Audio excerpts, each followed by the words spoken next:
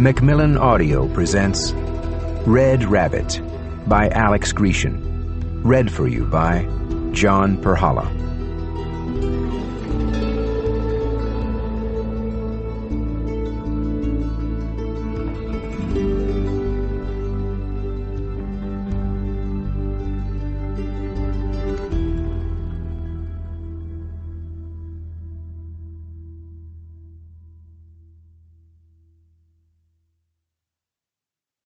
In this round world of many circles within circles, do we make a weary journey from the high grade to the low, to find at last that they lie close together, that the two extremes touch, and that our journey's end is but our starting place. Charles Dickens, Dombey and Son, 1848.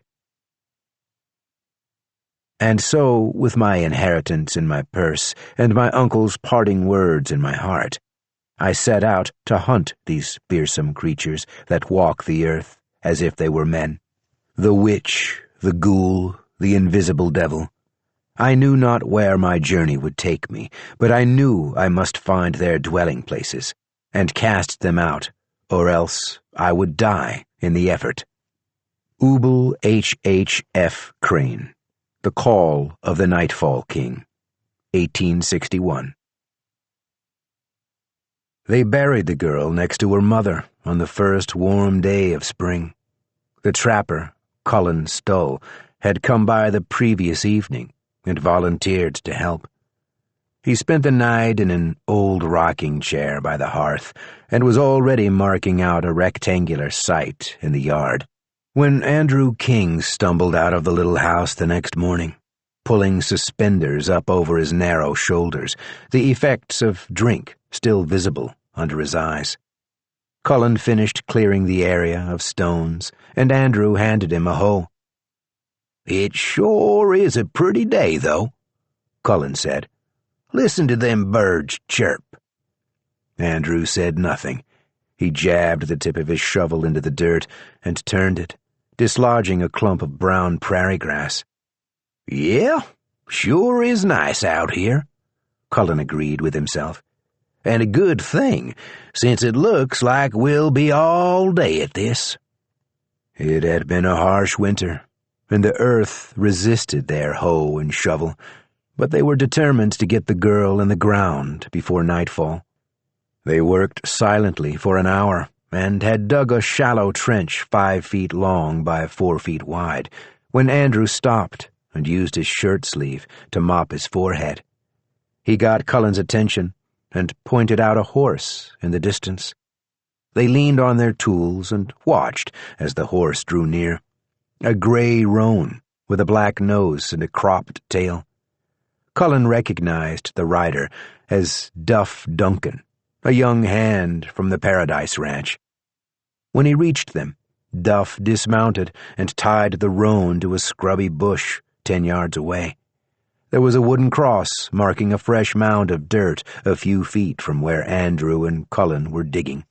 Duff took off his hat and nodded toward the cross, paying his respects to Andrew's wife, Mary, who had passed away before the first real snowstorm of the winter. He put his hat back on and circled the grave. When he held out his hand, Andrew gave him a shovel. With 3 of them, the work went quickly, and by early afternoon they had dug down 6 feet. They stopped, and Andrew brought a bucket of water from the house, along with some biscuits left over from the day before. They sat with their feet dangling in the hole, and ate. Andrew passed around a bottle of corn liquor, and each of them took a pull or 2. When they had rested, they went to the barn and carried Olivia's box to the gravesite. None of them cared to view the body. Cullen had not been there for her last days, but he had heard rumors back in Riddle.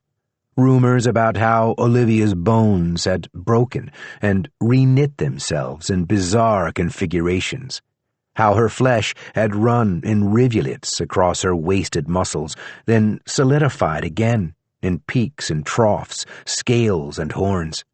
He hoped her face had resumed its human features in death. At least, he preferred to imagine that. Andrew drove in the final few nails, and they looped a rope around the box, lifted it over the hole, and lowered it in. Andrew was not able to speak, and Duff pulled his hat down over his face, so it fell to Cullen to perform some sort of ritual.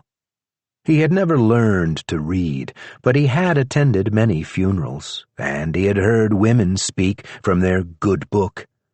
He did his best to remember their words.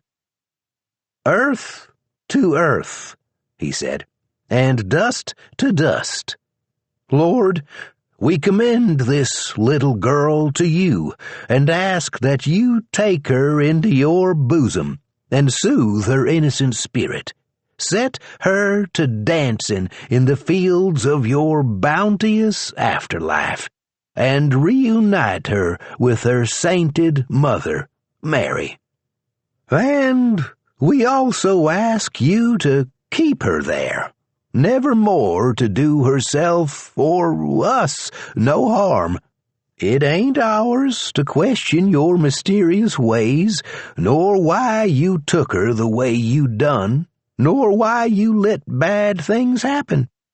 But now we thank you for releasing Olivia from her pain and suffering, and we pray it was for the betterment of us all. Amen." He shot the others a bashful glance and was pleased to see Andrew nod. They passed the corn liquor around again and filled the grave.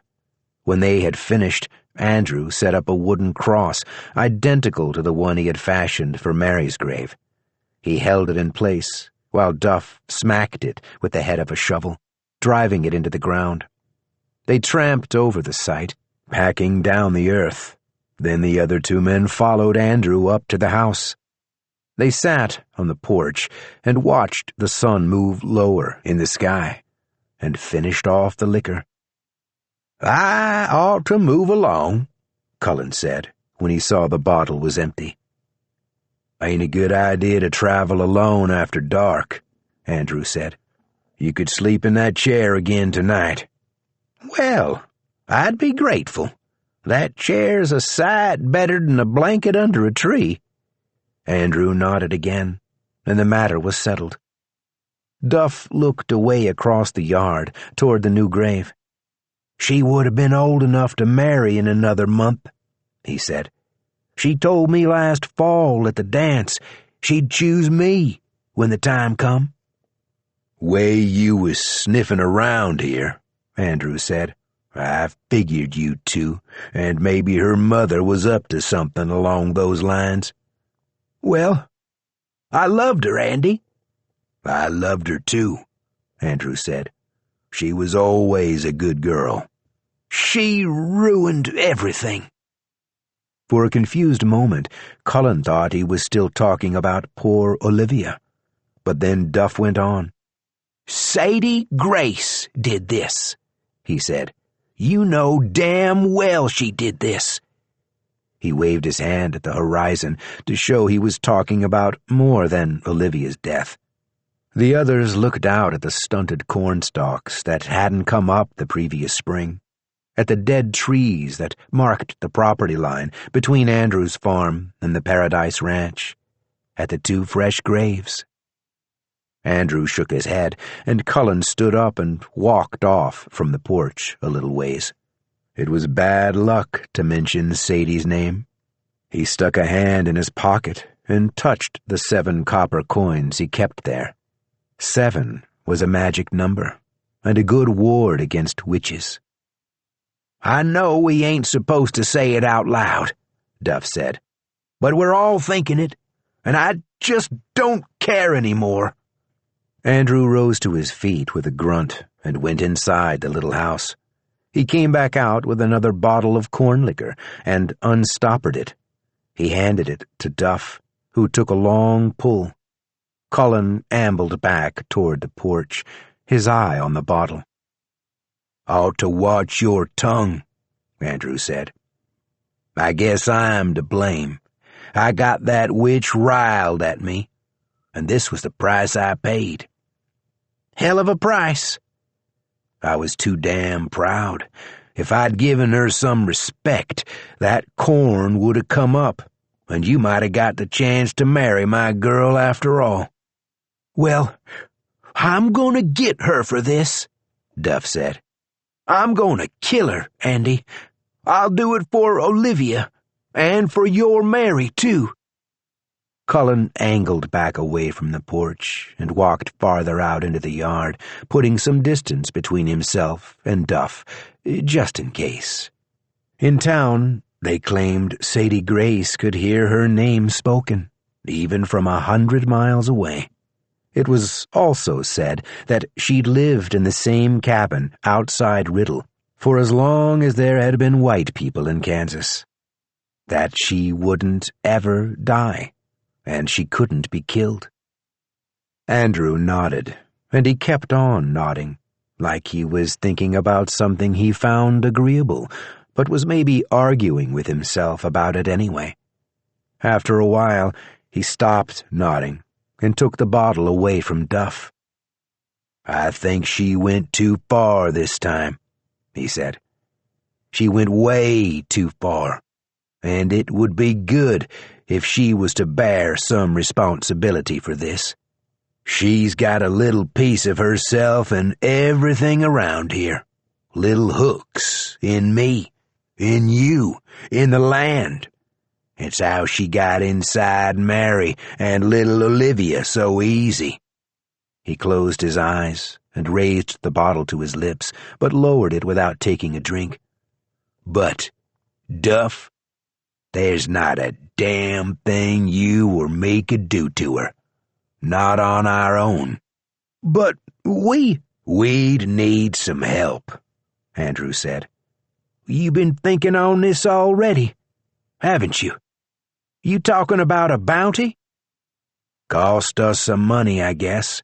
Enough to tempt folks who ain't from here and got no ties to the land. No way for her to hook into them." Duff said something in reply, but Cullen was already running away from them, across the yard, and he couldn't hear what Duff said. He hurried to the barn and got his mule, and rode away from Andrew King's farm as fast as that mule could go. Cullen Stoll wasn't a stupid man, and he didn't court trouble. Chapter 2. Rose Nettles found her husband, Joe Mullins, through a classified advertisement in the Philadelphia Evening Telegraph. The ad was pointed out to her by her mother one evening after they had washed the dinner dishes and put them away. After Rose had dried her hands, her mother handed her the paper, opened to the classifieds page. An ad halfway down the right-hand column was circled in grease pencil. Rose found her glasses and read it aloud. "Wanted. A wife. Hard-working man with 160 acres of tilled and seeded land, seeking compatible woman to help with household and some farming duties. Would appreciate a comely face and pleasant voice, but not essential. Requires a good nature and willing companionship." Below the ad was an address in Kansas. Rose's mother had underlined the address twice with the grease pencil. Rose set the paper aside and took off her glasses, setting them on the table next to her while gathering her thoughts and choosing her words. But her mother spoke first. "You ought to have a husband," she said. "I want to see you settled before I go." Rose's mother had recently accepted a proposal of marriage from her banker, Giles Bradshaw, who had 3 grown daughters of his own, with whom Rose did not get along. Rose was aware that her mother and Mr. Bradshaw had discussed what was to become of Rose after the wedding, since she was unlikely to be welcomed into his home. "You want me to marry a stranger who lives thousands of miles away?" Rose asked her mother. "I might never see you again." Her mother turned away, and Rose knew she was hiding tears. She was glad to see that Giles Bradshaw hadn't entirely turned her mother against her. "You're not getting younger, Rose, and nobody's come around asking after you in quite some time. I worry you've waited too long already. I know Charles Thurmond would have you, but you don't answer his letters." Her mother reached out and squeezed Rose's hand, then hurried from the room. There were several points, leaving aside the influence of Giles Bradshaw, that Rose felt she might object to if given the chance. In the first place, she wasn't certain she needed a husband. Her quiet life suited her books, her knitting, her work at the schoolhouse. Charles Thurmond was 20 years older than Rose and smelled like spoiled milk. Rose had no desire to read Charles's letters, much less respond to them. And yet her perfectly comfortable life caused her mother distress. There was no arguing with that. The following morning, with a deep sense of dread, Rose wrote a brief response and posted it to the paper. "My name is Rose Nettles. I am 24 years old. I am not too skinny, nor too tall, and I have been told my features and disposition are agreeable. I am in good health and strong. I can read and write, and my singing voice is untrained but passable. I am willing to enter into an arrangement with you, and I await your response." 3 tense weeks passed, in which Rose and her mother barely spoke. Then a letter arrived for Rose. It was brief and to the point. "Your particulars are acceptable. Please come." The following day, Rose handed Charles Thurmond her letter of resignation. The schoolmaster accepted it reluctantly, and with a measure of kindness that surprised Rose. She went home that afternoon and packed her old leather valise with 2 long skirts, 3 white blouses, and several pairs of warm woolen stockings she had knitted for herself. She chose 5 novels from her shelves, but put one of them back when she judged the small stack to be too heavy, and replaced it with a selection of sheet music from the piano bench.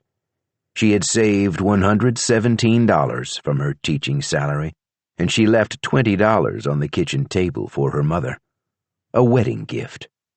The remaining $97 she rolled up and hid in the toe of a stocking at the bottom of the valise. She left her best dress hanging in the closet.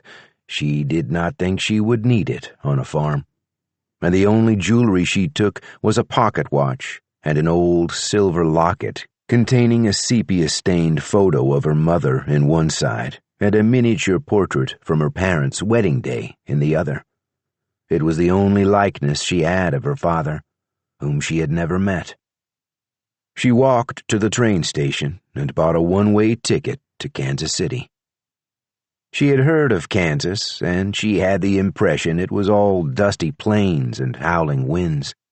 When she reached her compartment on the train, she locked the door and pulled the curtain, before finally surrendering to despair. She set her watch on the seat beside her and cried for exactly 15 minutes, then wiped her eyes, blew her nose, and unlocked the door. She read intermittently from The Woman in White and occasionally marked her page with a finger while she watched the countryside roll by outside her window.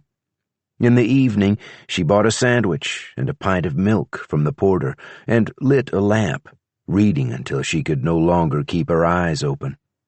She packed the book away and set her empty milk bottle in the passage outside her door, dressed for bed, and was rocked into a deep and dreamless sleep by the swaying carriage. She breakfasted in the dining car, keeping to herself, smiling politely at other passengers as they entered and exited. When she had eaten, she asked for a pot of tea and took it back to her compartment, along with her book. The day passed uneventfully, and she dozed often enough that she lost track of time. She was awake and had already repacked her bag when the train ground to a halt at the Kansas City station. A cluster of men stood on the platform, talking among themselves. One of them separated from the group and approached her when she stepped off the train. He took the pipe from his mouth and wiped his lips with the back of his hand. "Would you be Miss Rose Nettles?" he said. "I am," she said. He looked her up and down and nodded. "You'll do," he said. "I'm Joe Mullins." He took her valise and led her to a buckboard with 2 sway-backed mules hitched and grazing. He helped her up onto the seat, then set her bag in the back and clambered up beside her. As the wagon rolled away from the station, Rose felt a dizzying sensation of separation from her past.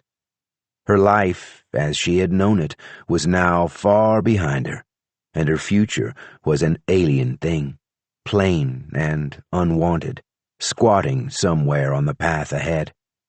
She took a deep breath and squared her shoulders, determined to make the best of whatever was to come. The trip south to Monmouth took more than 7 hours, but she was too nervous and uncomfortable to sleep. The landscape surprised her. Yes, there was flat prairie along the rutted, muddy road, but there was also lush green woodland. Rippling brooks ran through fields of bright yellow flowers, and a small herd of deer ran alongside the wagon for a 1/4 of a mile, seemingly as curious about Rose as she was about them. She found herself smiling, but gasped when a deer turned abruptly and darted in front of them, causing Joe to pull up short. Rose bounced up and off the seat, but Joe caught her before she fell from the buckboard. "Careful there," he said, the first words he had spoken since they left the station. Rose sneezed, and he handed her a handkerchief. "Pollen," he said.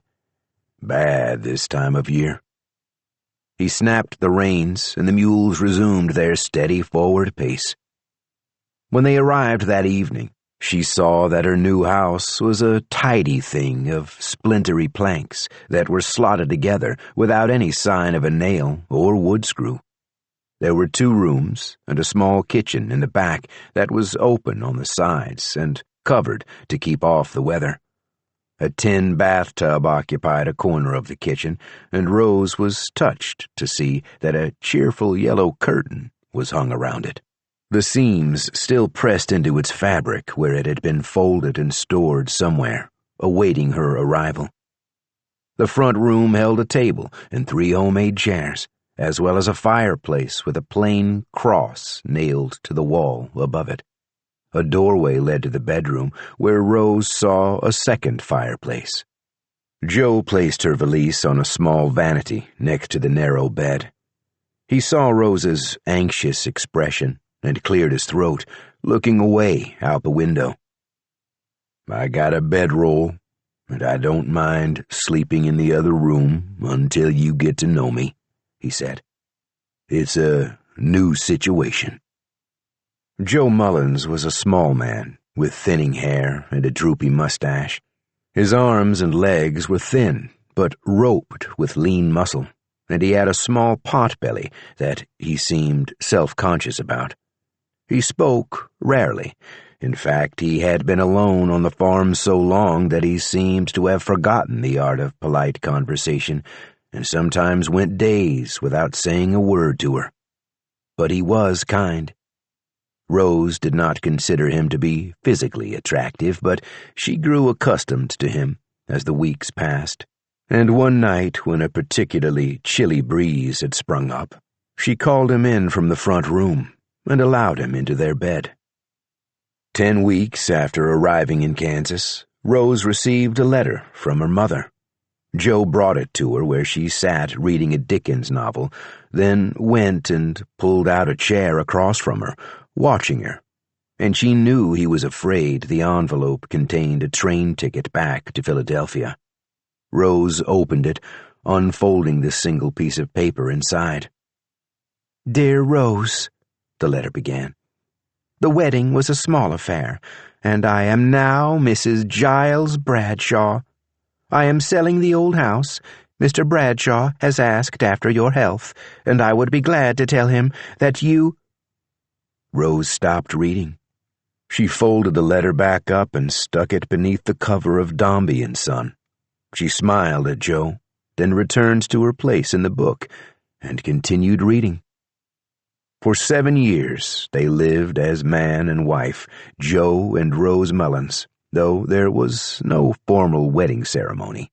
Joe worked the land and brought in supplies, while Rose kept the house, sweeping and washing, cooking their meager meals, and reading to Joe in the evenings as they sat by the fire.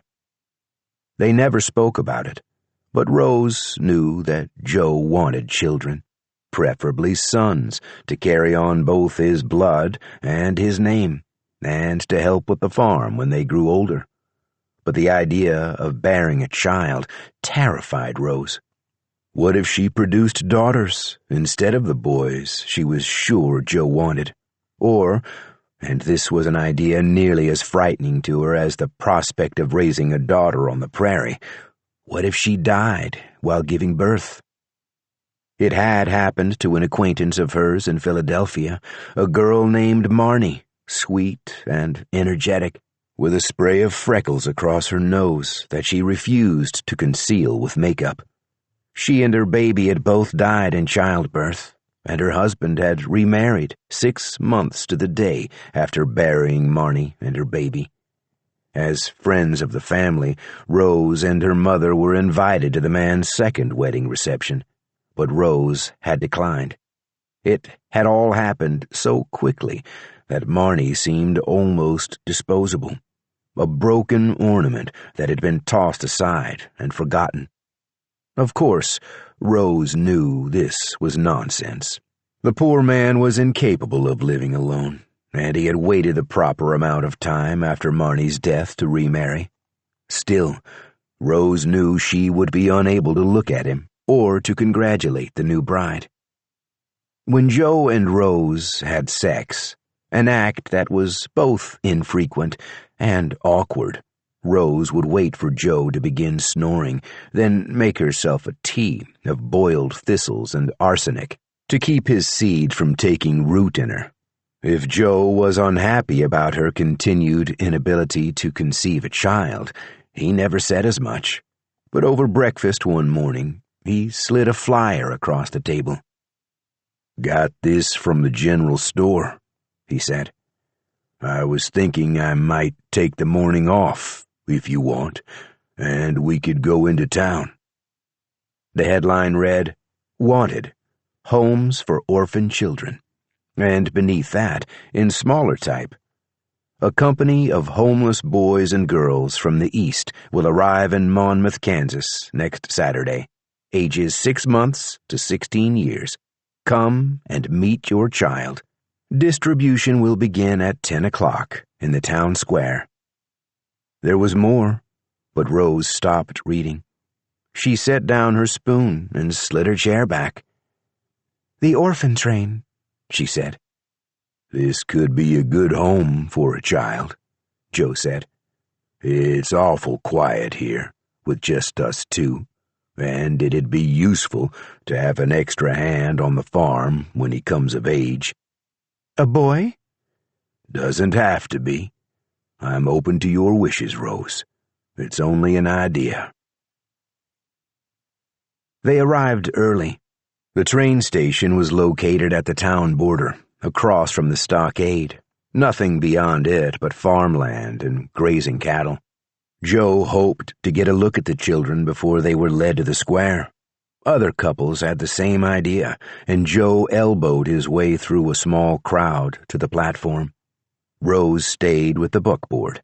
The more she thought about bringing a child into their home, the more nervous she became. An Indian man stood behind the tall wooden slats of the stockade, watching her. She moved so that her back was to him.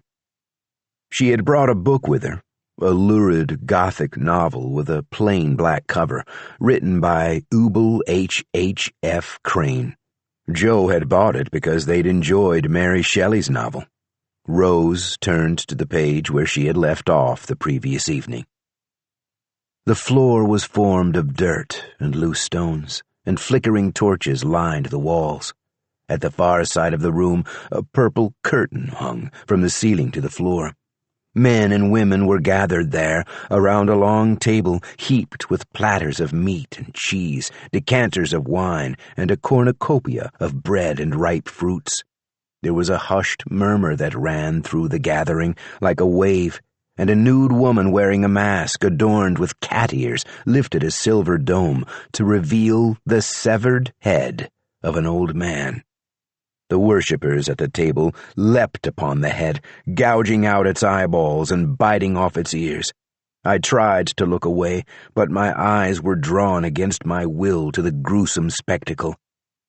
The masked woman lifted another dome, and some sort of black sludge poured out over the table, glistening in the torchlight. The sludge broke apart, and I saw then that it was a mass of tiny black toads, wriggling and hopping about. The partygoers abandoned the severed head of the old man and leapt upon the toads, grabbing them up and stuffing them into their mouths. They unstoppered the decanters and gulped wine, washing the toads down their greedy throats.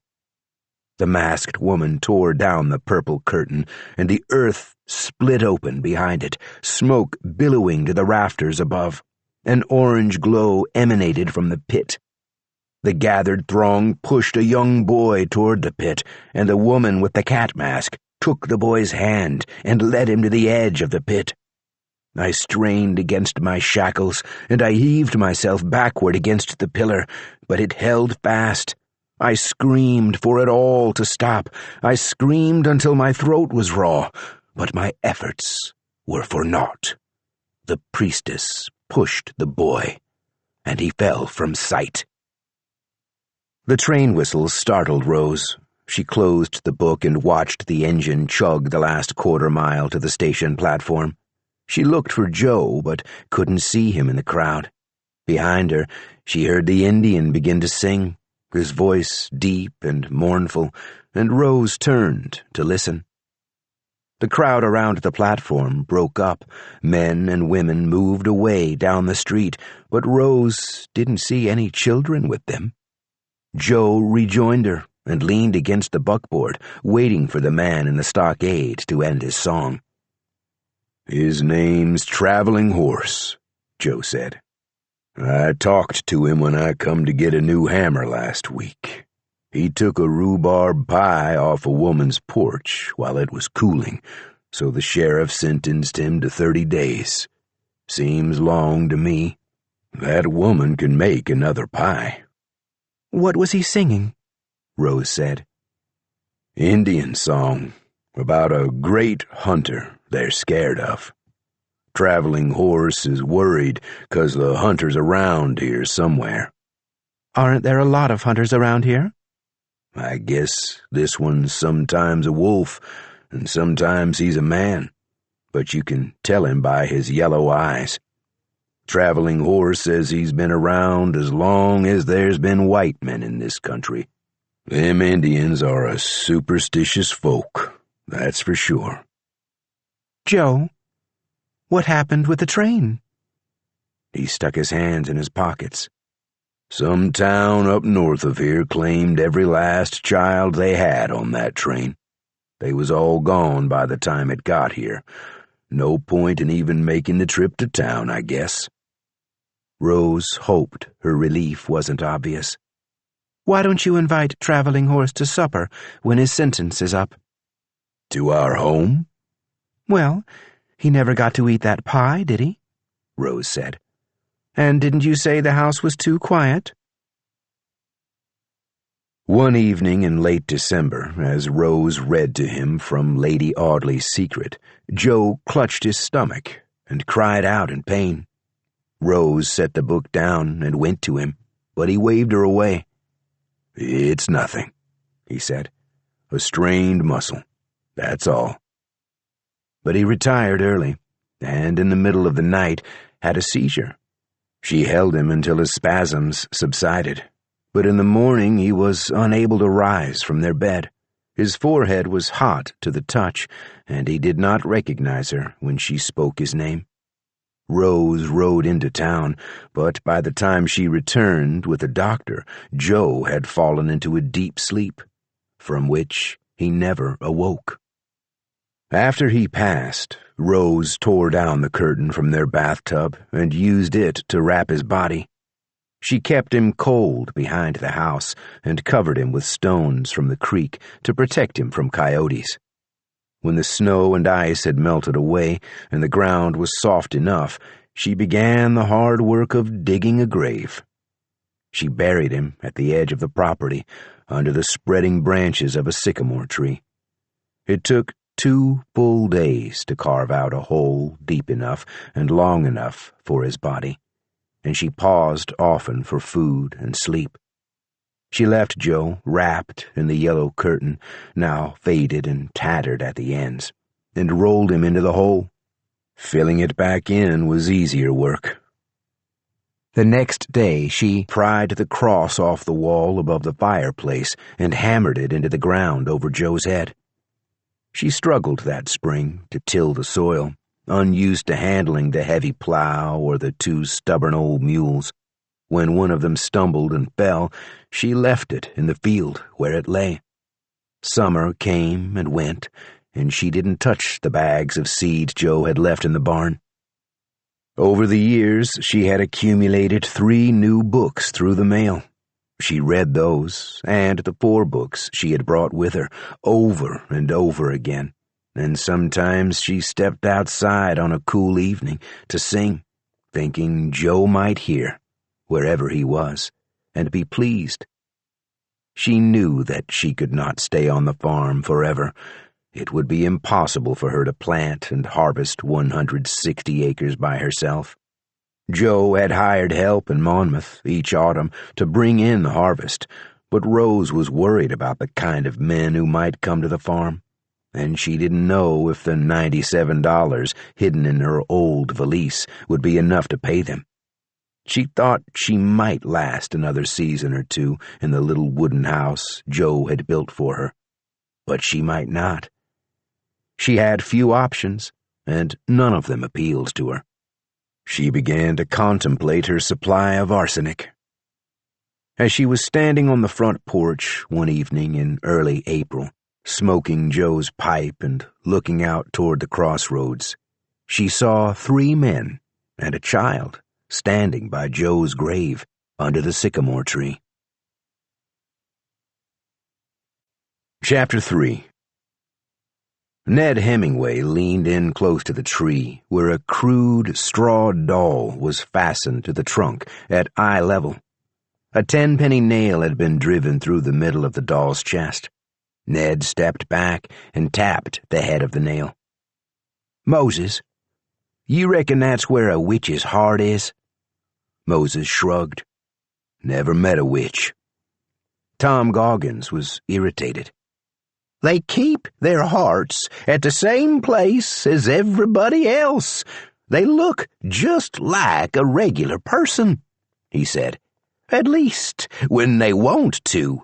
You wouldn't know if you met one or not, Mr. Burke." The sun was going down, casting long shadows behind the 4 of them. At the base of the tree was a thick branch, the size of a man's leg, jagged at one end.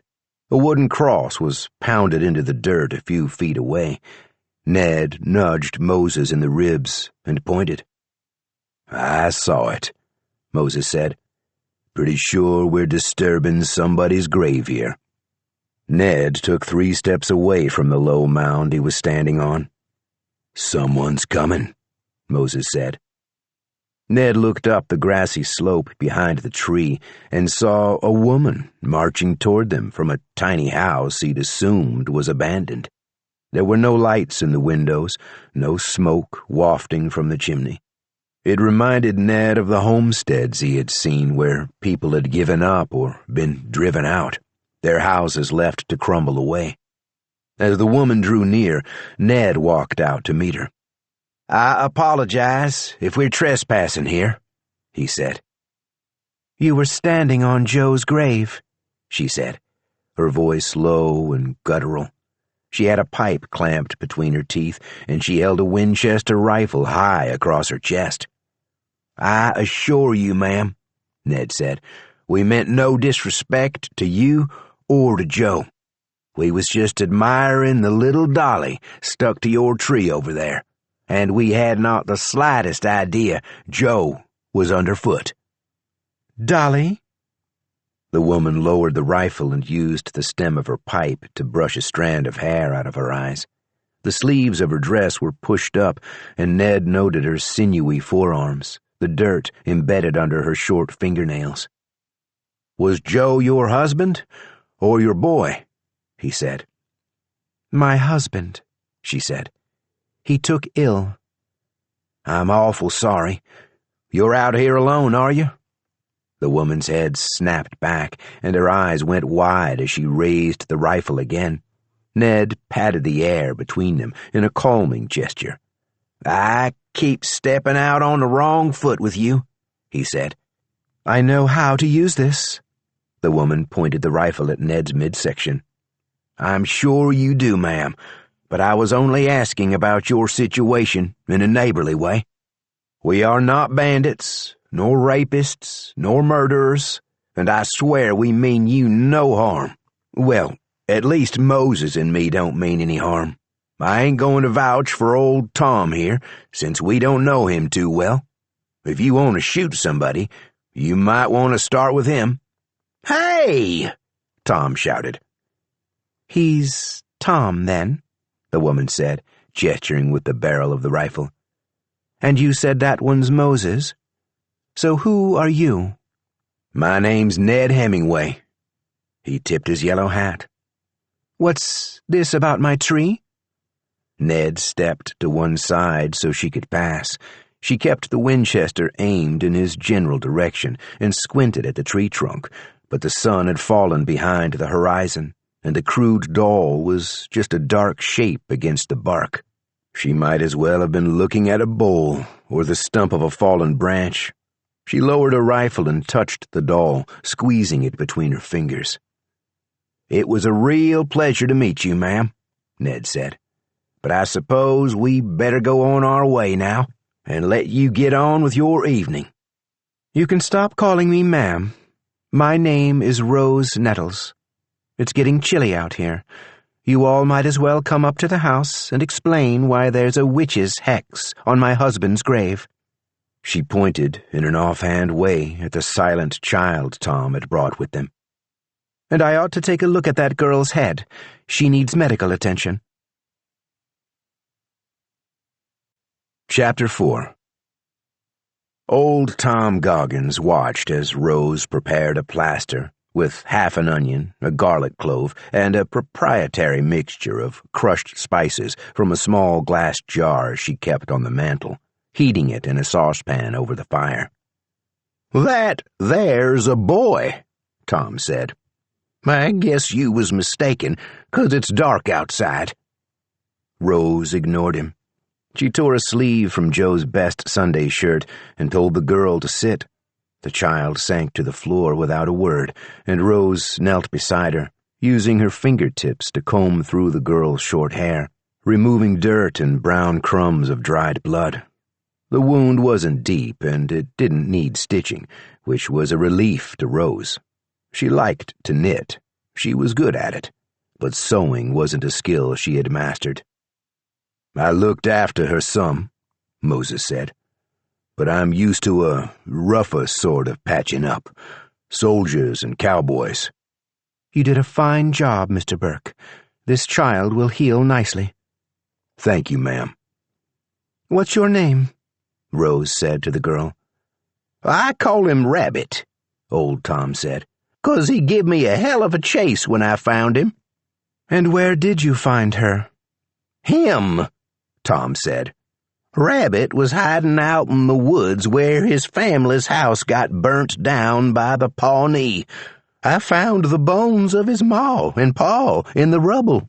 So I guess I'm all the family he's got now." "Is that what you want me to call you?" Rose said to the child. "Rabbit?"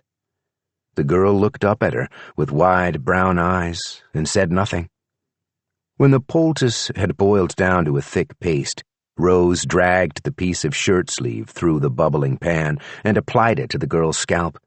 Rabbit flinched, and Rose gave her a comforting pat on the arm. She rinsed out the pan and put water on for tea, then took a long-handled knife and cut down half a cured ham hock that Joe had hung up to dry. She set it on the table, along with a loaf of bread she had baked that morning, and 8 bottles of beer that had chilled in the creek. The men helped themselves, and Rose put a hunk of bread on a plate for Rabbit, who devoured it greedily, and held the plate out for another portion. When everyone had eaten their fill, Rose settled into the rocking chair Joe had ordered from a Sears Roebuck catalog the previous Christmas. She clenched his pipe between her teeth and gathered her knitting in her lap. Rabbit squatted on the hearth, staring into the flames, and the men pulled chairs over from the table so that the 5 of them formed a rough semicircle around the fireplace. Rose cast a critical eye on her guests. Tom Goggins wore a threadbare beaverskin coat with sleeves that ended 2 inches above his wrists, and a hem that stopped midway between his shins and his ankles.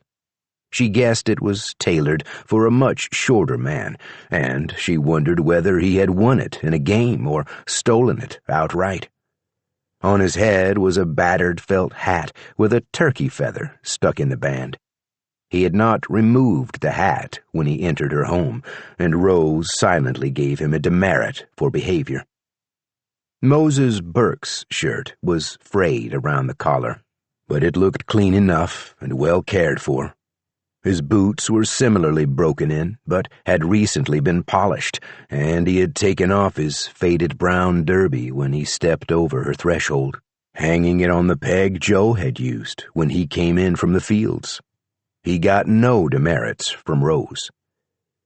Ned Hemingway was uncommonly handsome, and the most dapper of the 3 men, the most dapper man she thought she had ever met. Every article of his clothing looked freshly laundered and pressed, even his mustard-colored Stetson, which he hung on a peg next to Moses's hat. When he unbuttoned his fringed vest after supper, Rose had seen a glint of metal in the firelight, a tin star pinned to the lining. She decided to reserve judgment about him. "Thank you for the meal," Ned said. "Nothing hits the spot like a ham sandwich, a beer, and good company." "Firstly," Rose said, "you're very welcome. And secondly, Mr. Goggins, the Pawnee haven't caused any trouble around here. They're a peaceful people, and I don't believe they would burn down anyone's home." Old Tom shook his head. "Did I say Pawnee?" "That ham you just ate was got in barter from them," Rose said. "So you owe them some gratitude should you meet up with them on your travels. Now, third of all, I want an explanation for why there's a hoodoo fetish nailed up over my husband's grave. I need to know what it's doing there before I remove it." "I wouldn't take that doll down from there if I was you, ma'am," Tom said. "Putting it up nearly cost that boy his life." They all looked at Rabbit, who was sitting close to the fire, rubbing her hands together and seemingly paying no attention to the adults' conversation. "I don't like this one," Rose said, taking the pipe from her mouth and using it to point at Tom. "Would one of you other gentlemen please explain your situation to me?" "Well, I do feel like it's old Tom's story to tell," Ned said, "although I can't say I like him any better than you do, Mrs. Nettles." "Go on, then," Rose said to Tom. "Tell me." "Well, I was about to tell you," Tom said, feeling mildly insulted, but also happy to tell the story again. He had been on the trail for quite some time, with no one to talk to but Rabbit, and Rabbit didn't talk back. "This all started 'cause there's a sizable reward for the killing of a witch up north of here. It was put up by some farmers after the witch poisoned their crops and murdered their kin. I'm an experienced witchmaster, and I've killed my share of those foul creatures. But I'm not as young as I was in my youth, and my thinking was I'd do the deed from a ways off, you see? Killing a witch can be a tricky prospect, and you got to get at 'em from far off, or else with a large amount of men, such that they can't curse everybody before they succumb to numbers. Now, the farmers who put the bounty on this witch, well, my thinking is that if they had the men in sufficient numbers, they wouldn't have put that bounty on her to begin with. So the best course of action was to kill her from afar. I didn't feel it was likely I'd get there and find myself equipped with an army. Rose puffed on her cold pipe and narrowed her eyes, waiting for him to continue. He cleared his throat. So, what I did, he said, I used some straw and mushrooms and a few scraps of leather from a dead man's shoes, and I fashioned a likeness of the party in question, the witch, I mean. Then I found a tree over a fresh grave, and I drove a nail into the doll's heart. Soon's I did that, she likely took sick from iron in her blood. By tomorrow, or possibly the next day, she'll drop dead where she is. I've wired ahead to let them know what I'd done, and when I arrive up there to Burdon County, I'll collect what I'm owed without putting nobody in the path of danger or death. He reached back to grab another bottle of beer from the table. Except the witch, Rose said. You intended to put her in the path of danger or death, as you say? Well, yes, her. And my husband? Beg pardon? The purpose behind the grave and the tree, Rose said. The principle is that you have chained the witch's soul to that of Joe Mullins, and it is now his responsibility to ferry her down the river of souls to perdition. Is that correct? Well, that's the general idea, Tom said. He was frowning, the firelight causing deep furrows in his brow to shift. But I meant no harm to your husband. I never even met him. Tell her what happened to Rabbit, Moses said. Well, that's how we know it worked, Tom said. Soon's I pounded that nail halfway into the witch's chest, a great heavy branch broke off from above and fell straight onto my boy's tender head, knocked him to the ground and laid him out cold. I thought he was dead, carried him to the nearest civilized place, and that's where I met these two gentlemen. Now you're caught up with where we all come into the story, Ned said. You say there's a reward for killing this witch, Rose said. Tom narrowed his eyes, worried he had given away too much information, and the woman might try to horn in on his bounty. It's not much, he said. Hardly worth the trouble. You say she killed some farmers? She'd done all manner of wickedness, Tom said. Killed horses and cattle, too, and she dried up crops. She ate babies and smeared herself with the blood and offal of children, and— Hush now, Rose said, with a sidelong glance at the child sitting by the fire. There's no need for that kind of language. Tom clamped his lips shut and appeared mollified. Anyway, your doll won't work, Rose said. That's where you're wrong, Tom said. The trick's in using a nail that's pure iron. Most people don't know that. Maybe if you had pounded it directly into her, Rose said. That doll I saw on my tree was just a mangled handful of straw and dirt. You'd need something of the witch's essence to weave into the doll, or you'd at least need to know what she looked like in order to make something that truly resembled her. That wouldn't work as well as a strand of her hair, or some of her scat, but it might at least give her the vapors, or an upset stomach. And what do you know about it? Mostly what I've picked up from townsfolk and vagrants since I came to live here. Some from the Pawnee and Sioux who've come to the house for shelter and to barter with my husband. But I've always been curious, and I read a bit about this subject in my previous life." "Your previous life?" Moses said. He sat forward. "What do you mean by that?" "I was a schoolteacher. I had a great many books in my house. In my mother's house, I should say. And I had access to a library 4 streets over from my house. I have always loved to read." "And you read about witches?" "Some. What do you know about them, Mr. Burke?" Moses shook his head and looked away at the fire. "Nothing," he said. "And I don't want to know anything about them either." "No, sir, you don't," Tom said. "What this woman says is fine for book learning, but I have many years of experience dealing with witches, haints, demons, and ghouls. Mrs. Nettles, I thank you for the bacon and beer and for your hospitality, but I must head out first thing in the morning. I'd like to be there before them farmers get a chance to bury her wrong. If that witch is facing the wrong direction in the ground, she might come back and cause worse trouble."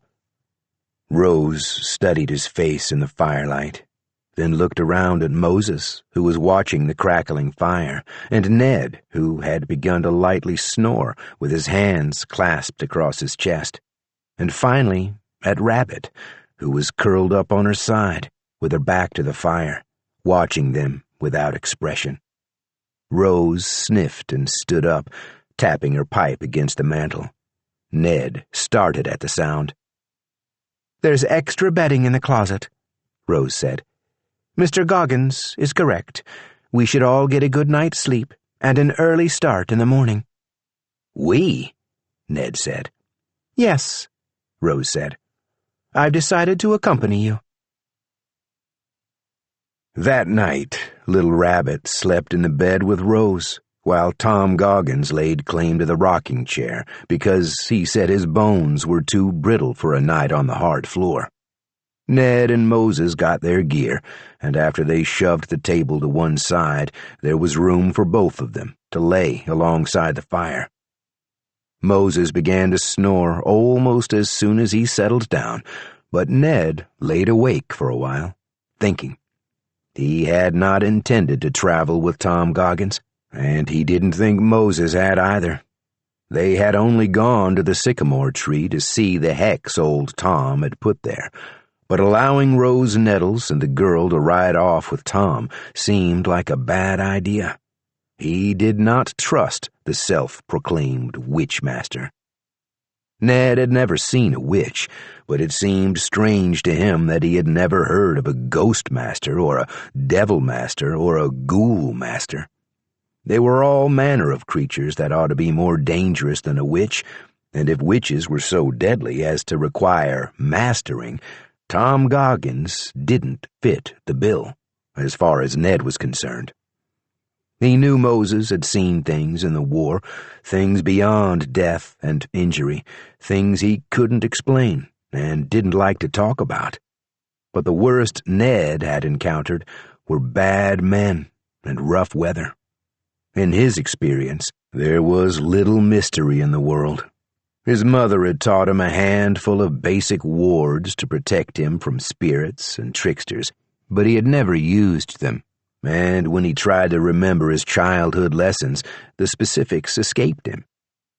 He finally nodded off while trying to calculate the distance to Burden County and wondering whether there might be a good card game to be had on the way. When he woke up, the fire had gone out, and moonlight through the window lent the room a silvery sheen. A small man with a droopy mustache leaned against the mantel, smoking a pipe. His expression was curious, as if he, too, had just woken up and was surprised to see Ned. Ned glanced at his gun belt hung over the arm of a nearby chair, and when he looked back, the man with the droopy mustache was gone. Ned watched the room for a long while after that, until sleep eventually caught back up to him.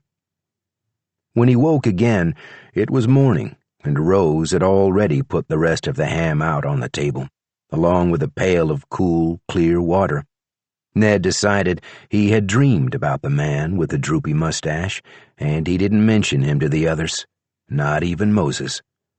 But when they had finished their breakfast and were leaving the house, he waited until the others were gone and tipped his hat toward the spot where he had seen the man. "I thank you for your hospitality, Joe Mullins," he said. Chapter 5. Tom Goggins was not pleased with the recent turn of events. His plan had been simple: curse the witch from afar, then travel up to Bourbon County and collect the bounty on Sadie Grace. It had seemed foolproof to him. He knew the farmers might balk when it came time to pay up, but Tom's knowledge of curses wasn't limited to witches. Finding poor little Rabbit had changed things, but not by a lot. With a child in tow, he had to travel more slowly than he'd have liked, but he appreciated the company. Rabbit was a very good listener. In fact, Tom couldn't be sure he hadn't told some of the same stories more than once. Then Ned Hemingway and Moses Burke had latched onto them, coming out to the tree to see the thing nailed over Joe Mullins's grave. That was fine, Tom thought, and if they wanted to ride along with him to Riddle, he might find a use for them.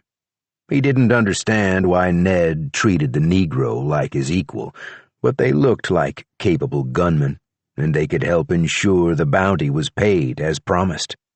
As soon as the money was in hand, Tom and Rabbit would give them the slip. It was only fair. Tom had done the actual work of killing the witch. It wasn't his fault if other people wanted to horn in on his success.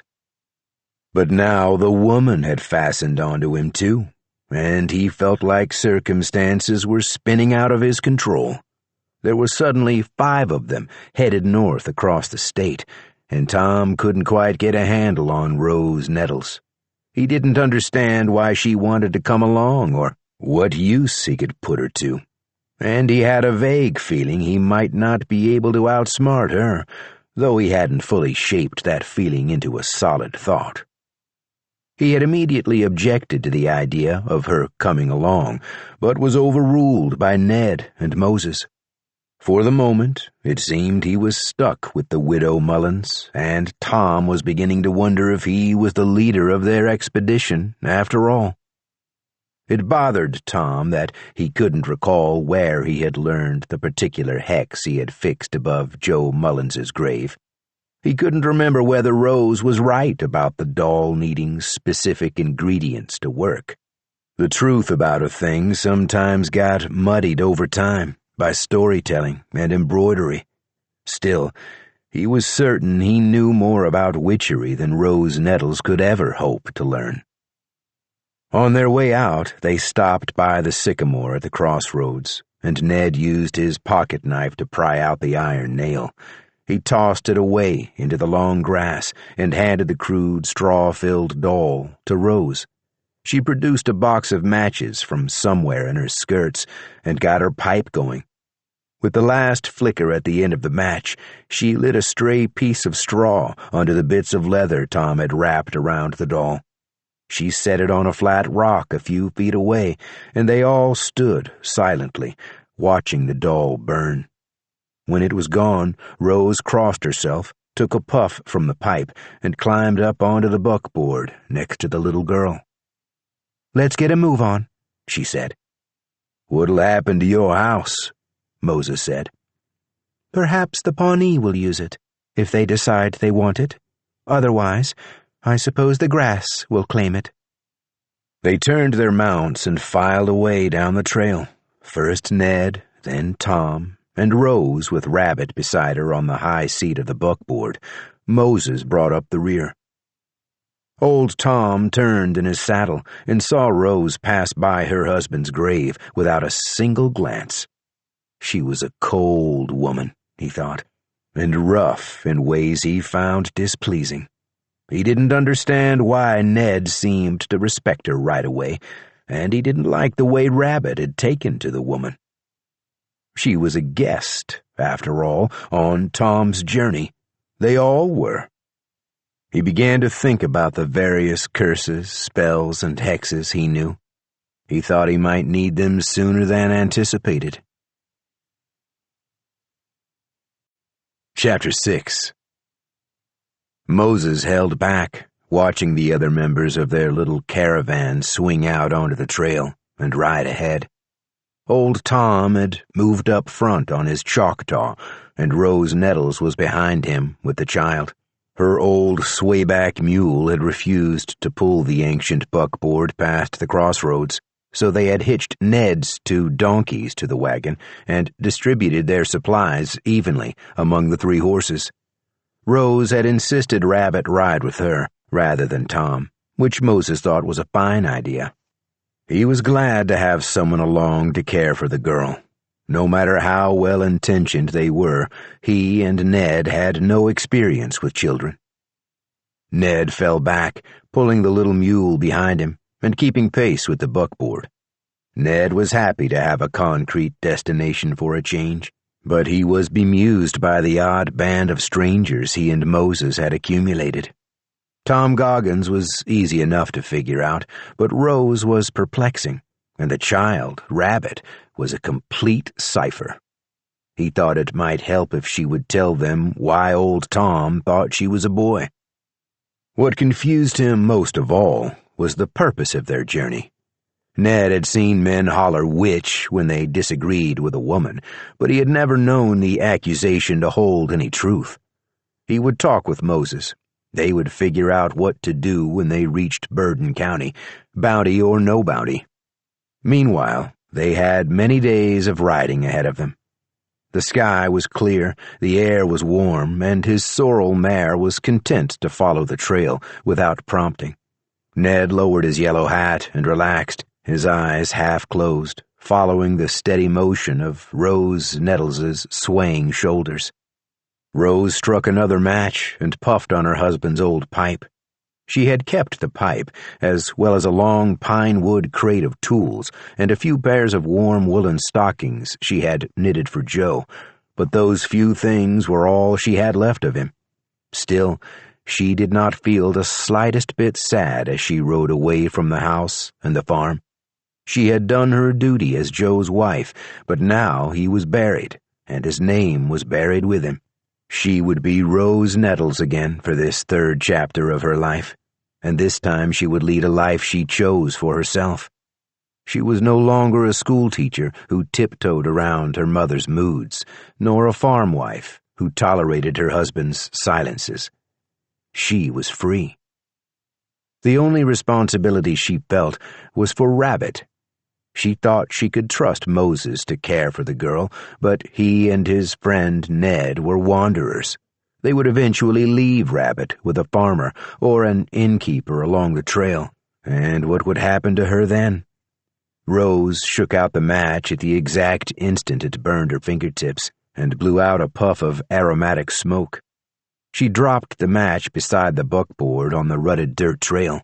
Beside her, Rabbit sat still and silent, staring at a dark line of trees on the horizon ahead of them. Chapter 7. It had been a bad year. The summer was dry and dusty with no sign of rain. The sky was flat and yellow all summer long, and a hard wind blew from the south, tearing the roofs off barns and breaking tender young stalks in the cornfields. Every morning, Sadie Grace found some new offering on her front stoop. 7 fresh eggs wrapped in a clean cloth, a whole chicken, a cow liver on a slab of shagbark hickory that was still oozing sap. One day she found a letter of apology, signed by the mayor of Riddle. She had long suspected that the mayor couldn't read or write, and she thought it likely his wife had written the note. She burned the letter in her pot-bellied stove and sprinkled the ashes in the well behind his house. The next day, the mayor's wife took to her bed with stomach cramps. On the first Sunday in September, she had opened her front door and found a crying infant swaddled in a blue blanket, his tiny fists balled up beside his round red head. This, she thought, was a bit much. She waited all day and well into the night, then stuffed the baby in the burlap bag she used to gather strawberries and carried him into town. She left him on the steps of the dry goods store, and she didn't need her scrying cup to predict what would happen. Hank Crenshaw would find the baby and take him home to Elizabeth. Elizabeth Crenshaw had raised 6 strong boys without losing any of them to the cough or sleeping sickness. She would know what to do with the baby. Sadie certainly didn't. It was possible she had once borne a child, but she did not remember having done so, and she did not care to remember. She had woken one morning on the south bank of the Arkansas River, naked, cold, and muddy, with a deep gash in her throat just above her left collarbone. She had walked 3 miles to the nearest settlement. The local doctor stitched her wound and examined her, determining that she was somewhere between the ages of 13 and 16, and that she had at some point probably given birth. She recalled nothing of her life before waking up beside the river. A farm couple had taken her in, but had soon grown fearful of her. Whenever she entered their kitchen, the pots and pans hanging above the stove began to shake and bang together. 3 of the farmer's chickens disappeared one night, and a neighbor claimed to have seen Sadie squatting in the field under a full moon, howling and smearing herself with the birds' blood.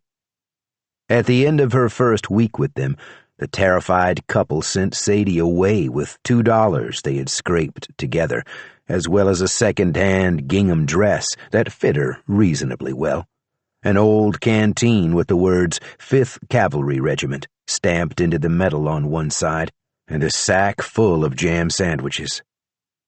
"I'm sorry," the farmer's wife said. "We'll pray for you." "Please," Sadie said. "There's no need for that." Considering how the week had begun, her fortunes were vastly improved. Since she had woken up south of the river and knew a little of what lay there, she decided to head north, crossing at a shallow spot where the current was gentle, pausing halfway across to fill her canteen. She walked all that first day, across fields of wheat and barley, through dense green woods and over wide stretches of prairie. She had no shoes, but the soles of her feet were tough as leather, and she felt no pain, even when she stepped on rocks and sharp twigs.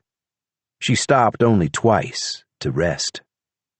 She slept that night in the branches of an oak tree and woke feeling stiff and cramped when the sky was still purple along the horizon.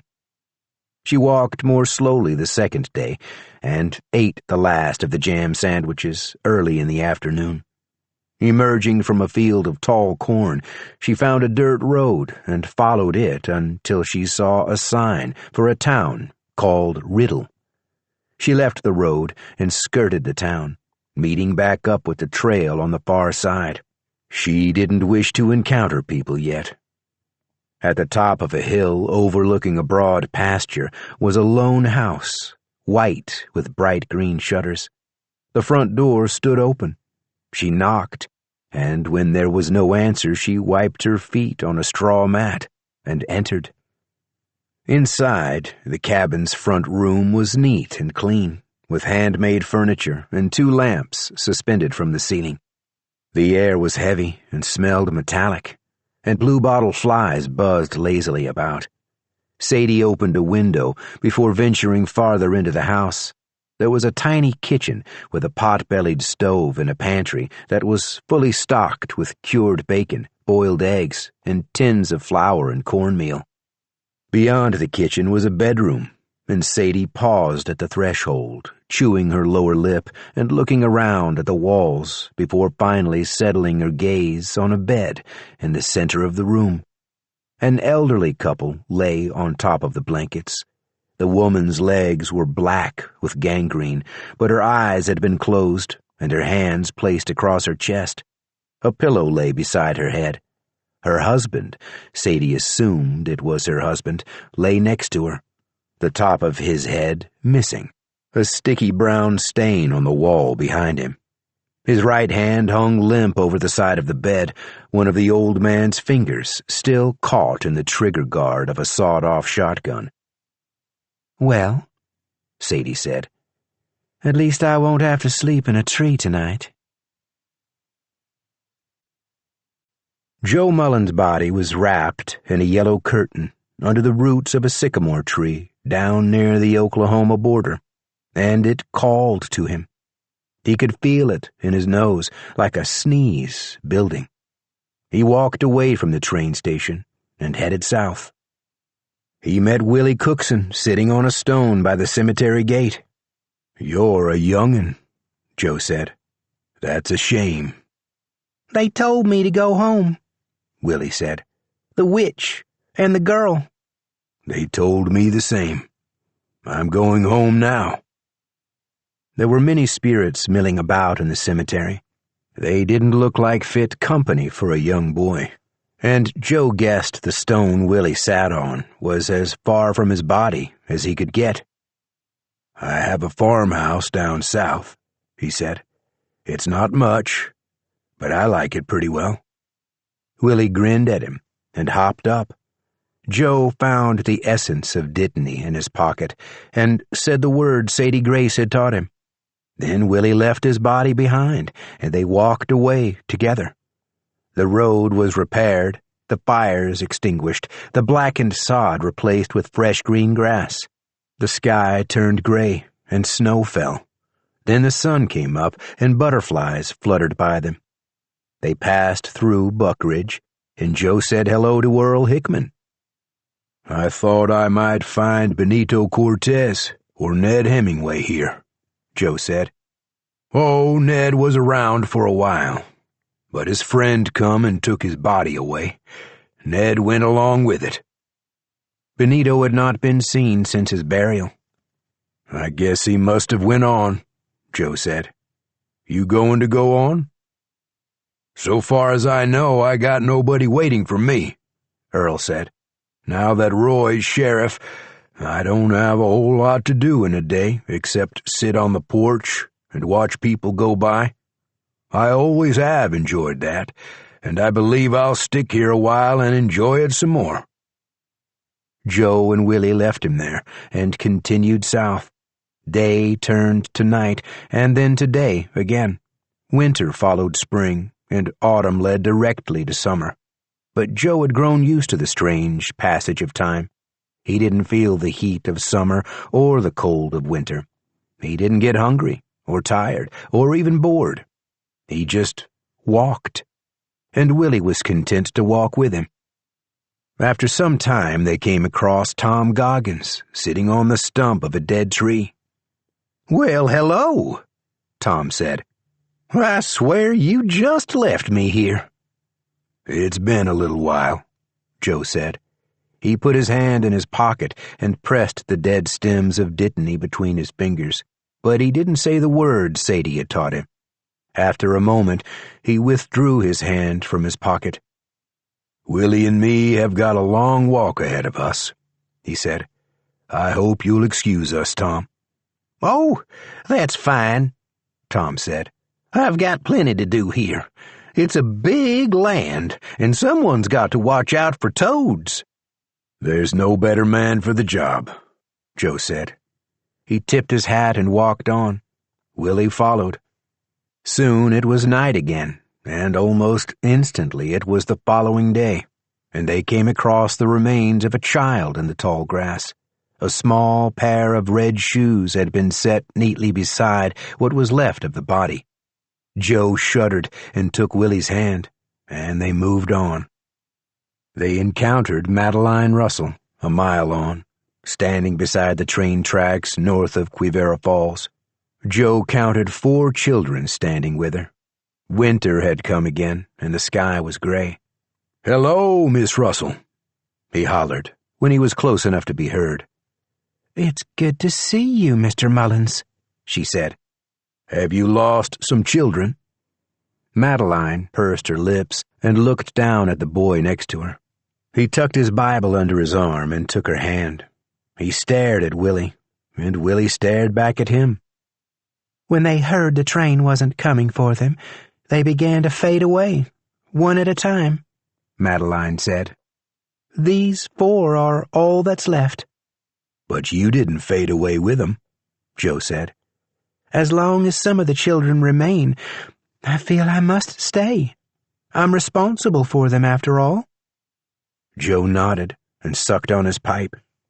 "I don't mean to be forward, Miss Russell, but I have 160 acres down south from here. There's grass and trees and bugs and critters. There's a nice little house I built myself. It seems to me it might be a better place for children than these rusty old train tracks." Madeline smiled, her neckline turning vivid pink in the sudden afternoon sunlight. "That sounds very pleasant, Mr. Mullins." "You're welcome to come along with me, and Willie. We're headed there now." "I don't think we can." "I might know a way." "Would you like that, children?" Madeline said. 4 heads bobbed, and 4 voices shouted, "Yes!" "Then thank you very much, Mr. Mullins," Madeline said. "We would be glad to take you up on your kind offer." "Please, call me Joe," he said. He crushed a little of the dead dittany in his fingers and said the words he now knew by heart. He offered his arm, and she put her hand in the crook of his elbow, and they walked south, away from the train tracks. Willie fell in with the boy who still clutched his Bible under his arm. The afternoon sunshine held. They had been walking for some time, the children breaking away to chase one another or to look at dead things by the side of the road, when Madeline cleared her throat. "I don't mean to be forward, Mr. Mullins," she said, "but I wondered what became of your wife." "She's gone ahead with her own life," he said, after a moment. "I'm sorry." "No need," Joe said. "I never did make her happy. I wanted a family, and I guess she didn't want my children, or to be with me. One night, when she thought I was asleep, I saw her put poison in her tea. I thought she was so unhappy that she was—" "Oh, Mr. Mullins, how awful." "Well, that made me feel pretty sad. So the next morning I put some of that poison in a glass of milk and drank it down. I put a lot of that poison in there, to tell the truth. Later on, when I was under the sycamore tree, I got to figuring I made a mistake.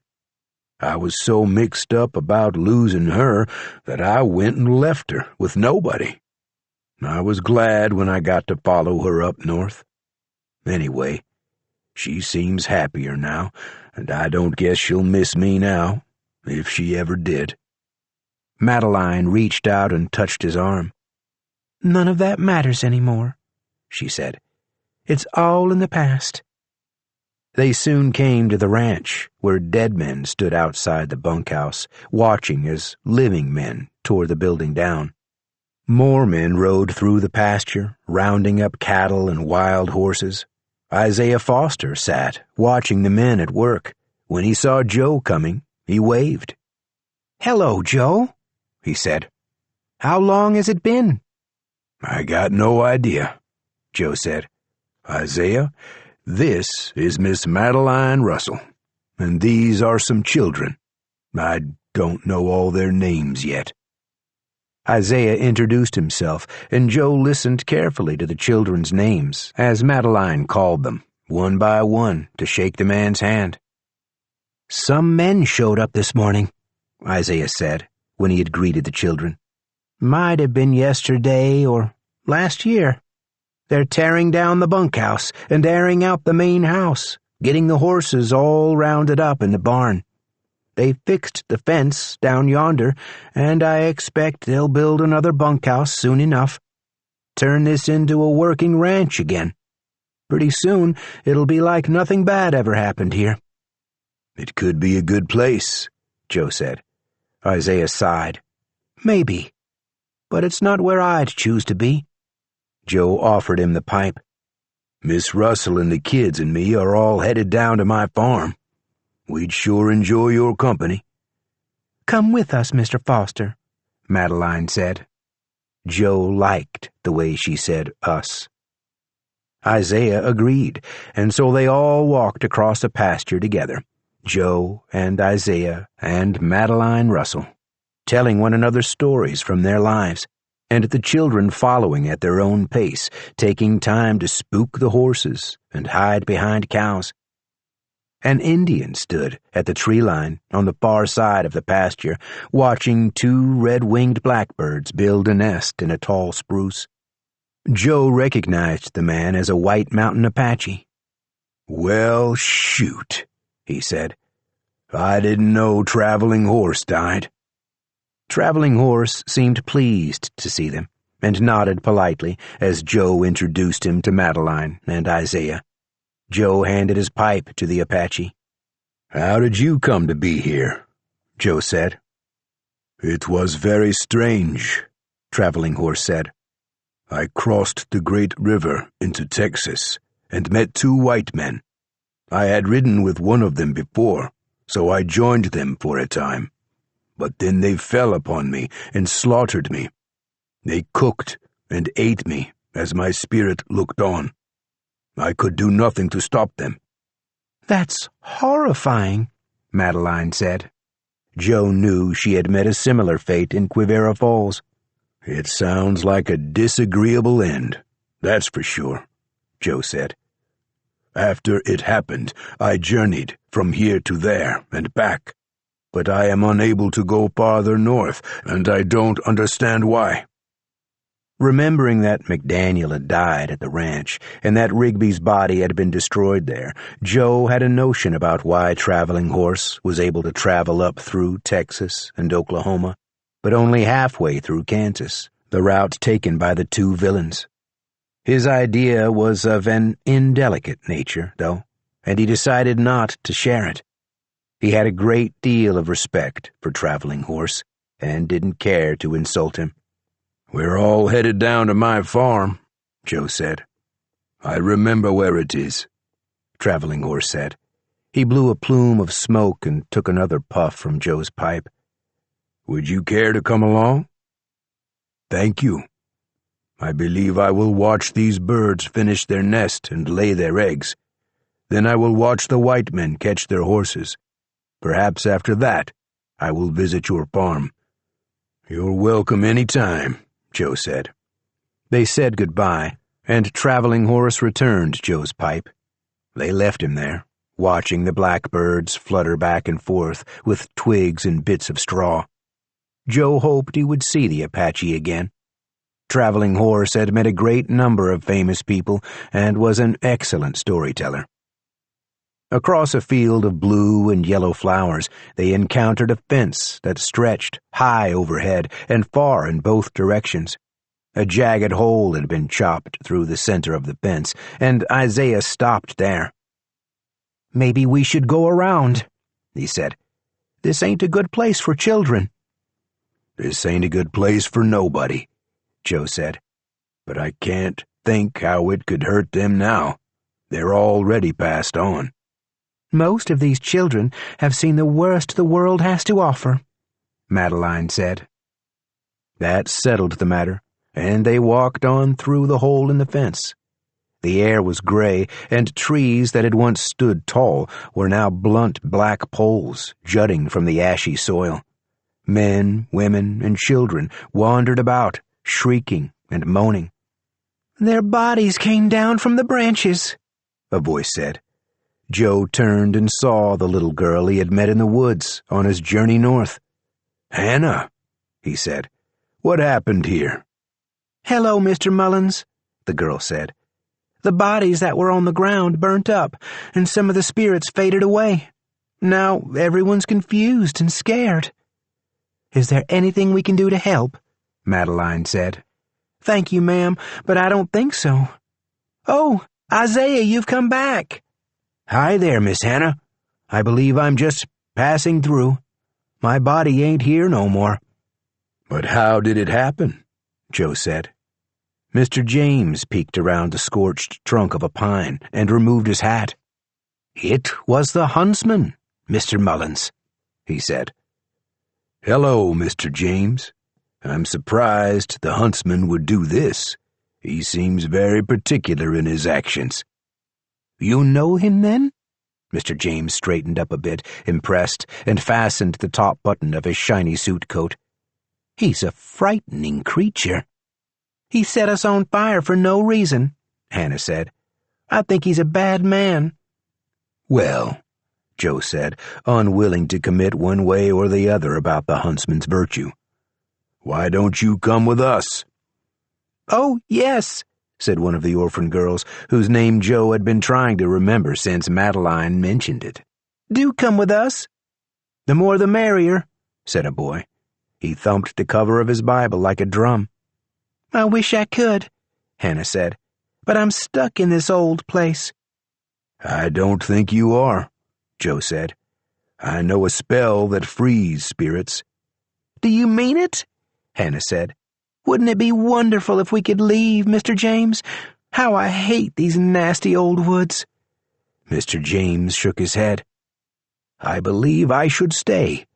What I'd done to end up here was dreadful, and this is my penance. But what you did was noble in its way, Hannah, and well-intentioned, though not to be encouraged.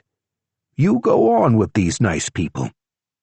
They spent some time trying to persuade Mr. James to leave the evil woods and travel south with them, but in the end he sat down on a smoking log and refused to listen to them anymore. The little party moved reluctantly on, leaving the woods and passing through the second fence to another sunny field of flowers. Hannah's eyes were wide with wonder, staring around her at every butterfly, bee, and blooming dandelion she saw. "I thought I would never leave there," she said. Eventually, though, it was hard to tell quite how long it took, since they passed through 3 winters, but only a single summer. They reached the crossroads outside Monmouth, where the sycamore grew. Beyond it was the little farmhouse, just as Joe had left it. A living family had moved into the house during his absence. Joe thought he recognized the man as Friendly Turtle, an Osage Indian from the Big Hill Band. Friendly Turtle had found the old plow and was working to straighten out the rows in the field. He stopped working when his wife brought him food. She was carrying a baby in a sling, and Friendly Turtle kissed it on the forehead. Joe was happy the house had found new people to live in it, and he discovered that if he didn't want to see the Indian family, they simply weren't there for him, in the same way spirits were generally invisible to the living. The 2 families lived side by side for more than a year, and neither paid much attention to the other, until Friendly Turtle's youngest boy, who had just begun to walk, left the house one autumn afternoon and wandered out to the road. A hungry coyote had been circling the farmhouse for several days and nights, emboldened after stealing a chicken from Friendly Turtle's coop. Isaiah found the child's spirit at dusk. He gathered the boy up and whispered to him in a calming tone, though he knew the boy didn't understand his words. Isaiah brought him to Joe and Madeline. Joe sighed heavily and turned away to light his pipe, while Madeline stroked the boy's soft hair. "Poor Mr. Turtle," Joe said, "and his wife, too." They introduced the boy to the other children, who were delighted to have a new playmate, particularly someone so small they could hide him from one another in the roots of trees and beneath the chicken coop.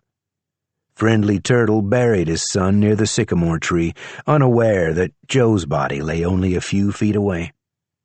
"It's a good spot for it," Joe said, watching as Friendly Turtle scooped dirt into the small grave. Joe and Madeline and Isaiah stayed for the short ceremony Friendly Turtle and his wife performed. Then they walked up the hill, and watched the children play. "It's getting crowded here," Isaiah said. 7 kids to look after now, Joe said.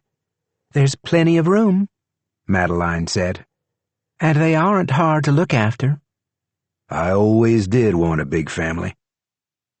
Candlelight flickered in the windows of the farmhouse as the living went about their business. The ghostly laughter of children rolled across the gentle hills.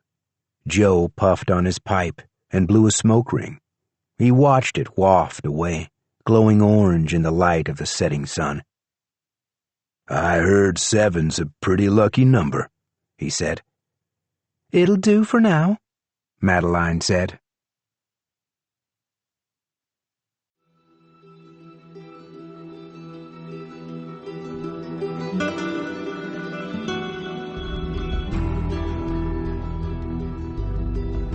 This is John Perhala.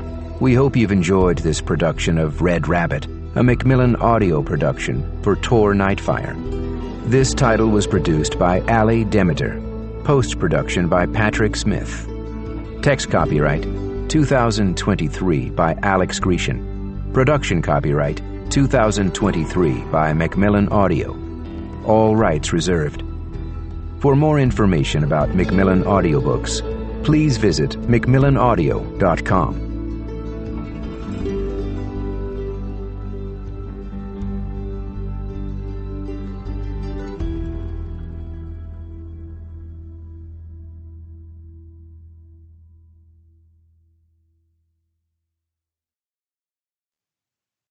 Chapter 8.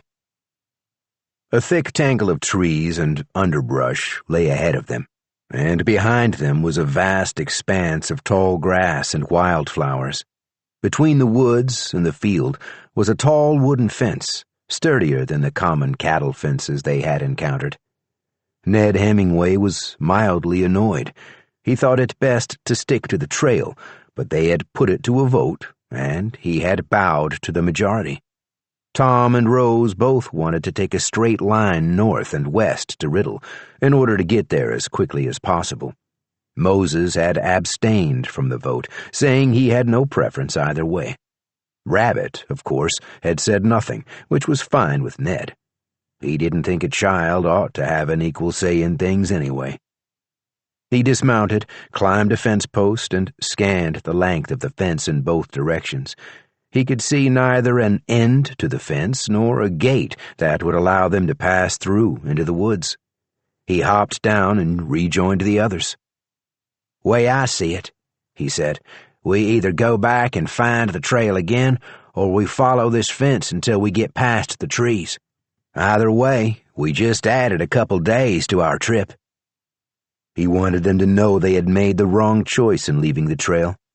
Rabbit looked at him with her wide eyes, but seemed unconcerned.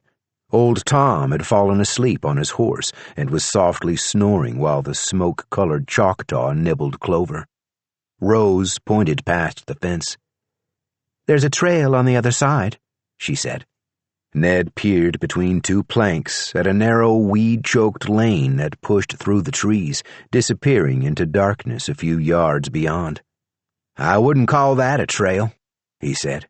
"It may be a footpath at best, and we don't hardly know how far it goes." "Let's find out." "It's too narrow for your buckboard." "It's not my buckboard," Rose said, "and I have no compunctions about leaving it behind. Besides, if you're right, and we can't get through those woods, it will be waiting for us here, which will be one good thing about doubling back, should it come to that." Ned looked to Moses, hoping for a word or two of support, but his friend only shrugged and looked up at the clear sky, as if avoiding Ned's eyes. Moses had been strangely quiet of late, and Ned wondered if he was unhappy about the company they had fallen in with. If so, Ned wouldn't argue with him. Old Tom was overbearing, and Rose was chilly. The only one of their bunch who wasn't a burden was Rabbit, and that was mostly because Ned kept forgetting she was there. He recalled how easy it was to travel with Moses, and resolved to remember that feeling the next time they had an opportunity to throw in with a larger group. Their general tendency toward aimlessness had begun to bother him of late, but now he missed it terribly. Moses stopped looking at the sky and looked at Ned. "I guess we'd have to leave the horses here too," he said. "That fence is too high to jump 'em." Ned was grateful to see Moses finally take his side. "Why don't we disassemble the fence?" Rose said, as if that were the simplest thing in the world to do. "Take it apart?" Ned said. "Some farmer's likely to shoot us," Moses said. "What farmer?" Old Tom said, scraping the sleep out of his eyes.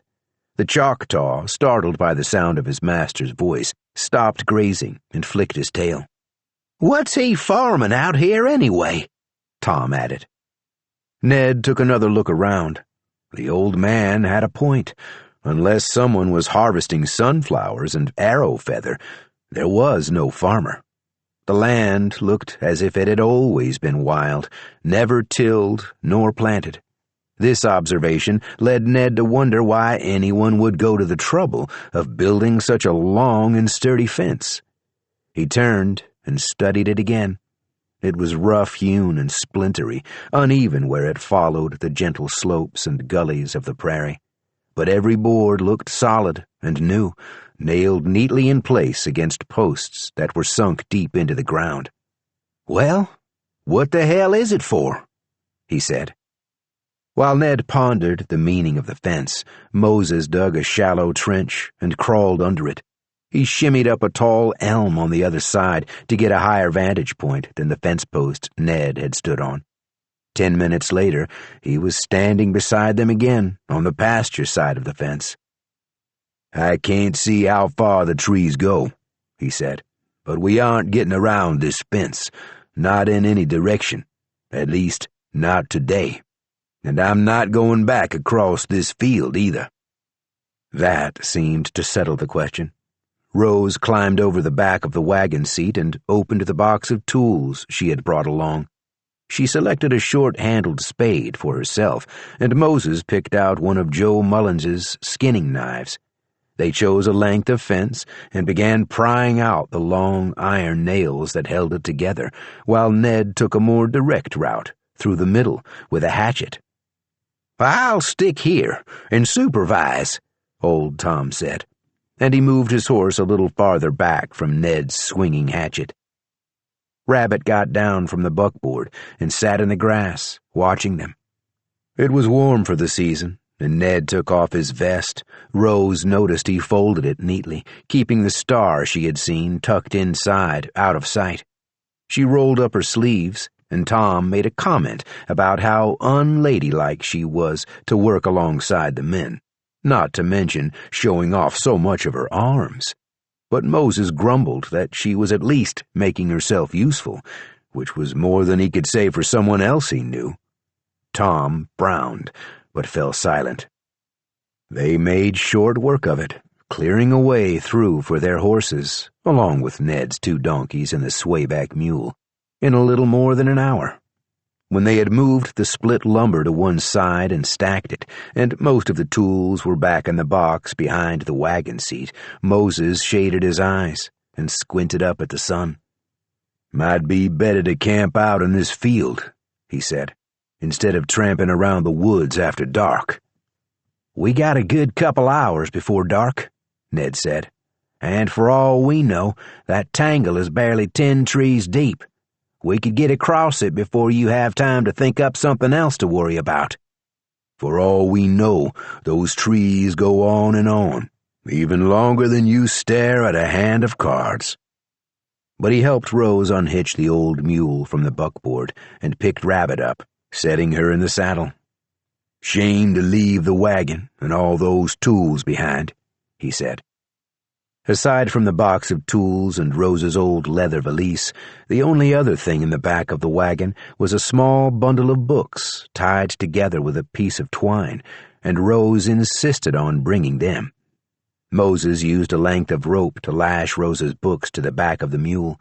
It didn't seem to mind the extra weight. Rose's library had not grown much in her years with Joe Mullins, but she treasured the few volumes she did have. She thought she might read some of them aloud to Rabbit during their trip. The men might enjoy hearing her read, too. Joe had always enjoyed it when she read aloud after supper. Ned rummaged through the toolbox and kept the skinning knife and a spade, sticking them in the top of his saddlebag. Moses took the hatchet for himself and a roll of old sailcloth. "We might be in the woods for a time, and I would not care to see a woman or child sleep on the dirt," he said. No one asked old Tom if he'd like something from the box for himself, and he didn't dismount to take a look. They left the buckboard in the pasture, and Rose could imagine it sitting there, forever, grass growing up around it, and small animals taking shelter beneath it. The idea pleased her. She picked up her valise, then took the mule's reins and walked it past the ruined fence, following the others onto the narrow path under the trees. The sun was immediately lost from view, and she was surrounded by cool green darkness.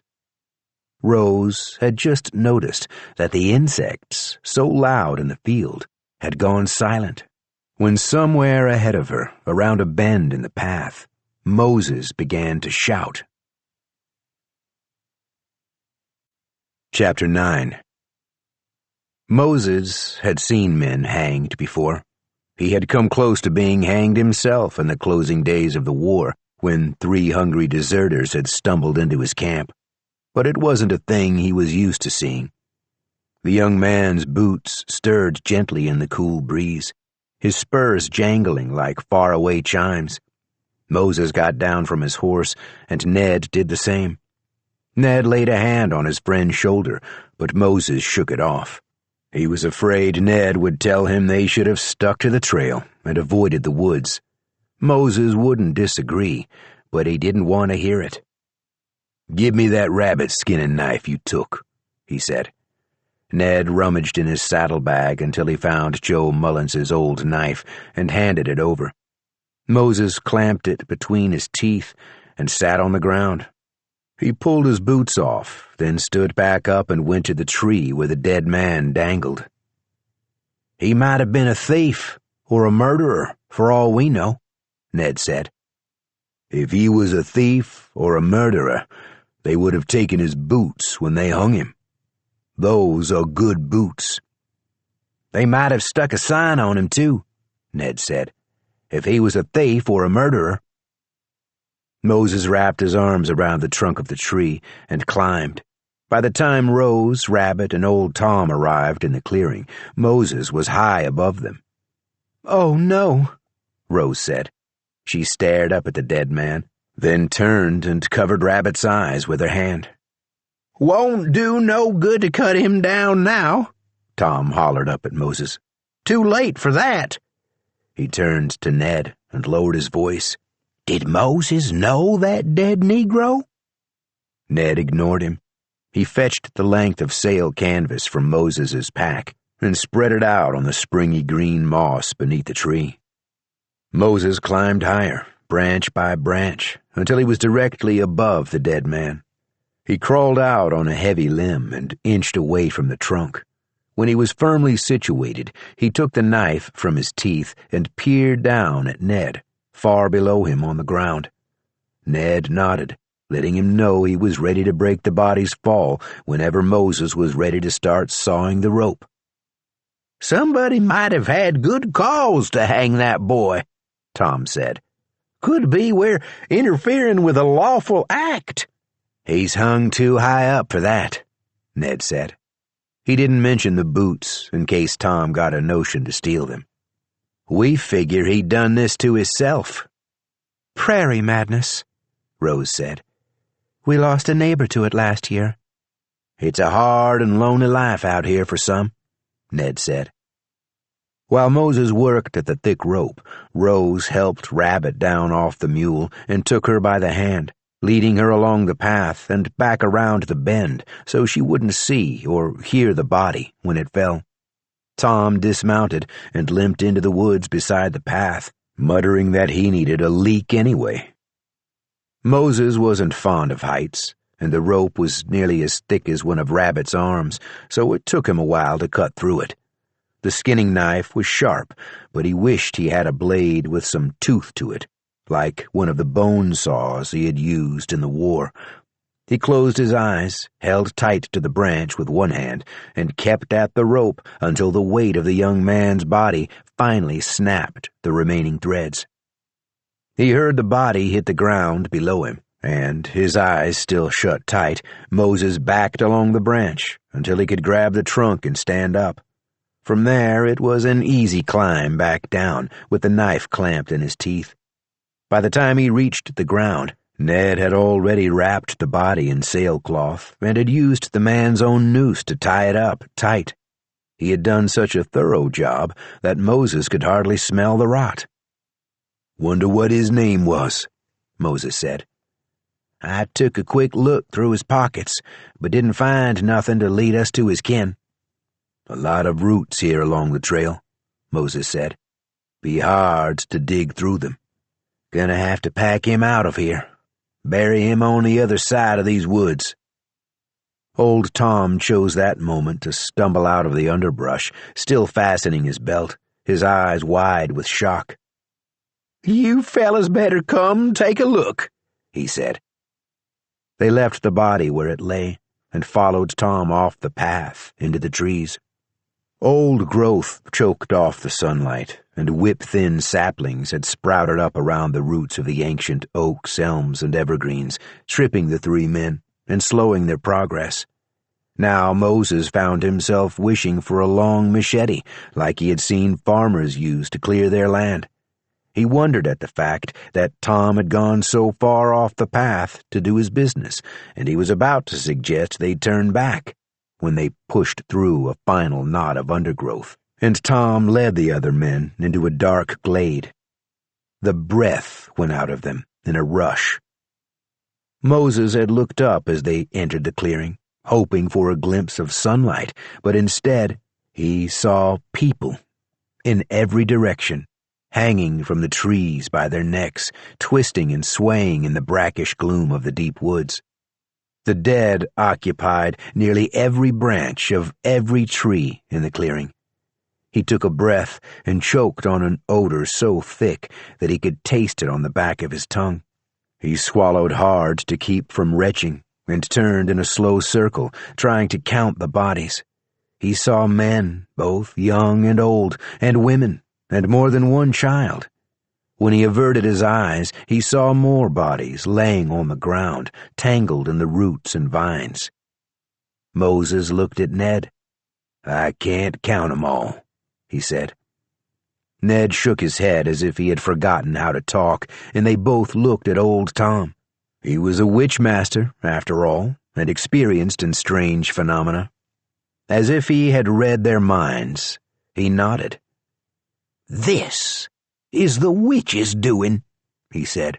"She done this to stop us coming to her, but it got to all these poor folks first." "Some of these people been dead for years already," Ned said. "I didn't know I was coming this way until yesterday. How did she?" "Anyway, you told us that witch was already dead," Moses said. "So I did," Tom said. "It must have been some other witch then." "No," Ned said. "It's like Rose told us. Prairie madness." "All of them? At once?" "No, not all at once. Look at 'em," Ned pointed. "That one ain't much more than a skeleton. Some of these people have got so shriveled up they're as skinny as them ropes, and some of 'em on the ground look like they died right where they sat. Poison, maybe. Or maybe they just gave up the will to go on," Moses said. "You sayin' the trees killed these folks?" Tom said. "Now how the hell would a tree kill somebody?" "I think if you go mad, this is where you come to." Ned paused. "Anyway, this is where you come. The fence," Moses said. It was clear to him now that the fence had been constructed to keep people afflicted with hopelessness out of the forest. but the fence that Moses had crawled under and Rose had taken apart and Ned had chopped through was powerless to stop a single man, woman, or child from taking their final journey. Ned was quiet. He stared around them, at the silvery shadows between the trees, at the dead black leaves from the previous autumn fluttering across exposed roots and skeletal limbs, at the sparkling motes of dust floating through the gloom. His expression was a mixture of horror and confusion. Moses himself felt a terrible wave of sorrow. After a moment, he grabbed Ned's elbow, and the two of them made their way back through the trees to the path. Moses heard Tom crashing through the underbrush behind them, and he wished the old man had kept his gruesome discovery to himself. It seemed to him that none of his many wishes and hopes had been answered lately. Chapter 2. They had some experience getting through fences, and it took them less than an hour to create an opening wide enough to lead the animals through. This time, Tom dismounted and pitched in, using a small hatchet he produced from his bag. Early in the evening, they rode through the hole they had made, and the only one of them who looked back at the dark woods was Rabbit. Moses rode beside her. "It's to keep out the folks on this side," he said, thinking she was curious about the fence. She looked at him, then looked away again and kicked her mule with her heels, pulling ahead of him. Without the buckboard, they traveled faster, finding the small country lanes used by farmers to get from one field to another. They detoured around wooded areas, none of them willing to risk another horror like the last. Rose watched farmhands leading plow horses over furrowed soil, and she wondered about the women toiling inside distant homes marked by smudges of chimney smoke against the sky. A small herd of 4 cows grazed in a meadow, white with clover. "Look," Rose said. "stray cattle." "No such thing as a stray cow, ma'am," Moses said. "Those beeves have wandered off a field somewhere nearby." "We'll have to find shelter soon," Ned said, "or make our own." "Rabbit and me's used to sleeping out of doors," Tom said. "Maybe," Moses said, "but the lady might not care to wake up covered with chiggers and ticks." "Don't worry on my account," Rose said. "I've woken up with worse." But Moses smiled in a way that indicated he would go on worrying anyway. "Maybe one of these farmers will put us up in exchange for a coin or two." "There sure are a lot of us, though," Ned said. "But we're a presentable lot, aren't we?" Moses winked at Rabbit. Rose saw the gesture and felt bad for him. Moses had been trying to befriend the child all day, but was making no headway. Rabbit continued to ignore him, but Rose didn't think the girl intended to be hurtful. When he got no reaction from Rabbit, Moses slowed his horse to ride abreast of Rose. If he was bothered by Rabbit's discourtesy, he gave no indication. "I saw you watching those houses up on the hill," he said. "You pick out a likely one?" "I'm sure one is the same as any other, Mr. Burke, but I tend to agree with Mr. Hemingway. I don't think there's anyone who'd want to take in 5 strangers for the night." "Well, I guess we better try the biggest house first." He spurred his Appaloosa and rode forward to talk to Ned. Then they galloped away across a pasture full of blue sage and bright yellow dandelions. Rabbit kicked her mule again and followed. "Stay where I can see you," Rose shouted. "He's got his own mind," Tom said. "No point trying to argue with Rabbit or discipline it out of him. Trust me on that." Rose scowled at him and cut across the field after the others, leaving Tom to take up the rear. She let her horse pick his own pace. The old swayback mule wasn't capable of much more than a slow canter, and as long as Rabbit was within sight ahead of her, that was fine with Rose. It couldn't hurt to give the girl a little taste of freedom. Rose caught up to the others at a snarl of barbed wire strung along a fence line. Ned had a spyglass held up to his eye, and Moses pointed at a distant hilltop where Rose could see another column of chimney smoke. "Big ranch house up there," Moses said. "Probably has an outbuilding or two for the hands, and a barn. Whatever they've got, be it cattle or horses, the animals will be out grazing now that it's warm, and the barn will be empty, or mostly empty. Might be shelter for the night." "A stroke of luck," Rose said. Ned collapsed the spyglass and stowed it in his saddlebag. "Don't get ahead of yourself, Mrs. Nettles," he said. "Luck ain't been on our side of late." Tom caught up to them. "You can make your own luck," he said, "or you can pay me to make it for you." Ned ignored him. "Moses and I'll ride up there and get the lay of the land. Ma'am, if you could keep an eye on old Tom for us and see he don't get in any trouble." "Hey now," Tom said. "Rabbit?" Rose said. They all turned to see Rabbit's mule trotting across the sloping pasture away from them. "How'd he get over that wire?" Tom said. But Ned and Moses had already jumped their horses over the low fence and were galloping after the child. Rose wanted to follow, but she didn't know how to jump a horse. She could ride well enough. Joe had taught her. A steady clip was all that was required to pull a plow or go into town for supplies. "Over there," Tom said. "That's how the boy got his mule through." There was a break in the fence 10 yards from them, and nearly invisible in the encroaching dusk. The wire had been cut and the ends trampled into the dirt. "This must be how those cows escaped," Rose said. "Damn clumsy to leave it open like this," Tom said. Rose followed him through the gap and up the hill after the others. A cool breeze sprang up as the sun set, and insects sang out in the tall grass, reassuring Rose that the fence she had just passed through wasn't there to bar people from another atrocity like the one they had encountered in the woods. She could see the wrapped body bouncing on the back of Moses's horse, and she shuddered. The ranch house was huge and stately, as unlike the simple wooden shack Joe Mullins had built as it was possible to be, while still having 4 walls and a roof. White with bright red trim, it sat atop the hill, with a long white bunkhouse a few yards down the slope and a big red barn visible behind it.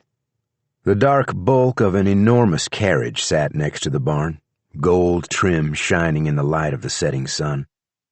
Ned, Moses, Rose, Tom, and Rabbit had missed the road leading up to the ranch, and they approached the house along the side of the hill. 3 pigs trotted out from the barn and down toward them, snorting and grunting at the strangers. A wrap-around porch with 4 red steps and a painted white railing extended around the side of the house and across the front. 2 men sat in the yard on heavy wooden chairs. A small table was situated between them, and a bottle of whiskey sat on the table, with 2 glasses next to it, both glasses half full. The men were chewing tobacco, and they took turns spitting at the ground near their feet, occasionally taking aim at the pigs that had scurried back up to the house and were now running in and out of a crawl space beneath the porch. Neither man stood as the riders approached. They were both thin, with long, dark hair that curled out from under their hats. Their clothing was fine, but stained and dirty, and both of them wore matching silver stars pinned to their leather vests. "Greetings," said the taller of the 2, as Ned and Moses approached. "Salutations," said the other man. He raised his glass of whiskey. Rose signaled to Rabbit that they should hang back a bit, and the child appeared to agree. She brought her mule around and let it graze next to Rose's horse, out of sight of the porch. Tom edged past them, as if to prove he was on equal footing with the 2 cowboys, but then busied himself arranging the contents of his saddlebags, allowing Ned and Moses to do all the talking. "Hello," Ned said. "Sorry to barge in on you like this, but your fence was broken, and we didn't see a gate." "Gate's over yonder," the first man said. At the end of the road. You follow the road back out, and you'll see the gate, the other man said. Ned ignored the invitation to leave. Name's Hemingway, he said. Ned Hemingway. This is Moses Burke, and over there's the other members of our company. We've been traveling all day, and we're looking for a place to bunk down tonight. I'm McDaniel, the first man said. His nose was badly sunburned, the skin blistered and peeling. I guess I'm Rigby, the other man said. You run this place? Moses said. I look like a rancher, McDaniel said. He spat tobacco into the dirt. We ain't ranchers, Rigby said. Wasn't any harm in the question, Moses said. What about the rancher then? Ned said. He around here somewhere? He left, McDaniel said. Gone to Wichita for supplies, Rigby said. Left us in charge. He'll be back in a day or two, if you want to wait for him. Could be 3 days, though, McDaniel said. Or even 4, Rigby said. You never know. He might not be in a hurry to get back. Ned glanced at Moses. What about the foreman? He said. He around? He went with his boss. Most everybody's gone to Wichita. I guess you got to talk to us, McDaniel said, since there ain't nobody else to talk to. Not a soul, Rigby said. He giggled. Ned and Moses looked at each other, then looked around at the other 3. Ned sighed and tipped his yellow hat back on his head. Well then, he said, if you're the ones to talk to, we'd be grateful if we could spend the night in that bunkhouse, if there's room. That's a fine idea, McDaniel said. But the foreman, he locked that bunkhouse door, and he took the key with him. Damned inconvenient, Rigby said. What about the barn? Moses said. We'd be glad just to have a roof over our heads. Well, now, we can't have a pretty woman sleeping with the pigs, McDaniel said. Pigs sleep in the barn, Rigby said. People sleep in the house. You're welcome to stay in the house, McDaniel said. Plenty of rooms in there, Rigby said. Well, that's kind of you, Ned said. Anybody'd do the same, McDaniel said. It's the neighborly thing to do, Rigby said. He winked at Rose. The donkey snorted and bucked, threatening to tip the body of the hanged man into the grass. Somebody ought to patch that fence back there, Ned said. All your cattle are gonna run off. We'd be happy to do it, in exchange for the rooms. Like we said, friend, they're not our cattle, McDaniel said. Not our fence, neither, Rigby said. Ned squinted at them for a full minute while the 2 men sat chewing their wads and spitting. Neither of them seemed the least bit uncomfortable under Ned's scrutiny. Well, you 2 beat all, Ned finally said. You mind we rest our horses in that barn? McDaniel shrugged, and a second later Rigby shrugged too. Ned gathered the reins of his horse while Moses helped Rabbit down off her mule and followed Ned, leading it and his own horse. The donkey was still tethered to the sorrel mare. Tom smacked his horse on the flank, and it trotted along behind the others without being led. Inside the barn, a team of horses occupied 6 of the stalls. Ned and Moses led their mounts to the opposite side, where there were empty stalls. They fed and watered the animals and brushed them down. Moses walked around outside the stalls, taking note of the orderly bales of hay, the tools and rope that hung from nails in the walls, the lanterns on high hooks. In a back corner was a stack of 5 paint cans. The topmost can was streaked with bright red paint that matched the walls of the barn and the shutters on the house. Nice place, Moses said. I'd like to fix that fence, Ned said. I hate to accept someone's hospitality without earning it. Moses spread his hands wide and mimicked Rigby's high-pitched voice. Not their fence, friend. He shrugged and dropped the imitation. It's not their hospitality we're accepting, he said. It would be nice to know whose hospitality it is then, 'cause I'd be willing to bet $20 and my left nut them two ain't U.S. Marshals. I'm not taking that bet, Moses said. Chapter 3. Joe Mullins stood under the sycamore tree for a long while, smoking his pipe and considering his options. Behind him was the farmhouse, but Rose was gone from there. It was nothing now, except an empty building without a wife or children to bring it to life. Joe had always wanted children, lots of them, boys and girls both. A big family to gather around the table, to fill every room with sound and energy and life. But Rose had seemed skittish on the subject, and so he had left it alone. There would be plenty of time, he thought, to let her come around to the idea on her own. They had run out of time much sooner than he'd expected. Ahead of him was the crossroads, little more than 2 dirt trails that overlapped each other at the southwest corner of his property. Buried where he was, he had more choices in death than he might have had in life. He could head out in any direction and leave the farm. But Rose had ridden north with the cowboys, and the old man with the turkey feather, and the strange child. When he thought about Rose, he heard a noise like a distant hornet's nest. The sound made him anxious. He decided he would follow her to make sure Rose didn't need anything from him. After all, he thought, she had uprooted her entire life to join him in Kansas. He would always feel an obligation toward her, and as far as he could see, death had not parted them by more than a few miles. The mule they called Brother had died out in front of the plow. What remained of him was visible from the crossroads. Joe thought that might mean the mule was still out in the field, the same way Joe was still under the sycamore.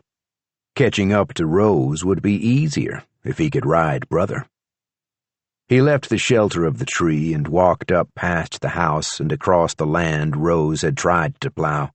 He was dismayed to see how uneven the lines were, curving away in all directions, and for a brief moment he began to make plans to re-till it all before he remembered he was dead.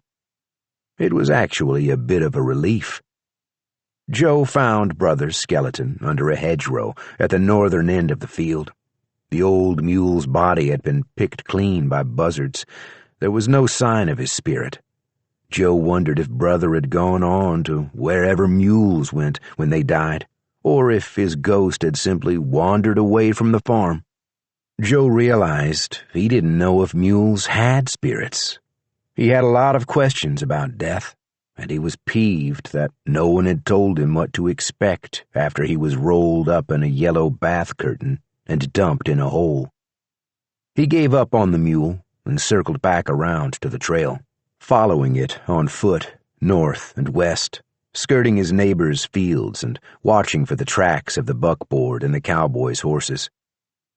At times it was night, and at times it was day, and sometimes it was neither, or both at once.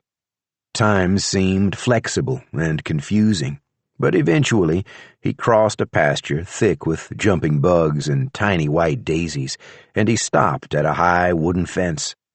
It was a well-constructed fence, sturdy and solid, but someone had hacked through it with an axe and pulled out the nails at the ends of the planks and stacked the wood neatly to one side, leaving a hole wide enough for a horse to pass through.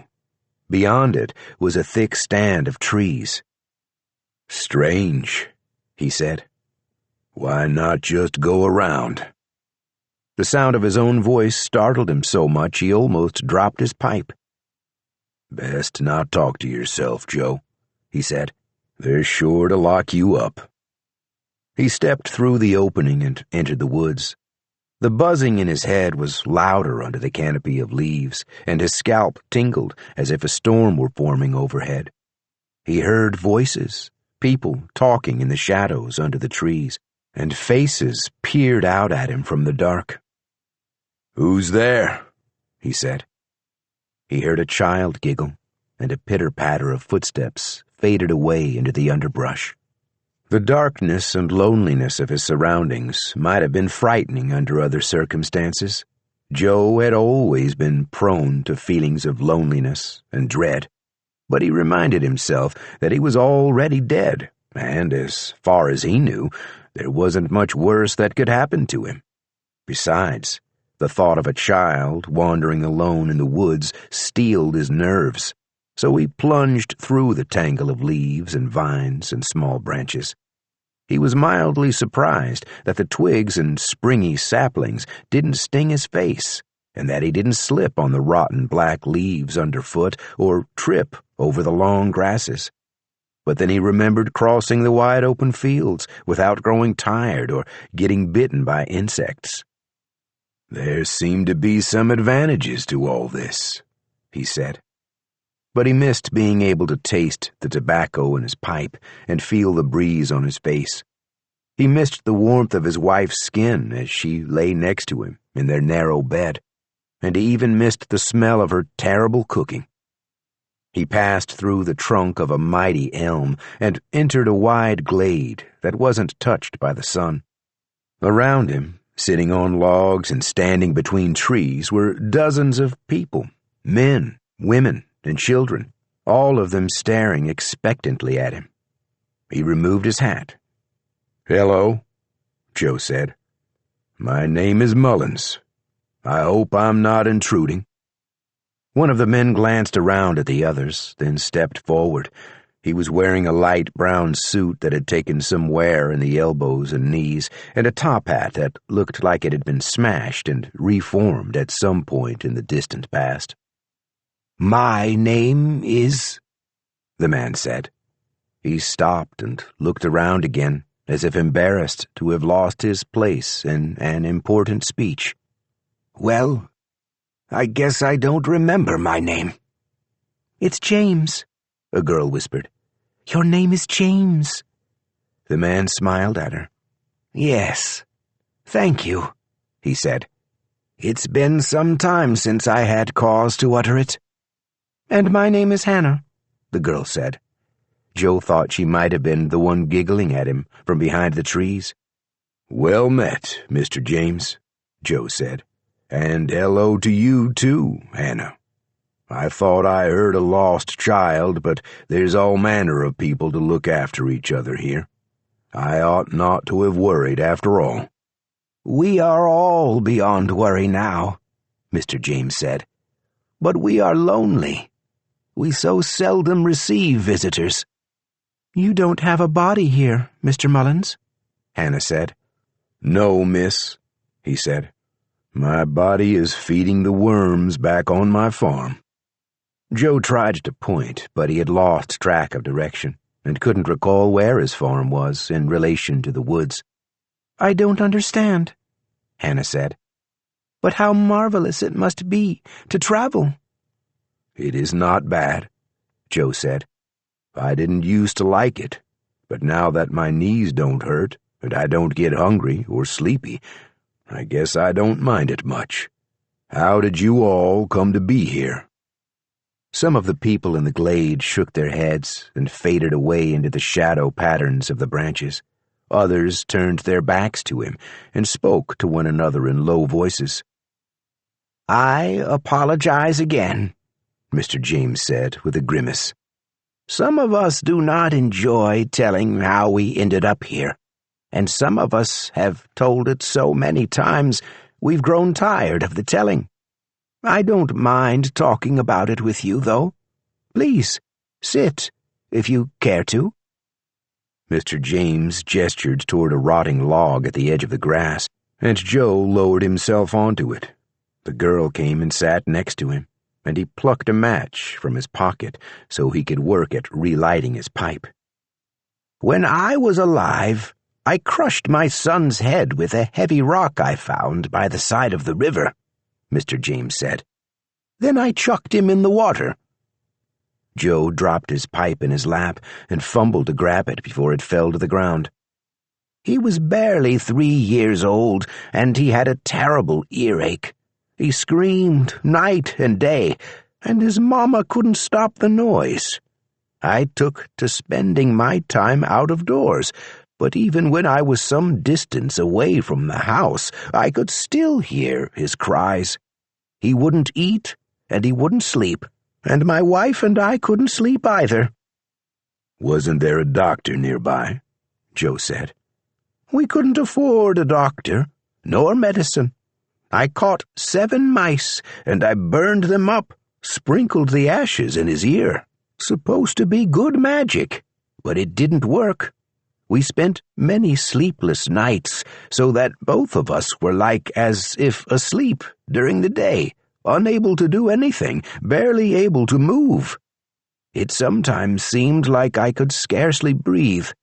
My wife began to chew on her fingertips. She chewed and she chewed until blood ran down her chin and dotted our floors wherever she walked, and still that boy screamed." "So you took him to the river?" Joe's voice was so quiet he could barely hear it himself. Mr. James nodded. "I did. Then I put on my hat and picked up a length of rope from the back of my wagon, and I walked to these woods, and I sat down on this very log. By and by, the idea of what I had done sank into me, like I was underwater with my boy, and I thought I wouldn't move again. But eventually, I mustered enough strength to throw one end of my rope over a good stout branch, and I tied the other end around my neck. And there I am." Mr. James pointed. Joe got up from the log and looked above him. A few bones, dressed in the tatters of a brown suit, swayed gently in the whisper of a breeze. Mr. James's leg bones had come loose at some point and fallen off. So had his old top hat. "I wish you hadn't told me that story, Mr. James. I don't feel as neighborly toward you now." "I understand," Mr. James said. "I can't explain why I did it, but I do hope it gave my wife some relief. And this place is where I pay penance for what I did. I sit and I think about it until I can't stand to think about it any more. But there's nothing else to think about, so I keep at it anyway." "Do you think you'll see them again?" Joe said. "Your wife and boy?" "Heavens," Mr. James said. "I certainly hope not." Joe didn't know what to say after that, but Mr. James didn't seem to expect a response. Hannah smiled at Joe, and he smiled back. "I hope nobody drowned you in the river," he said to her. "No," she said. "Nobody drowned me. The river was nothing but a trickle when I died," the girl said. "But I think that was a long time ago, because I was here before Mr. James arrived.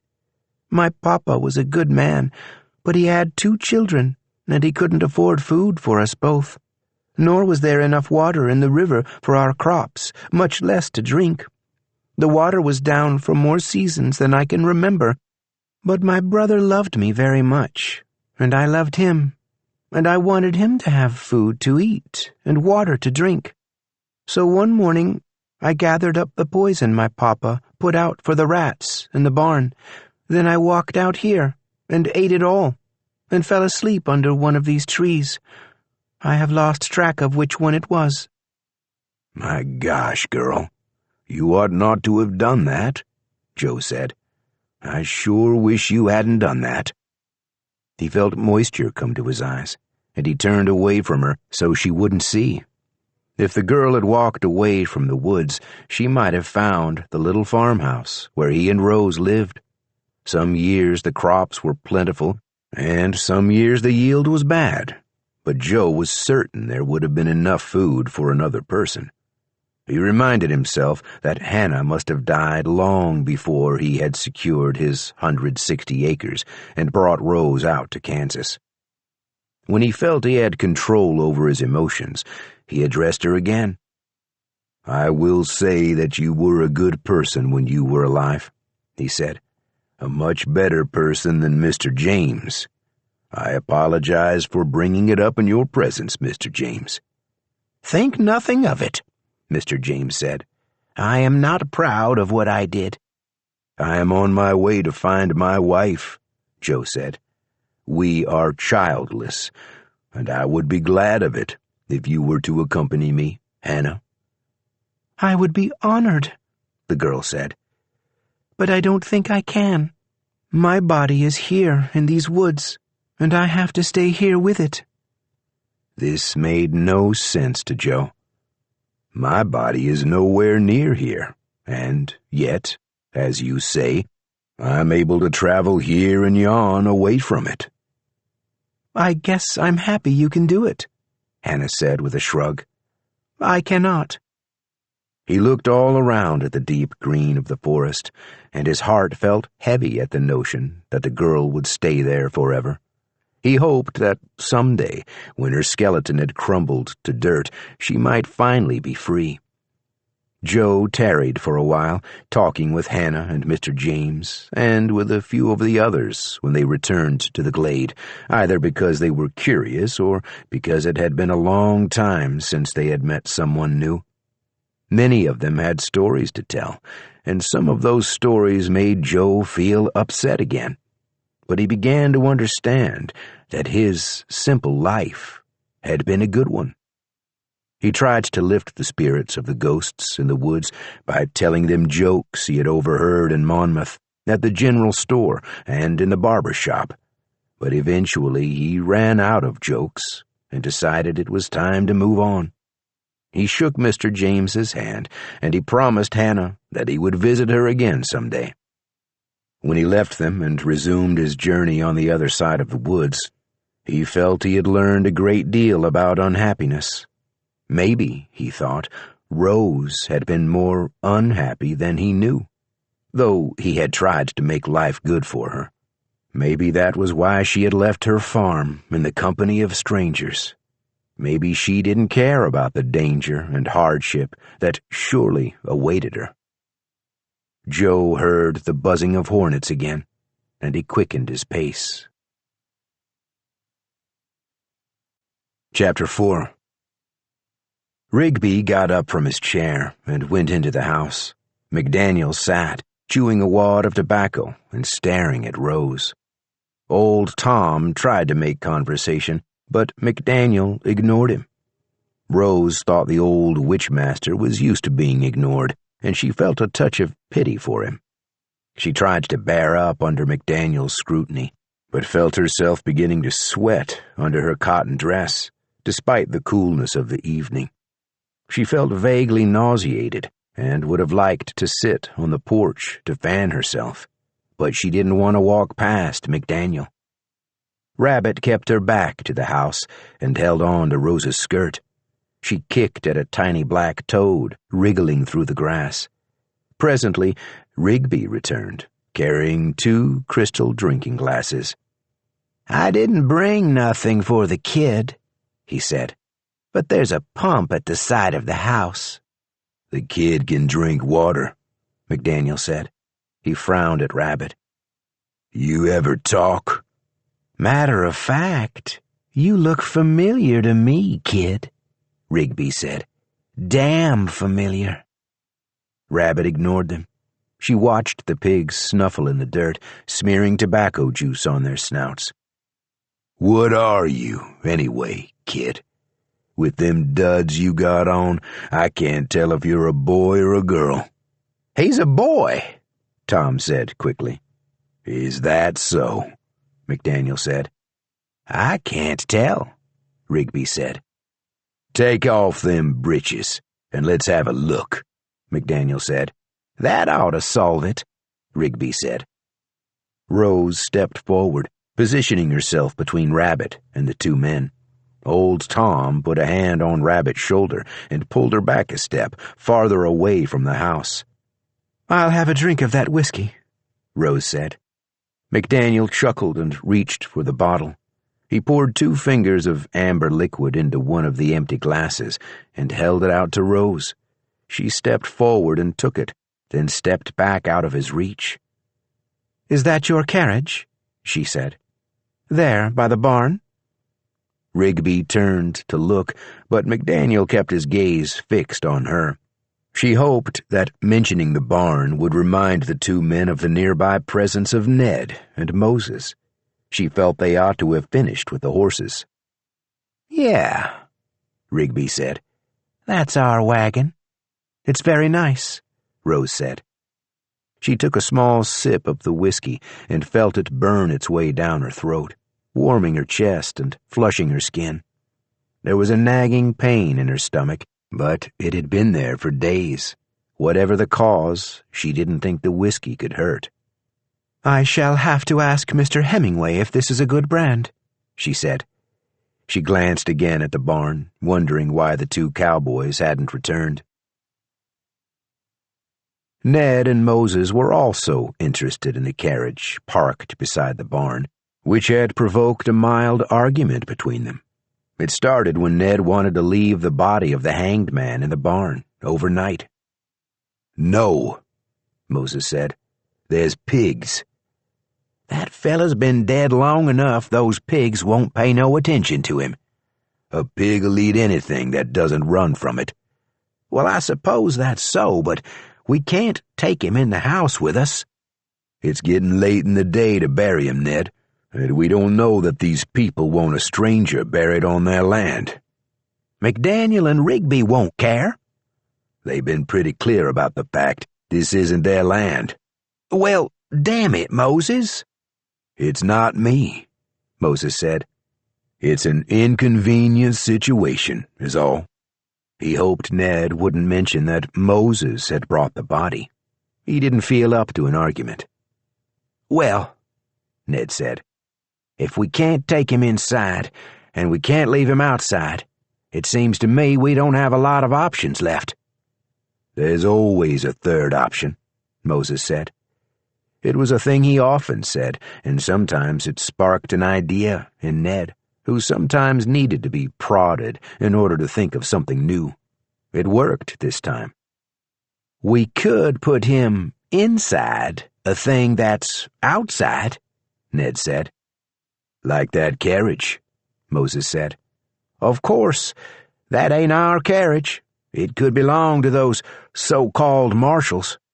"They don't lay claim to much." "We could ask them." "Or we could do what we're thinking of doing, then leave in the morning before they even know we did it." "True."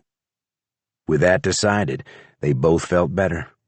Ned kept lookout from the barn's loft, watching out in the direction of the house, in case the 2 men, claiming to be marshals, decided to take a stroll. Moses hefted the dead man's body and carried it to the coach. He opened the door and set the body on one of the 2 long benches, sitting him upright as if he were a living passenger on the stagecoach. Moses was uncertain whether this looked dignified or silly, but it was better than being eaten by pigs in the night. He stepped back and looked at the carriage, seeing details of it for the first time since they had arrived at the ranch. After a moment, he waved at Ned to come down from the loft. "Look at that," he said, when Ned had joined him. He pointed up at a line of type, stenciled in gold across the red trim, under the roof of the carriage. Even in the semi-dark of dusk, they could read the words, Wells Fargo and Company. Chapter 5. They ate a simple meal with the 2 men, claiming to be U.S. Marshals. A few tins of beans that McDaniel and Rigby brought in from the pantry, and biscuits Ned made in his own cookpot over an open fire. "Well, you finally did it," Moses said. "You made biscuits without burning them on the bottom." Ned chuckled, but Rose took a second biscuit to reassure him that they were good. "What direction was you two fellas headed?" Tom said, between forkfuls of beans. McDaniel fixed him with a steely glare, but Rigby answered. "We come up from Texas," he said. "Not sure which way we're going from here."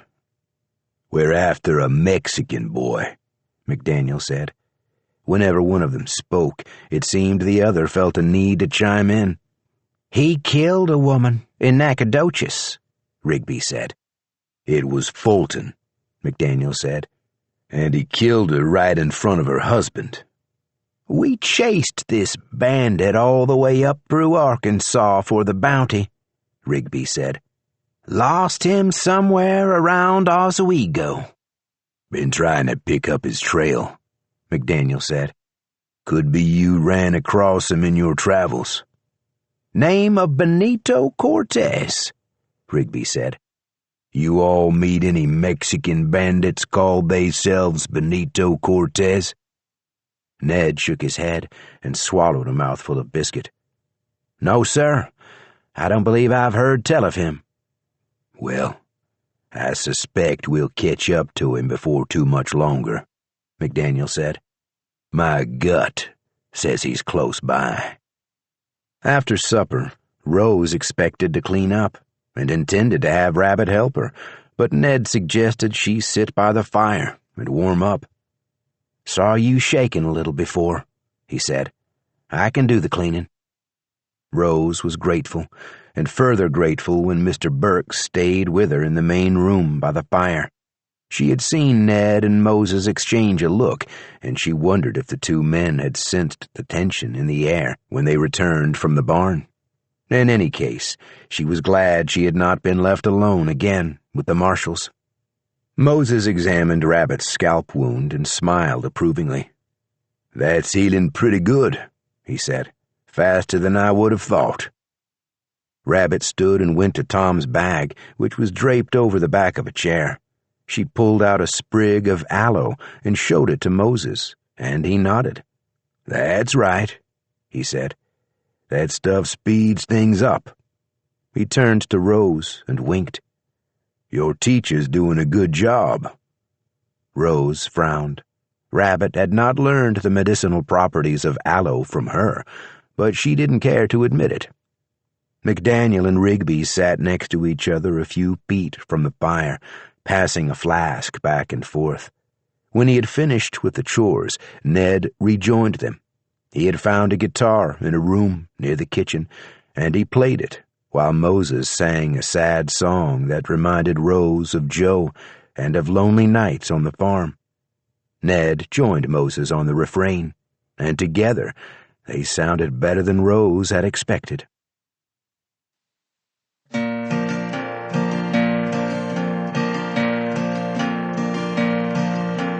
"Come along, boys, listen to my tale. I'll tell you of my troubles on the old Chisholm Trail. Come-a-tie-ya, yippee, come-a-tie-ya, yay. Come-a-tie-ya, yippee, come-a-tie-ya, yay. Oh, a $10 horse and a $40 saddle, and I'm gonna punch in Texas cattle. Come-a-tie-ya, yippee, come-a-tie-ya, yay. Come-a-tie-ya, yippee, come-a-tie-ya, yay. I wake in the morning before daylight, and before I sleep the moon shines bright. Come-a-tie-ya, yippee, come-a-tie-ya, yay. Come-a-tie-ya, yippee, come-a-tie-ya, yay. It's cloudy in the north, looking like rain, and my darned old slicker's in the wagon again. Come-a-tie-ya, yippee, come-a-tie-ya, yay. Come-a-tie-ya, yippee, come-a-tie-ya, yay.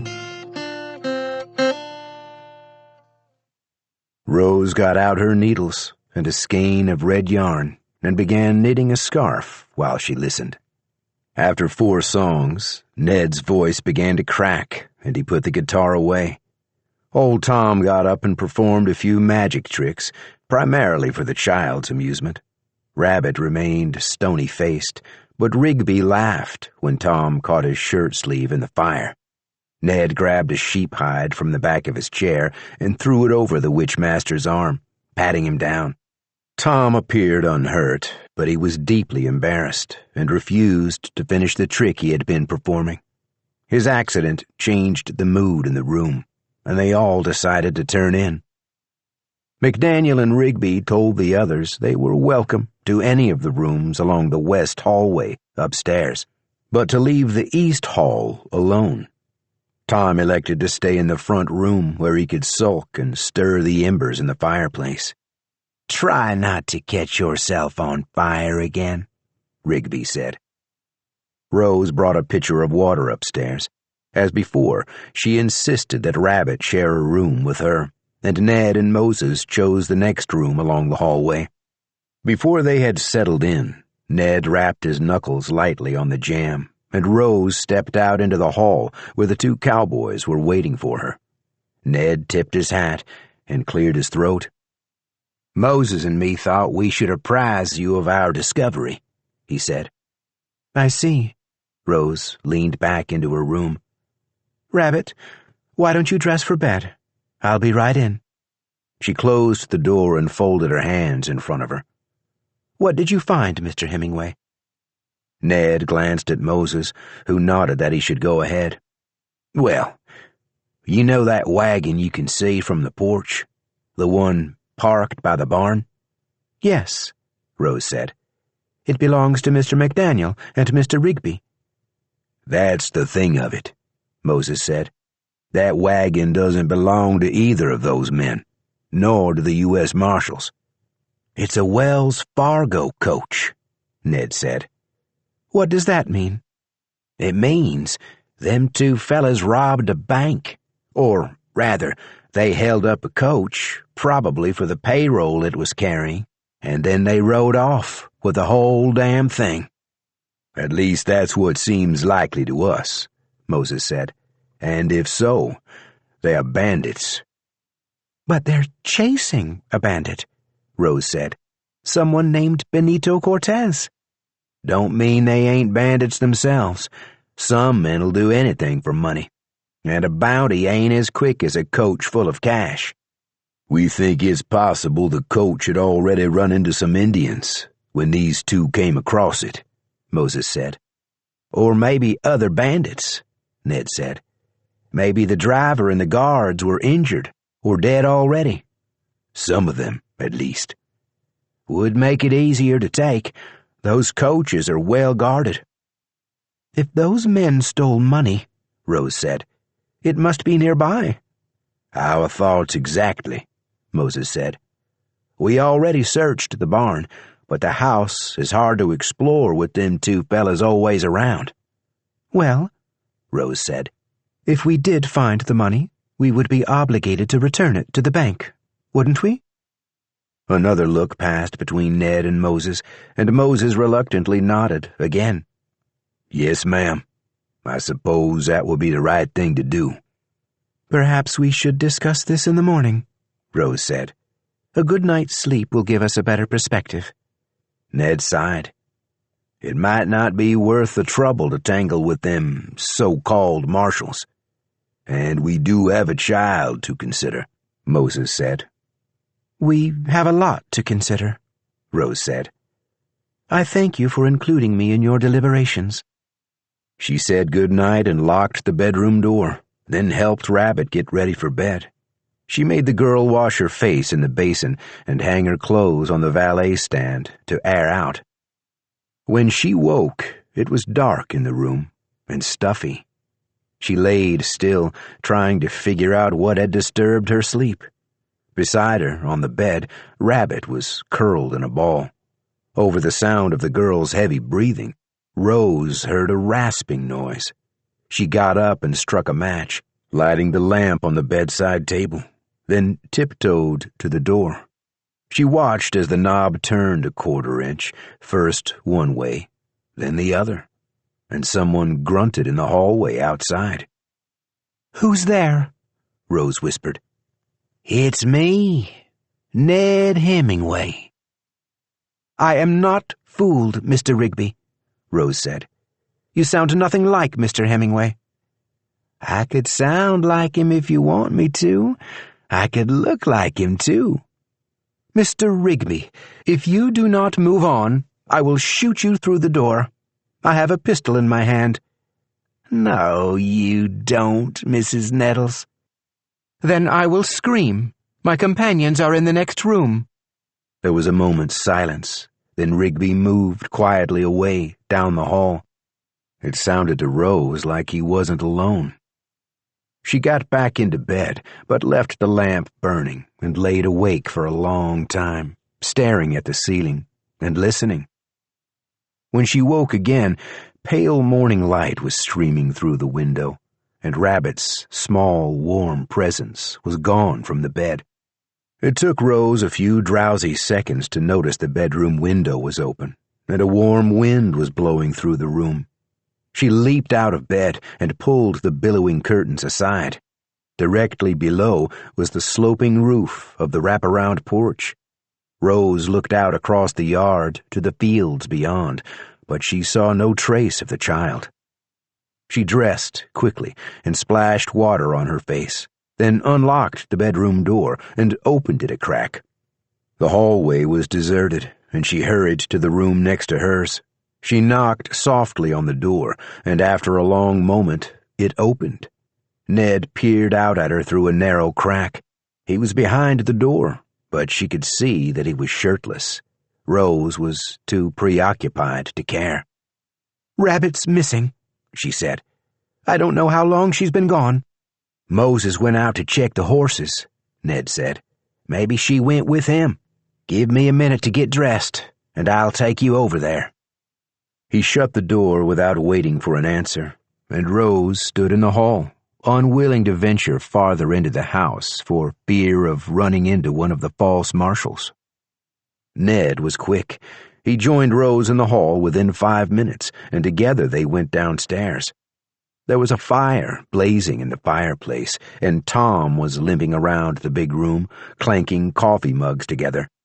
McDaniel and Rigby were playing cards at a small table in the corner.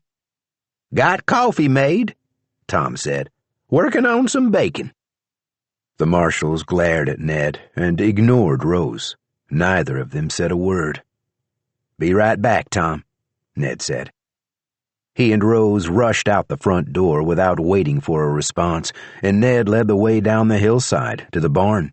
As they drew near, Moses appeared in the open doorway. "Is Rabbit with you?" Rose said. "I was just coming to ask the same of you. Her mule's missing." "Where would she go?"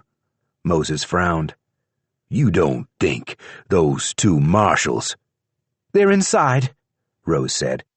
She decided not to mention the late-night visit from the two men. It would only complicate matters. Locating Rabbit was the priority. "I locked the bedroom door last night. It was still locked when I woke up, but the window was open. I think she crawled out onto the porch and ran away." "Where would she go?" Ned said.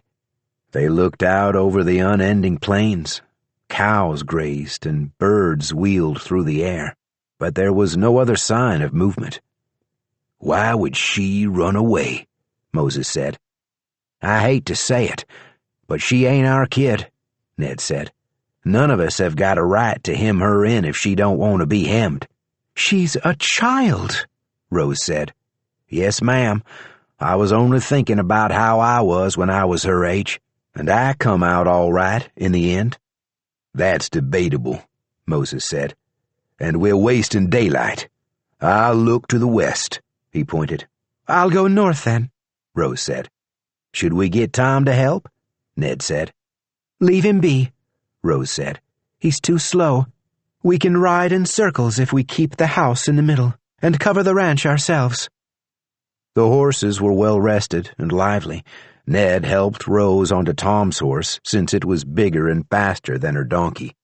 They rode out from the barn and away from one another, all of them scanning the tall grass and hillocks for any sign of the little girl. Chapter 6. "I know that child," Rigby said. "That's a girl child." Old Tom had eaten his fill of bacon and leftover biscuits, and was dozing in a chair, snoring softly into the same sheepskin that had saved him the previous night. The two men, pretending to be U.S. Marshals, ignored him. I like the big one, McDaniel said. The one named for a flower. Ah, Rigby said. Daisy. Rose, McDaniel said. She said her name was Rose. Rigby belched and held out his hand, and a small toad jumped from his mouth to his palm. I wish you wouldn't do that, McDaniel said. Rigby lowered his hand to the floor, and the toad hopped away under the chair. If wishes were fishes, horses would ride, Rigby said. I don't think that's how the saying goes, McDaniel said. That's how I always heard it.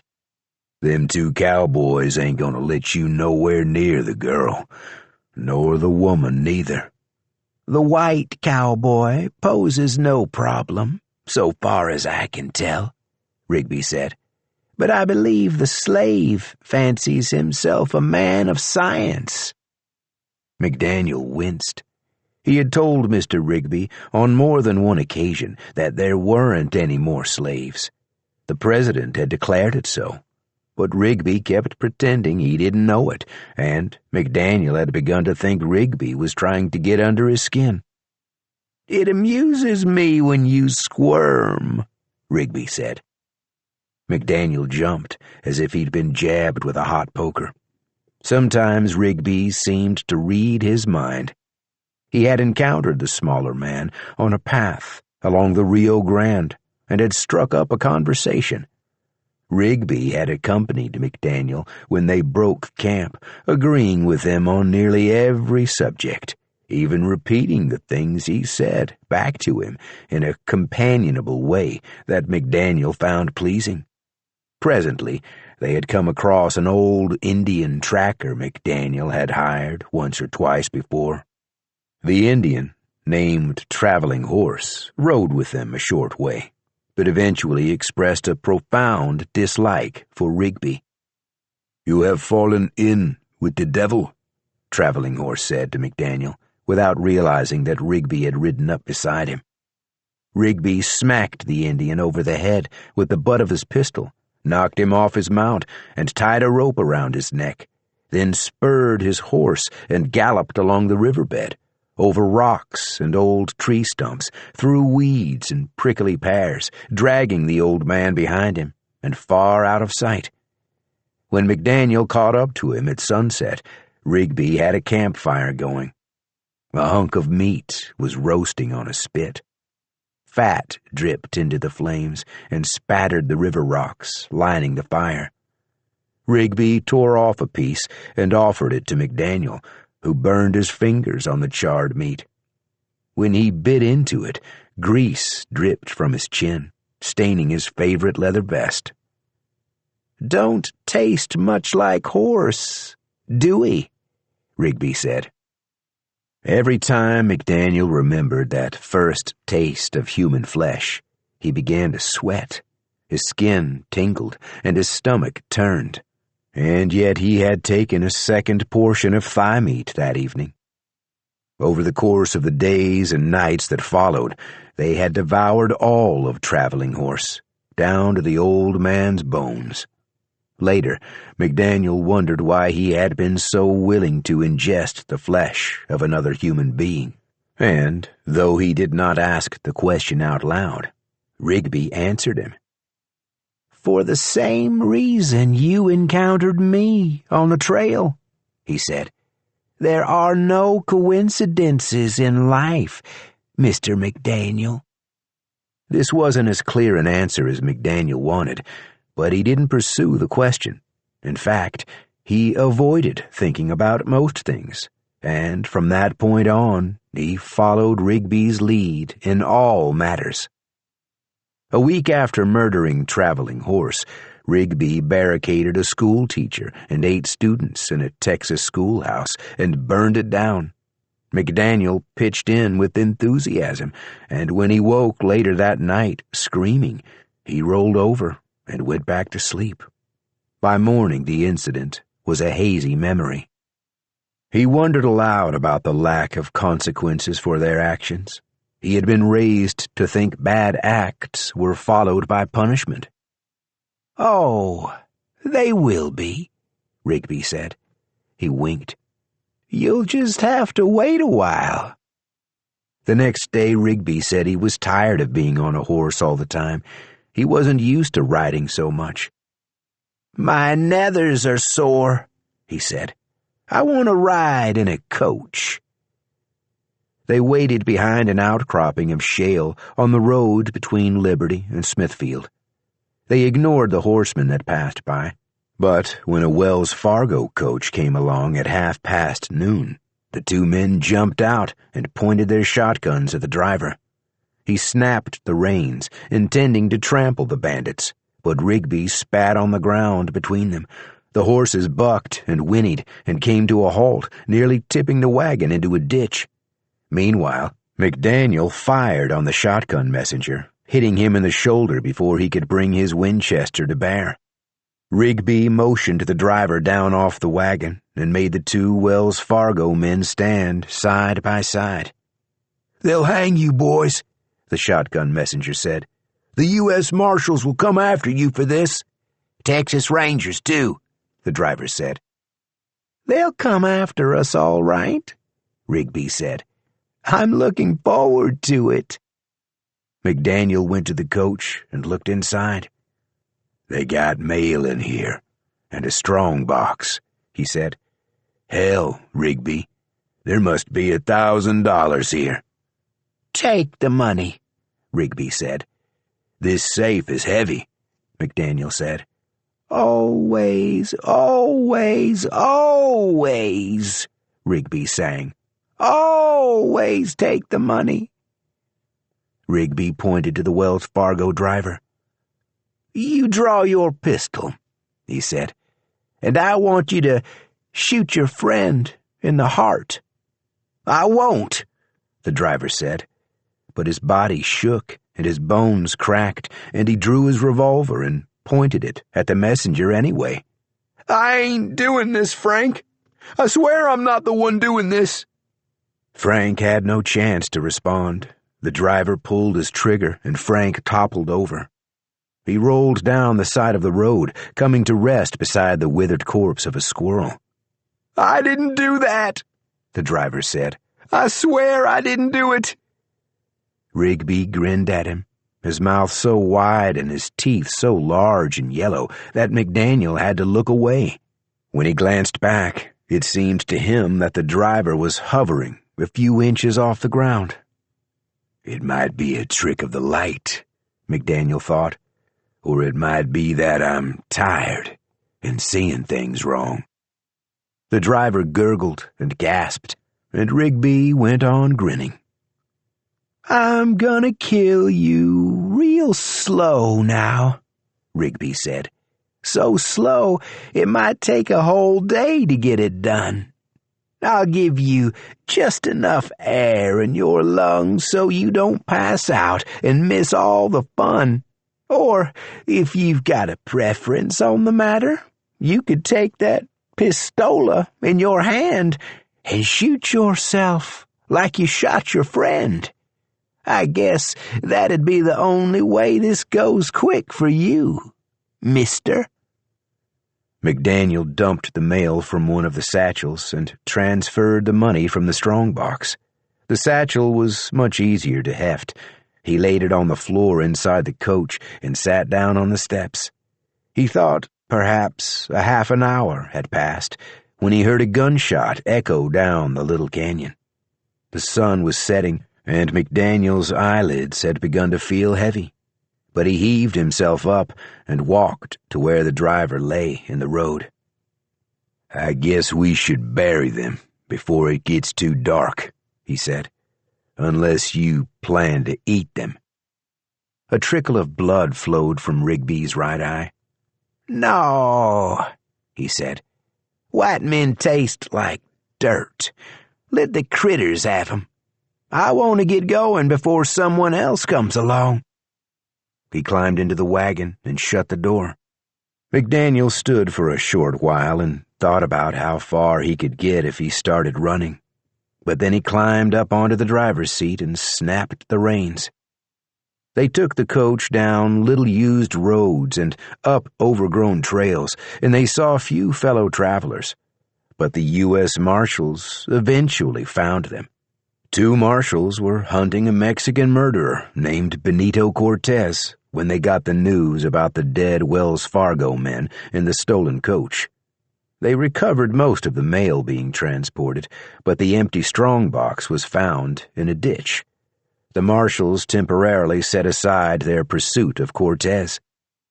They caught up to McDaniel and Rigby in Travis County, and Rigby kept the marshals alive for a day and a half, inventing new ways to make them suffer. Then he took their badges and handed one to McDaniel. "Where should we go next?" McDaniel said.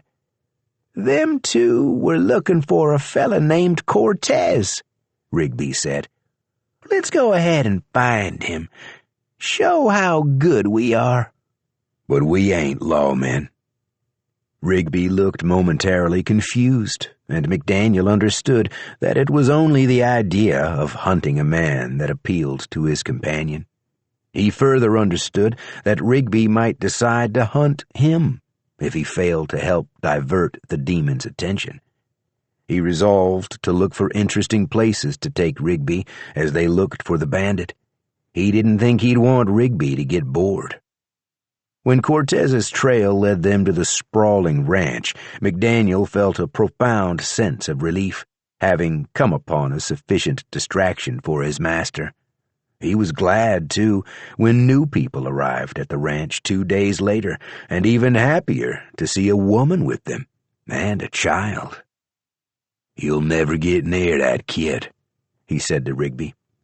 "I think I will," Rigby said. "I didn't see the girl this morning, and the woman just went out riding by herself." Rigby used a long fingernail to pick his nose. McDaniel looked away. "The cowboys must be with her." "She has gone off alone, riding northward. It was her own idea. The other 2 have gone to the west and to the south. Shall we saddle our horses and ride north?" "I imagine they'll be coming back soon enough." "I say we go," Rigby said. McDaniel sighed and stood up. He had learned long ago he could only argue with Rigby so much before the other man grew impatient and caused his skin to blister or his hair to fall out in clumps. Old Tom Goggins raised his eyelids a fraction of an inch and watched the 2 marshals leave. When the door closed behind them, he sat up, ran a hand through his unkempt hair, and thought hard about what he had just heard. The small one, Rigby, was clearly possessed by a demon, and the other one, McDaniel, was no doubt the demon's familiar. Tom believed he was an expert in dealing with witches and haunts, but demons were outside his purview. Still, he had picked up a bit of knowledge here and there in his travels. He went to the window and watched the 2 men amble away toward the barn, and when he was certain they weren't coming back, he got painfully down on his hands and knees, wincing with each pop and creak of his old bones. He peered under the chair Rigby had occupied all morning. "Here, Toady, Toady, Toad," he called. Chapter 7. It took Sadie 4 hours to drag the old couple's bodies from their house and across the yard to the base of a cottonwood tree. Then she went back and took apart the bed they had died on. She carried the planks of the bed and the mattress, along with the soiled sheets and blankets, outside and piled them on the stony ground. She burned them, making sure the wind carried the smoke and ash away from the house toward the cornfield. With a bucket of lye soap and water and a wire brush from the pantry, she scrubbed the old man's blood and brains from the bedroom wall. By the time she finished, night was coming, and Sadie was exhausted, but she donned the aspect of a bear and circled the little house, urinating in the dirt at each of its 4 corners, She used her bear claws to cut her leg and painted a bloody sigil on the doorframe. When she was satisfied the house was properly claimed, she went inside and fell asleep on the hearth. She slept for 2 days.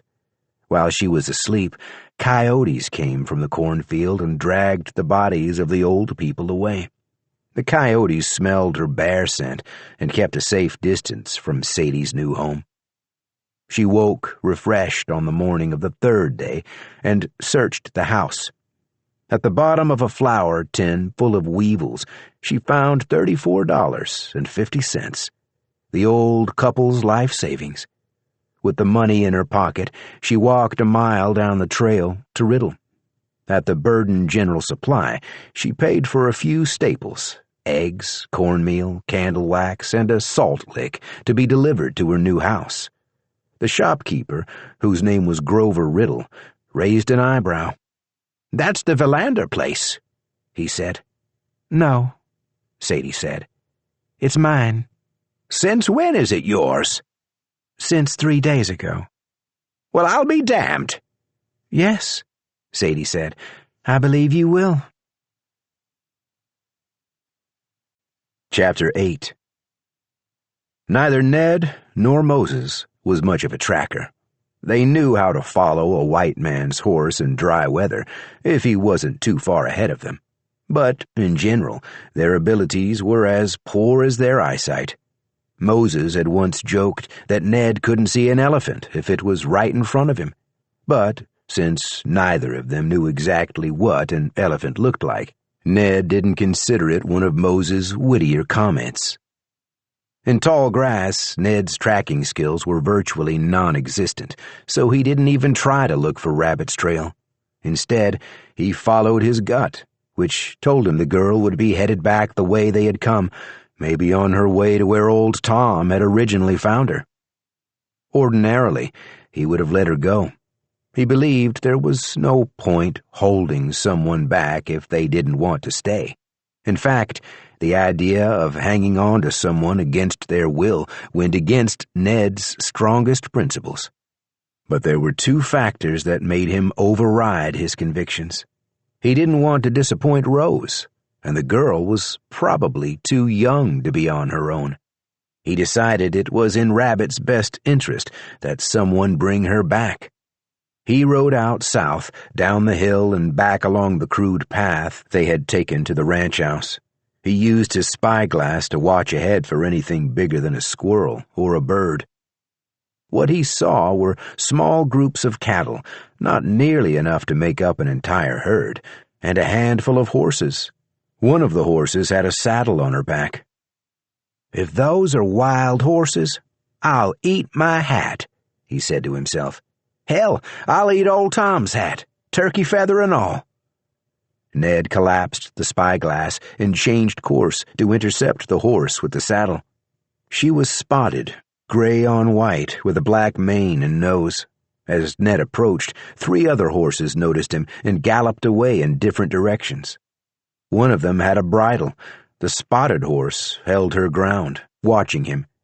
Ned got down from his sorrel and led her, talking softly to the spotted horse. When he was still a few yards away, she trotted over and nuzzled his hand, looking for a treat. "Now, who do you belong to, girl?" McDaniel and Rigby had told them the rancheros were in Wichita with their employer. It had made little sense to Ned at the time, since someone surely had to stay behind to watch the herd. But, after all, the 2 marshals were there, and the rancheros were not, so it was barely possible the day-to-day responsibilities of the place had been left to McDaniel and Rigby. Aside from the team of 6, there were no other horses in the barn, which had subconsciously reinforced the marshal's story. Ned realized he had now found one of the rancheros' horses. "What happened to you, girl? And what happened to the fella was riding you?" He stroked the horse's nose and brushed her mane with his fingertips. She nickered and stamped her feet and rolled her head. He tethered her to his sorrel and led them both across the pasture toward the distant fence. Reedy-looking grasshoppers and tiny brown crickets hopped away as he walked. White butterflies fluttered up from the weeds, and dragonflies zipped past his nose. In the distance, he saw a hawk wheeling across the sky, chased by 2 loud crows. When he reached the fence, he walked along the wire until he found the place where it was broken. He pulled the separate ends up out of the dirt and examined them. "I don't think these were cut," he said to his horse, "or broken neither. This bit right here don't fit with this bit over here. I think somebody shot at the wires on this fence." The sorrel looked up at him, then lowered her nose and began to graze. She was used to hearing him talk to himself when Moses wasn't nearby. The spotted horse nuzzled his neck and nibbled playfully at his hair.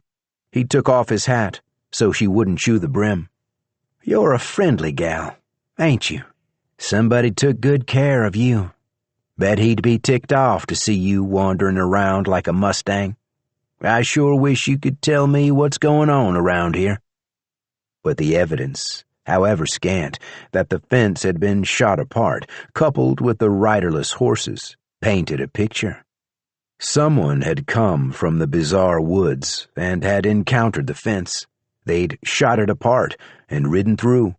The sound of gunfire would have brought cowboys from the ranch, but they had been outdrawn or outgunned. "Problem is," he said to the friendly horse, "I don't see no bodies." But then he did see somebody. Walking across the field, following the same path Ned and his company had used the previous day, was a small man with a pot-belly and a droopy mustache. He was still some distance away, and he walked slowly, as if through water. The man was smoking, and when he saw Ned, he took the pipe from his mouth and waved with it. "I know you," Ned said, hollering because of the distance between them. "I saw you a couple nights ago, didn't I?" The man simply stared at him. "Unless I miss my guess," Ned said, "your name is Joe Mullins." The man's eyes went wide, and he smiled. He mouthed a few words, but Ned couldn't hear anything except the chirping of crickets and the cawing of angry crows. "You can't talk to me, can you?" Joe Mullins shrugged, evidently able to hear Ned, even if he couldn't make himself heard. "Come on back with me, sir. Your wife's around here somewheres, and I bet she'd be awful glad to see you." Joe smiled and took a step forward. Then a beam of sunlight slanted through him, and he was gone as suddenly as he'd appeared. Where Joe had been standing, Ned saw the long morning shadows cast by a clump of buckthorn bushes. He rubbed his eyes and looked around, his gaze settling on the new horse. "Did you see that, girl? Or did I finally go crazy?" The horse bit his earlobe. Chapter 9. The ranch house sat atop a high hill, where the rancher and his wife could relax on the porch in nice weather, watching their cattle graze and their rancheros ride across the valley below. It seemed to Moses, as he rode away down the hill, that he was giving up a good vantage point. He had no way of knowing when Rabbit had taken the mule out, nor in which direction she had gone. He started out riding west, but as he descended into the valley and the grassy hills rose higher around him, he began to doubt the wisdom of his choice. He pulled up hard on the reins and turned his Appaloosa around, returning to higher ground. He circled the barn and looked out over a wide swath of the ranch below. He could see Ned down near the broken fence, and Rose far off to the north, but there was no sign of Rabbit. It occurred to him that she might be playing a game. He had no children of his own, but he was one of 4 boys. He and his brothers had sometimes played hide-and-seek in the evenings when their chores were done. Rabbit was an unusual child, but it was barely possible she had decided to hide from the adults and wait to see if they sought her out. She was a quiet girl, or boy, if old Tom was to be believed, and it was hard for Moses to work out what she might do. He tied his horse to a post behind the barn and began to search. First, he looked inside the Wells Fargo wagon, but the hanged man was alone in the carriage. The sailcloth wrapping had come loose around the torso, and Moses made a mental note to wrap the body tighter before they buried it. "You keep resting up, sir," Moses said. "Soon's we find this missing girl, we'll get you in the ground." He scanned the fields again, noting the relative absence of cattle, just a few small groupings that dotted the pasture below. By the time the rancher returned with supplies, his stock was all likely to have wandered off through the broken fence.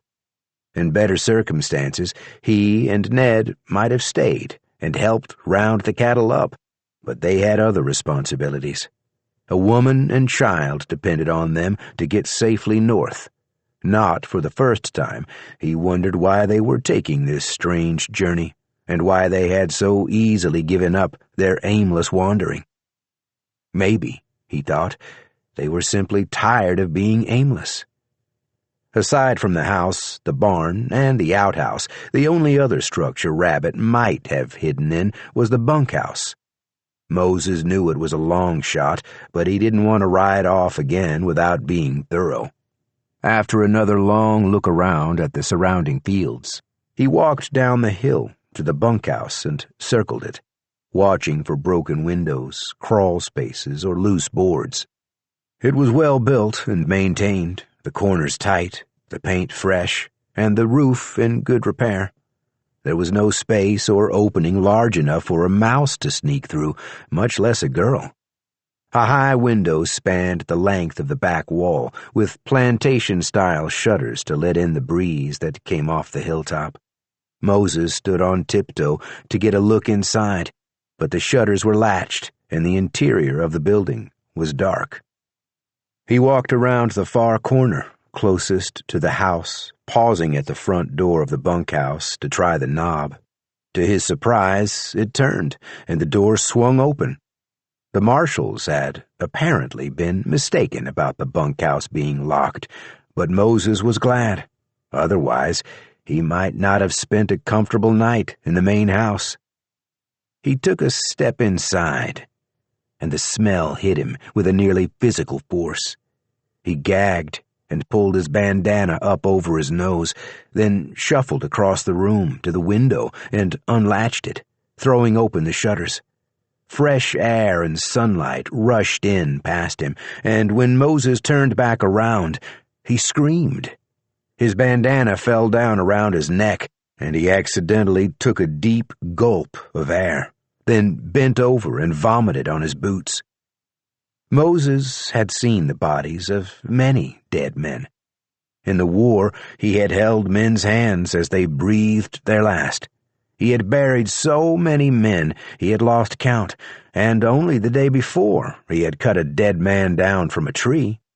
But the bodies of the rancheros in the bunkhouse were damaged in ways Moses couldn't comprehend. Men had been pulled apart and put back together. Limbs had been torn off. Internal organs had been squeezed out across the floor. The walls were painted with blood and viscera, and the expressions on the rancheros' faces indicated they were alive through much of their ordeal.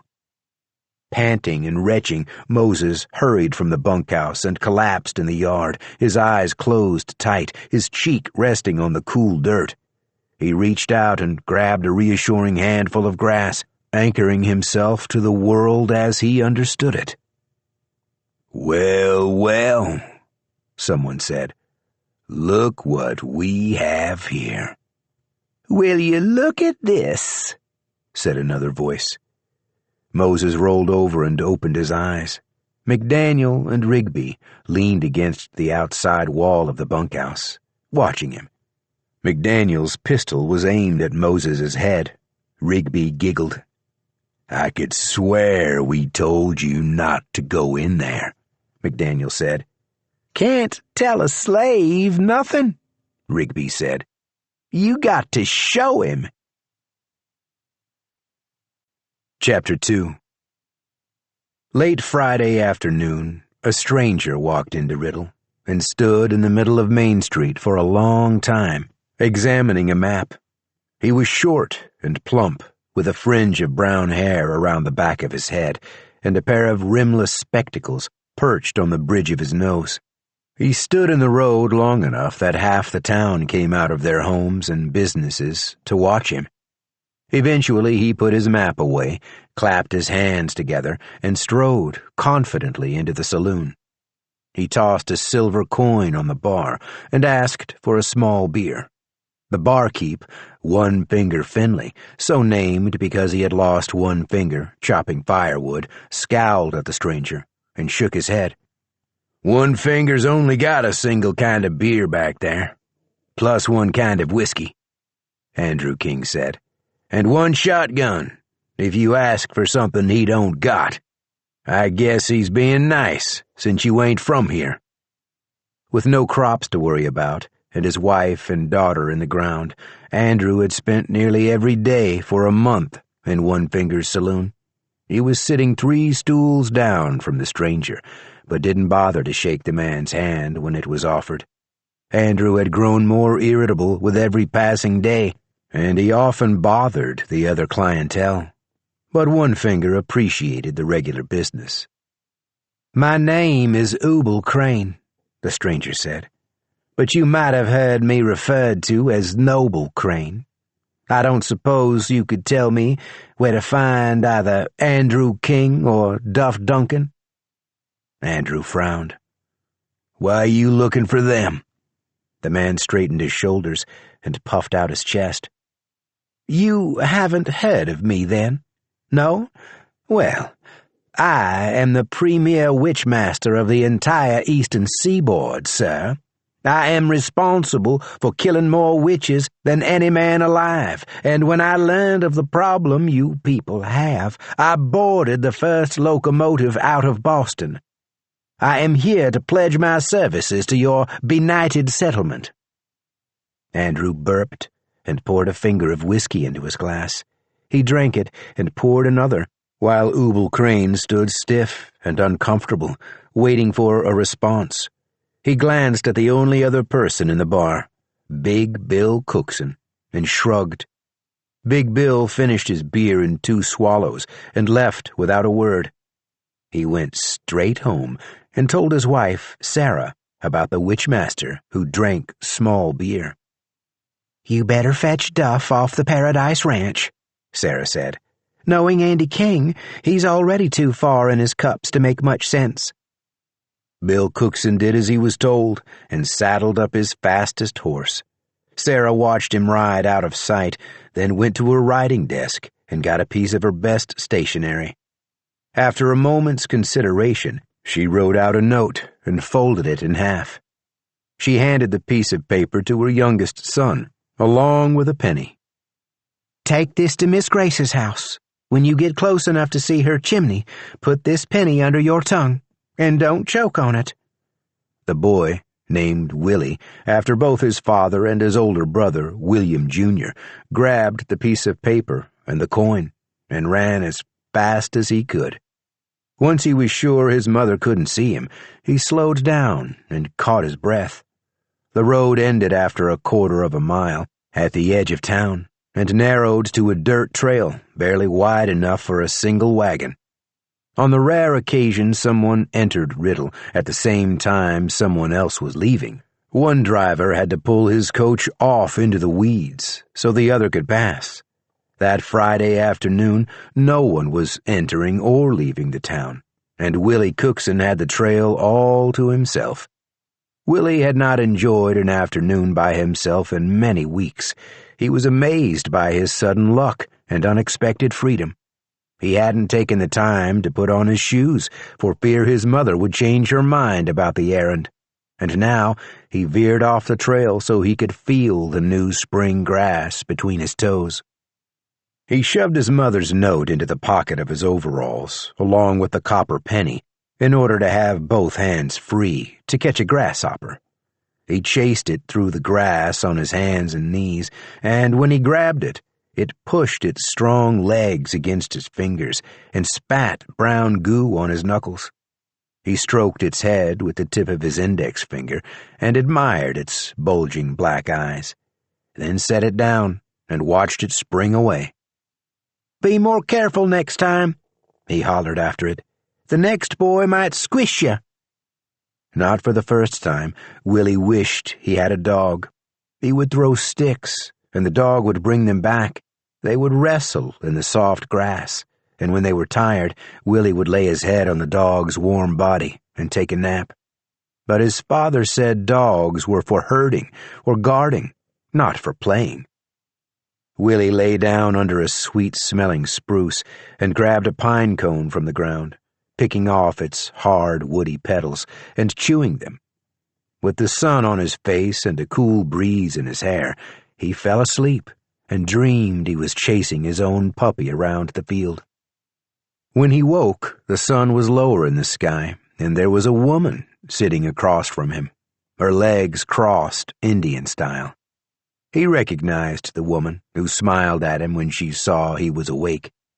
Sometimes she came into town for supplies, and if he was with his mother or father, they always made him cross to the other side of the street. He realized he was supposed to have gone to her house instead of falling asleep under a tree. "You have something for me, don't you?" she said. She seemed nice enough, but his parents were afraid of her, and Willie thought he probably should be too. He belatedly remembered the penny his mother had given him and groped for it in his pocket. He got his fist around it and the piece of paper and pulled them both out at once. He popped the penny in his mouth and handed her the note. "Thank you," she said.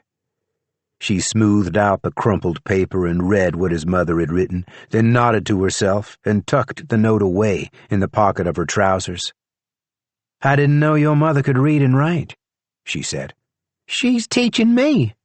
With the penny under his tongue, it came out, "She's teaching me." "Good," she said. "Well, I already knew about Ubel Crane, but I appreciate your mother's warning just the same. Please thank her for me." Willie nodded. "How old are you?" Willie held up all the fingers of one hand and 2 fingers on the other. His mother had already taught him to count to 10 on his fingers and to write his own name. "That penny isn't much of a hedge against me, if I had reason to be cross with you."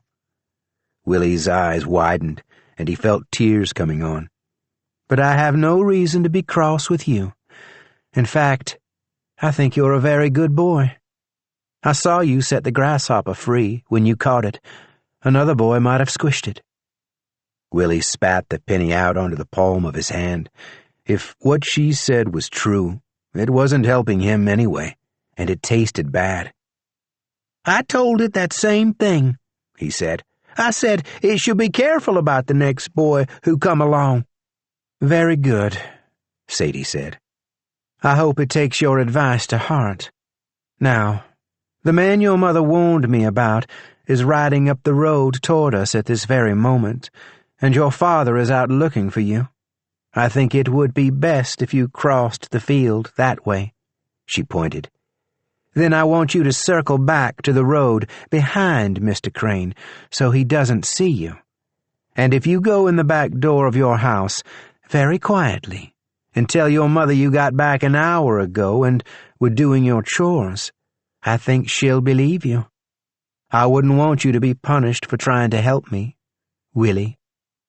The thought of punishment galvanized the boy. He jumped to his feet and had taken several steps from the tree when he turned around and ran back. He held the damp penny out to the witch, and she took it from him. Then he sprinted away in the direction she had suggested. When he got home, he followed Sadie Grace's instructions and snuck in the back door. He was already peeling a bucket of potatoes when he heard the front door open and his father's heavy footsteps. "I'm in here," Willie shouted. "I've been doing my chores all afternoon." His father entered the kitchen with his hand behind his back, and Willie worried that the witch had been wrong. But Big Bill was smiling. His eyes glinted the way they did when he had a surprise. "I thought you was out," Big Bill said. "There's going to be trouble, and I was worried." "Honest, Pa, I've been right here." "Well, I found something while I was looking for you," Big Bill said. He pulled his hands from behind his back and held out a brown puppy with white spots. The puppy wiggled and wagged its tail. Willie took it gently into his own hands and buried his face in its warm fur. The puppy licked Willie's nose. "It was wandering out on the road," Big Bill said. "Might have been stomped by a horse if I didn't see it there." "Can we keep him?" "Long as nobody comes along and claims it," Bill said. "But it's your responsibility, you hear? Over top of your regular chores. You got to feed that thing and take care of it. I ain't going to do it for you." Willie nodded and held the puppy up to the lamplight so he could examine it from every angle. It was, he thought, the best penny he had ever spent. Chapter 3.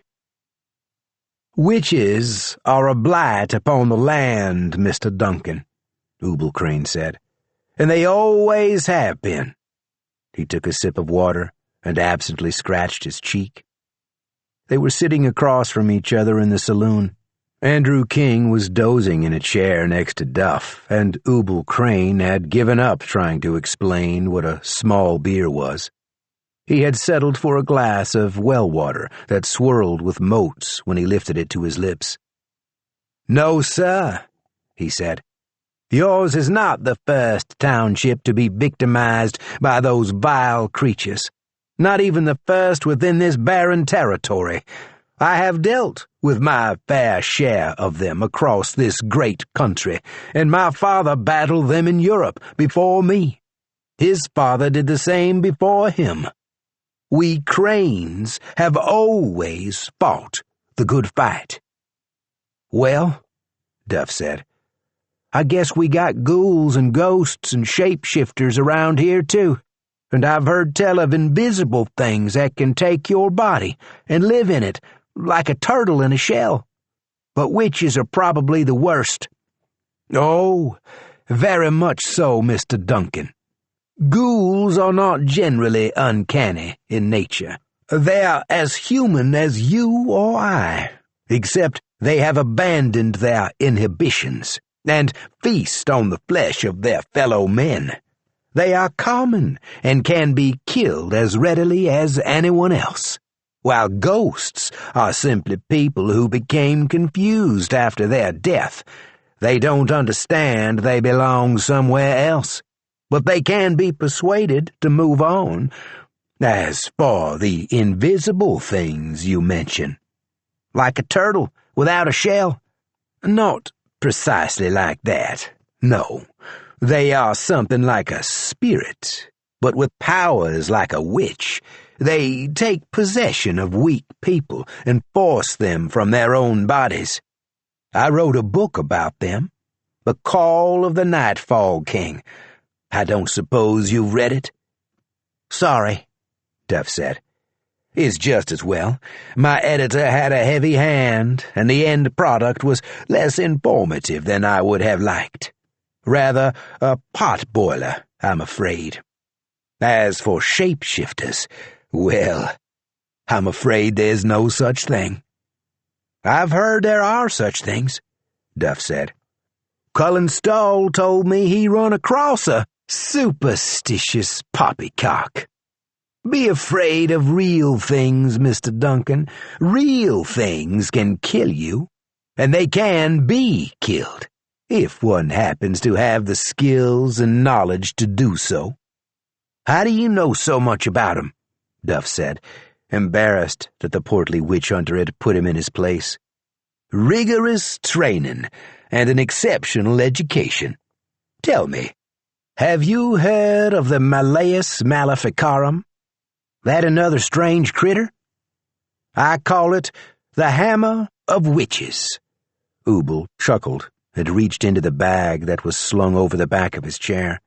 He pulled out a leather-bound book and thumped it down on the table, hard enough to make their drinks slosh about.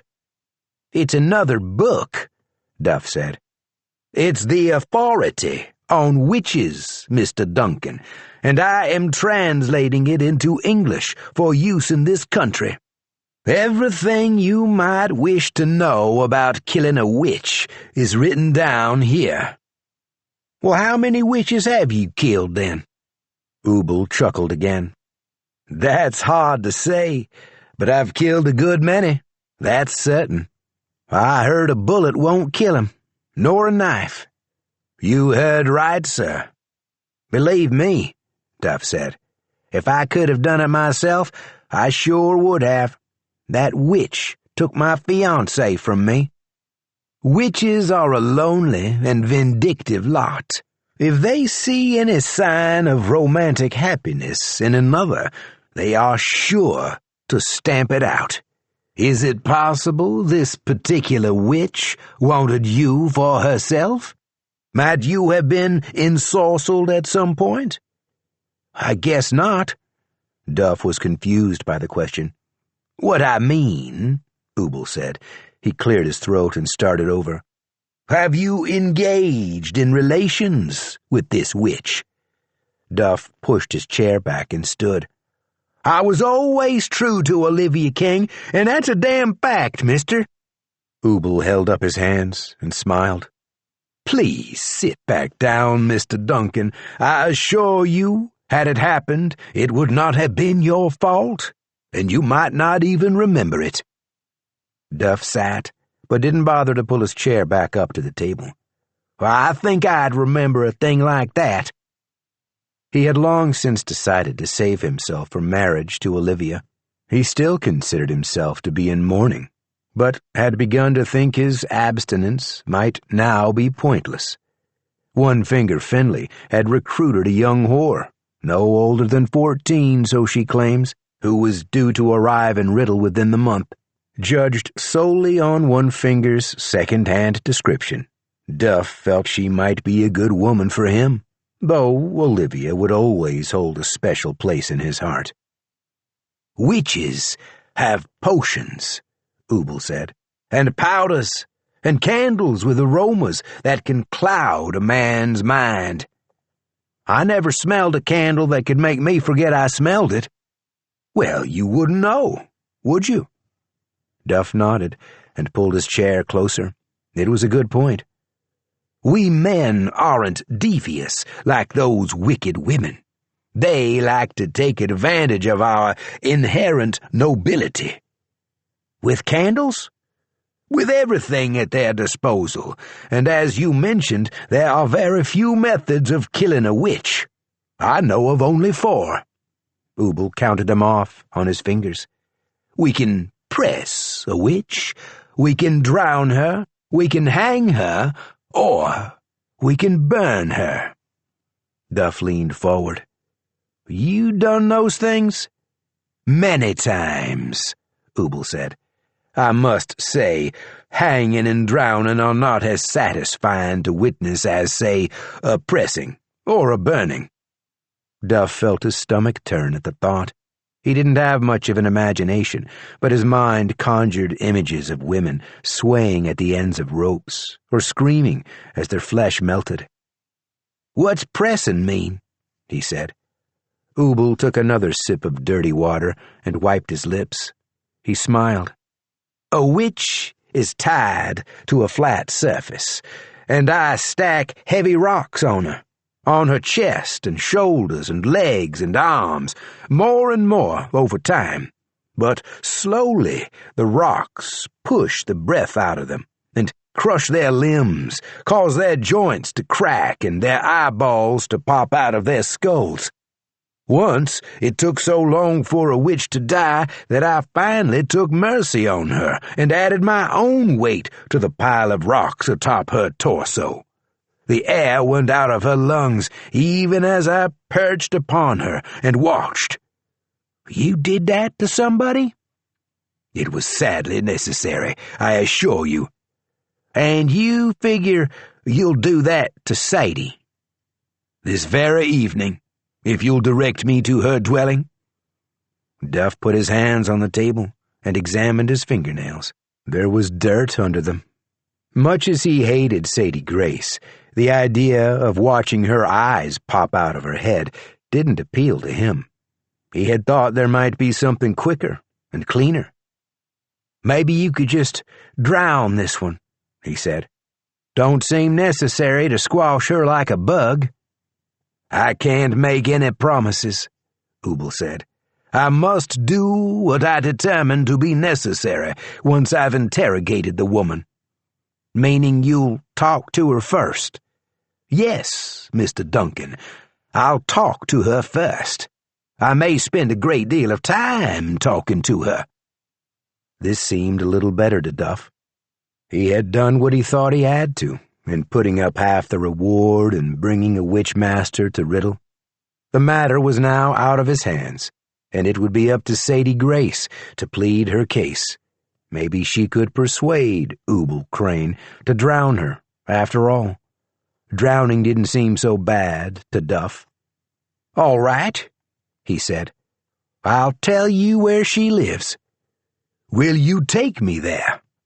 Duff shook his head. "I better leave the witch master into the expert, sir," he said. He knew how to deal with horses and cows, but witches were beyond him. He worried that if he accompanied the witchmaster, he would embarrass himself. Duff wanted nothing to do with killing Sadie, but he was already thinking about claiming some of the glory after Ubel Crane left town. The 14-year-old whore coming up from Mexico might be impressed if she heard he had helped kill a witch. Ubel Crane took another sip of murky well water and wiped his lips with the back of his hand. He smiled. "Well, then point me in the right direction," he said. Chapter 4. It was late in the day when Ubel Crane found the road to the witch's house and set out, hoping to finish his preparations before the sun set. Ubel knew the witch might sense him in the area at any moment, and he wanted to strike while he might still have the element of surprise. He could feel magic energy all around him, like an itch under his scalp, and he understood why the witch had chosen Burden County for her home. He held a flat iron disc under his tongue, better magic than a penny, and had sprinkled himself with dog urine to hide his scent from the witch. He was on foot, which he felt was stealthier than riding up on a horse. Besides, he didn't like horses, and had never learned the knack of riding them. When the road turned into a trail, he set off across a nearby pasture. The land was flat and grassy, dotted with stubby evergreens. It seemed odd to him that so much acreage was untilled, that no farmer or rancher or homesteader had made use of it, and he wondered if the witch had claimed the land for herself. It wouldn't have surprised him. Witches were impractical creatures, and overly fond of wild, growing things. He sniffed the fresh air and stood for a moment, listening to cicadas sing and squirrels chirp. Ubel had once met an Indian tracker from Texas who was traveling through Boston with a group of cowboys. Ubel purchased an afternoon of traveling horses' time in order to learn native ways in case his travels ever took him to Indian territory. Traveling horses' English was excellent, but he misunderstood Ubel's name and called him Noble Crane. Ubel had not corrected him. He liked the idea that the Indian might tell people all across the countryside about the famous witch master from Massachusetts named Noble Crane. Traveling Horse had taught Ubel how to catch small animals, field mice, squirrels, possums, and frogs, and read the future in their entrails. Ubel had kept in practice. The previous week, he had caught a bat in the attic of a neighbor's house and cut it open, squeezing its intestines out onto a table. The pattern they made revealed that he would soon come to Kansas and encounter the most fearsome witch he had ever met. Ubel immediately packed a bag and bought a ticket for Kansas, excited for the opportunity to prove himself in a new land and finally put traveling horses' teachings to good use. When the train stopped in Nebraska, he heard about the bounty on a fearsome old witch named Sadie Grace, who lived in Burden County, and his pulse quickened. But now that he had arrived in Kansas, he thought it wise not to barge in on the old witch without more information. He found a spot under an old ash with soft roots and dug a hole 1 foot across and 3 feet deep.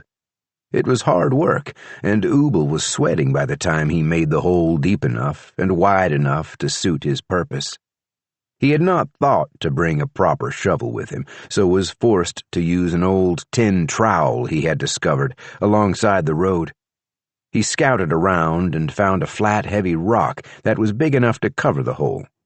He snipped a thin branch from the ash and cut it into 3 pieces, then pounded the longest piece into the dirt next to the hole. Using a length of twine from his bag, he tied the 2 shorter pieces of wood together to fashion a crude swing, which he balanced between the stick and an edge of the rock, so that anything touching the swing would pull it loose and fall into the hole as the rock slammed down to trap it. Ubel covered the base of the swing with grass and carefully placed a handful of dried corn atop the grass. By the time he finished, he was exhausted. He leaned against the tree to catch his breath and closed his eyes for a moment, pondering whether he should camp in the pasture or return to Riddle and take a room for the night. "What do you plan to catch with that thing?" Startled, Ubel sat up straight. His chest tightened, and he could feel his pulse in his temples. He scanned the field around the tree and the surrounding meadow, but there was nothing to see. The witch was invisible. His books hadn't taught him about invisible witches. "Up here," the voice said. He looked up and saw a lovely young woman sitting on a wide branch, her back resting against the ash's knobby trunk. Her arms were folded across her chest, and she looked quite comfortable. He realized she must have been watching him since he left the road, waiting while he dug the hole and set the bait. "I asked you what you plan to catch," she said. "2 things," Ubel said. His heart had stopped racing quite so hard, and his breath was easing back to its normal pace. "First, a squirrel or 2. The squirrel will help me find an old witch named either Sadie Grace or Sadie Grace. I have heard it pronounced both ways. When I find her, I will catch her too." "With dried corn and a hole?"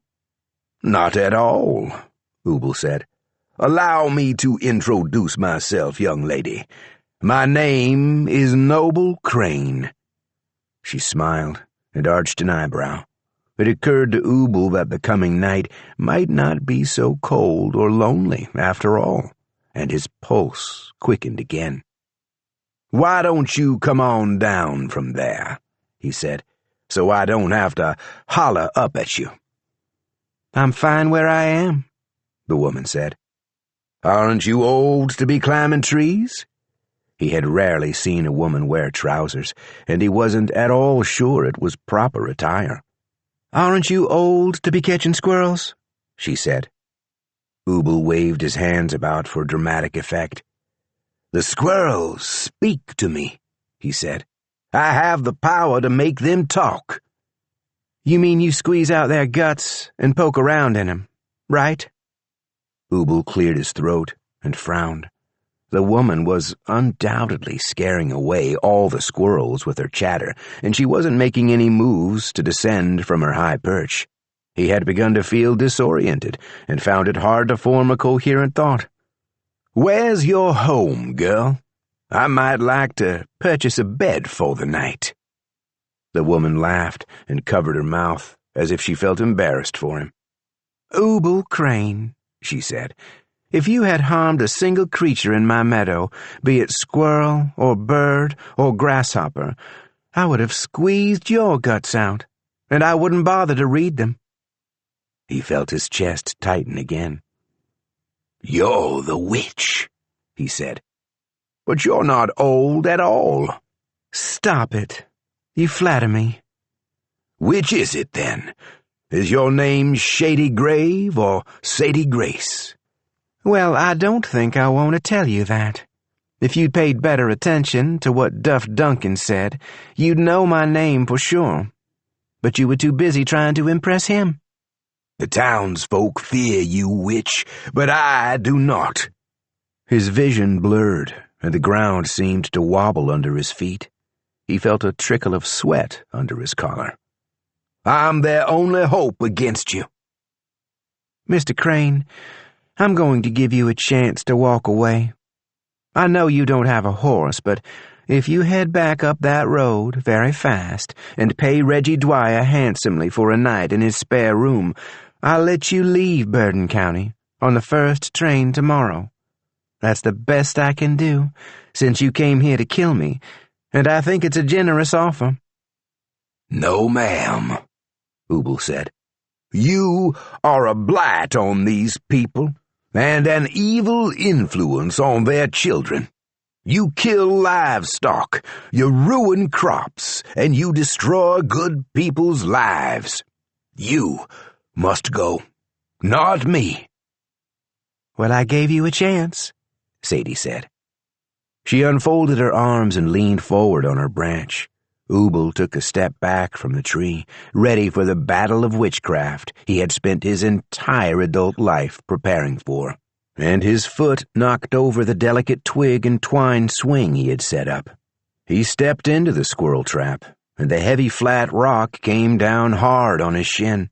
He heard something snap, and his upper leg moved forward while his lower leg stayed where it was. He shrieked and fell to his hands and knees. The iron disc popped out of his mouth and rolled away into the grass. "That trap would have worked pretty good on a squirrel," Sadie said. But Ubel didn't hear her over the sounds of his own screams. Sadie took her time climbing down from the tree. She descended on the other side of the trunk, so Ubel couldn't reach out and grab her.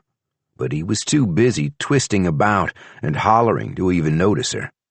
She lifted the big rock off his leg and held it. "Oh, thank God," he said. "Oh, thank you."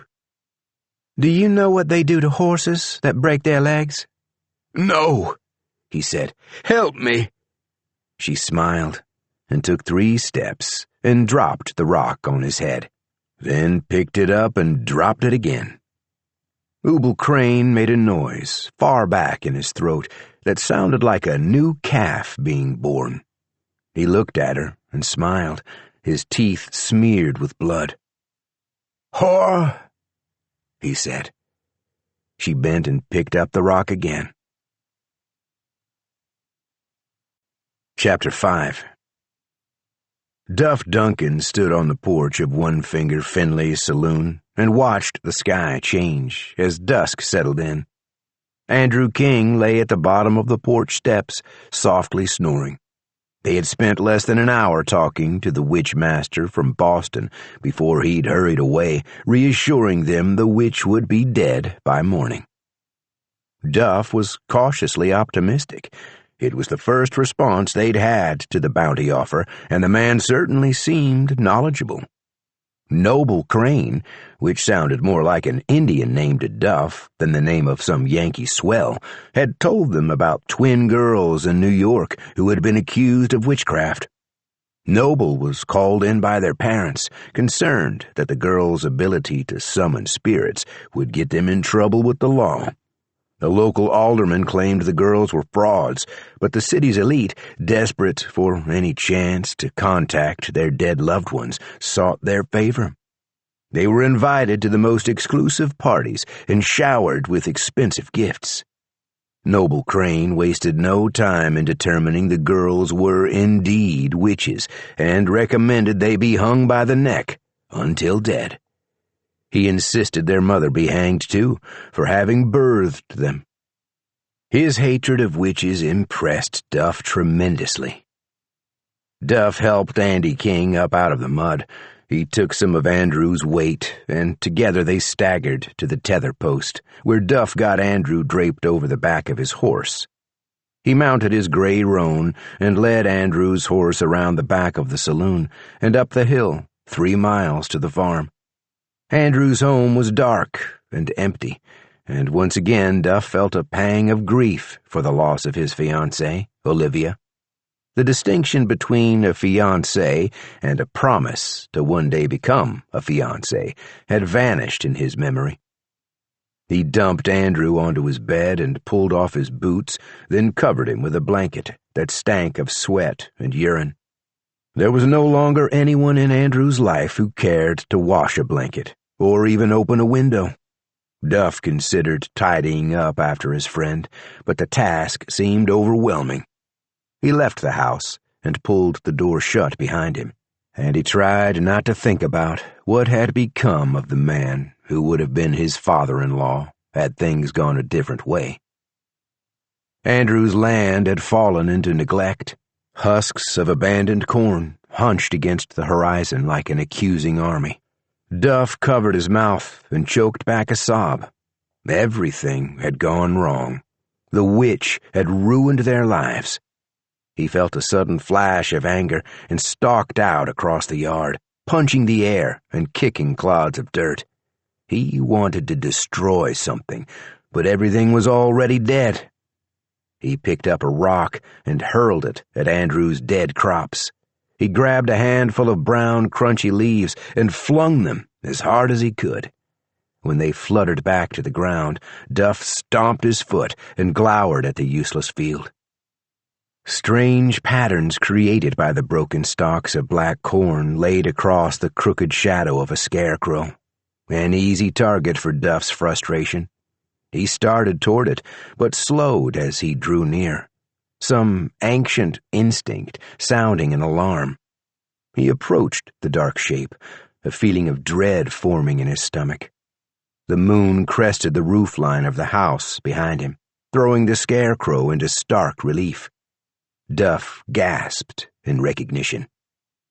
The man's skull was crushed, but his fringe of dyed brown hair was enough to identify him as the Witchmaster. The man who had called himself Noble Crane was tied by his wrists and ankles to a crisscross of spruce branches. He had been sliced open from his throat to his groin, and his entrails lay steaming at his feet. Duff turned and threw up his whiskey.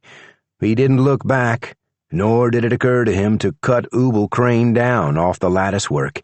As he ran across the dark field to his horse, the anger built within him. Andrew King was wrong. They didn't need outsiders to solve their problem.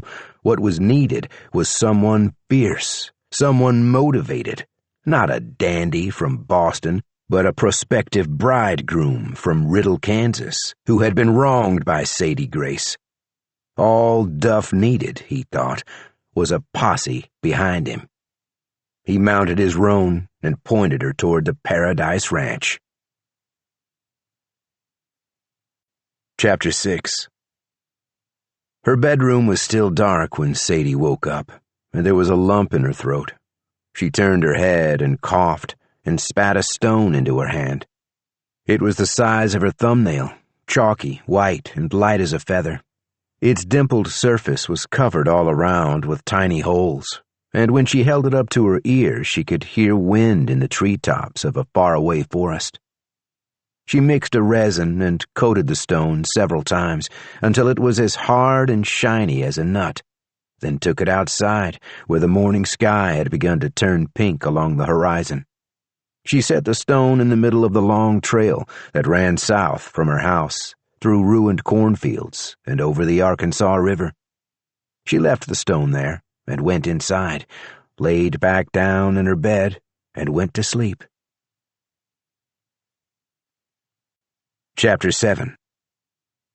Noble Crane's squirrel trap had been filled back in, and a flat rock rested against the trunk of the tall ash. 3 squirrels chased each other around the tree, ignoring Noble's dried blood on the low-hanging leaves. One of the squirrels was especially bothered by fleas, and she stopped frequently to scratch herself with a hind foot. The fleas burrowed deeper into her fur and continued to bite, and the squirrel twitched and shivered and tore at her ears, but nothing helped. After a particularly vigorous bout of scratching, she looked up and noticed her companions bounding away across the field. Within seconds, she forgot about them entirely and scampered toward the trail, where travelers sometimes dropped crumbs of food from their wagons. There was a shiny thing in the middle of the trail. It looked like a nut, but the squirrel sniffed at it and determined it wasn't a nut. She went off a little ways and scratched herself for a while, then noticed the shiny thing again and ran back to it. It still wasn't a nut, but she picked it up and stuffed it in her cheek. She paused to scratch her left ear. Then she began to run. She had a nest in a fork of an evergreen tree in the field. The nest was made of dead leaves and bits of corn husks and twigs. It was full of fleas, but it was warm and safe from predators, and it was reasonably dry, as long as it didn't rain too hard. The squirrel ran past the tree with her nest, and she felt a pang of worry when she realized she was abandoning it. But she continued to run along the side of the road until she had left the field behind. She ran on through tall green grass and over shallow mud puddles and around piles of hot black corn stalks. She found a small worm-eaten apple under a tree and sniffed it curiously, but didn't stop. She had to keep going. The squirrel was 7 months old and had spent most of her life in the same field with her warm nest. She had lived through a mild autumn and a harsh winter, but barely remembered either season. She had seen other squirrels taken by predators and run over by wagons and shot by humans, but she always ran faster than the others, and there was safety in the trees where dogs and wagons and humans never came. She had survived longer than her nestmates by being cautious, but as she sped along the side of the road with the shiny thing in her cheek, she forgot to check the shadows under the corn where snakes sometimes coiled, or the cloudless sky where hawks sometimes circled. She scampered over a tangle of brittle branches from an old elm that had toppled the previous winter when the ice was thick, and she didn't hear the hawk's wings above her. She didn't feel its talons in her abdomen until it was too late to escape. She twitched and screeched as her tiny body was lifted high into the air. When the hawk clamped down harder, she went limp. The fleas stopped bothering her, and her black eyes glazed over. But the shiny thing that was not a nut remained firmly planted in her cheek. The hawk wheeled away to the south and kept flying. He flew for more than 2 hours, finally stopping to rest on the highest bough of an old bur oak. He draped the squirrel's limp body over the branch beside him. The hawk was tired, and his wings trembled from exertion. He wanted to eat the squirrel, but he waited. He watched the surrounding grasslands until a fox, creeping along the near bank of a low stream, caught his attention. The fox was thin and mangy, but still too large for the hawk to catch. So he stayed where he was, high in the oak, and watched the fox come. The fox had not eaten in 3 days, being too sick and weak to catch anything larger than a grasshopper, but the scent of the squirrel's blood excited her. She crept as close to the tree as she dared, wary of the hawk's keen beak and sharp talons, and sat. The fox watched and waited as the sun moved slowly across the sky. The hawk's wings were tired, and he wanted to rest a bit longer before resuming his journey, but the fox made him nervous. He shifted his weight and spread his wings, hoping to scare the fox away, but his sudden movement shook the bough. The squirrel's body slipped loose and fell, tumbling through the branches and careening off the gnarly tree trunk, until it landed with a soft thud directly in front of the fox. The hawk circled above the fox, screeched once, and flew away in search of fresh prey. Within moments he had forgotten about his lost meal. The fox scooped the body of the squirrel into her mouth and trotted away along the bank of the stream, following the trickle of water south.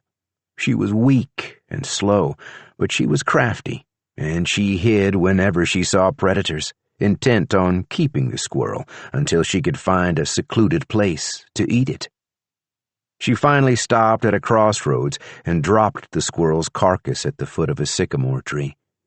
She didn't pause a moment before ripping the tiny body open and beginning to eat. The squirrel had cooled, and the blood was thick, but the fox was hungry. She bit off the bushy tail and let the wind blow it away, then gnawed through the squirrel's midsection and gobbled up the guts. Her powerful teeth crunched the squirrel's skull, and she lapped up the brains, then licked out the soft black eyes and chewed the meat off the cheeks. There was something hard and round in the squirrel's mouth, and the fox swallowed it whole before moving on from the head and getting to work on the squirrel's tougher hindquarters. A sharp pain in her hind legs startled the fox. She yelped, and the remains of her meal fell from her mouth. She sprang up and limped in a frantic circle, dragging her useless leg, but a second arrow pierced her throat and pinned her to the sycamore tree. The last thing she saw before her sight faded was a man with a long gray beard standing at the center of the crossroads. The man lowered his bow and removed a wicked-looking knife from his belt. Chapter 8. The huntsman had lived for a very long time, so long that he had forgotten the name he was born with. On the rare occasion he visited a settlement and was asked his name, he would sometimes claim to be Jacob Skinner. Other times he called himself Joshua Strawn or Jack Starkey. But most of the time he didn't need a name, or even need to speak. He avoided people whenever possible. He preferred the dark woods and boundless grasslands where he could stalk and kill what he needed to stay alive.